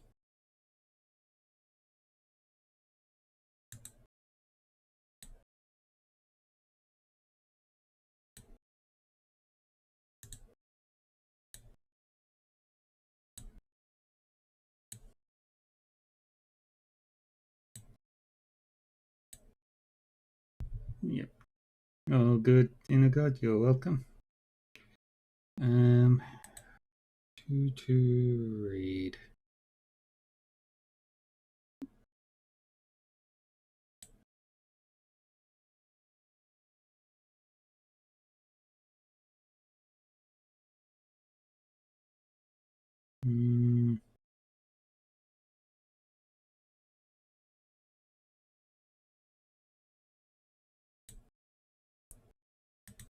Let's go CJ.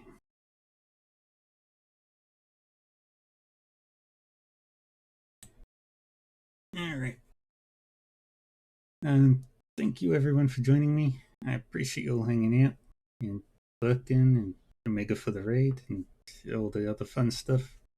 Yeah, I'll be back on in about 4 hours with War Tales. Tomorrow we'll be back with more Pillars of Eternity 2. And this time I will be going to the pirate place. Once I find that one particular location that I know is in the sea. Don't remember where exactly it was. Because I've gone past it a few times, I think. Anyway. Take care of yourselves, everybody. Stay safe, stay happy, stay healthy, and I'll see you all next time. Bye-bye.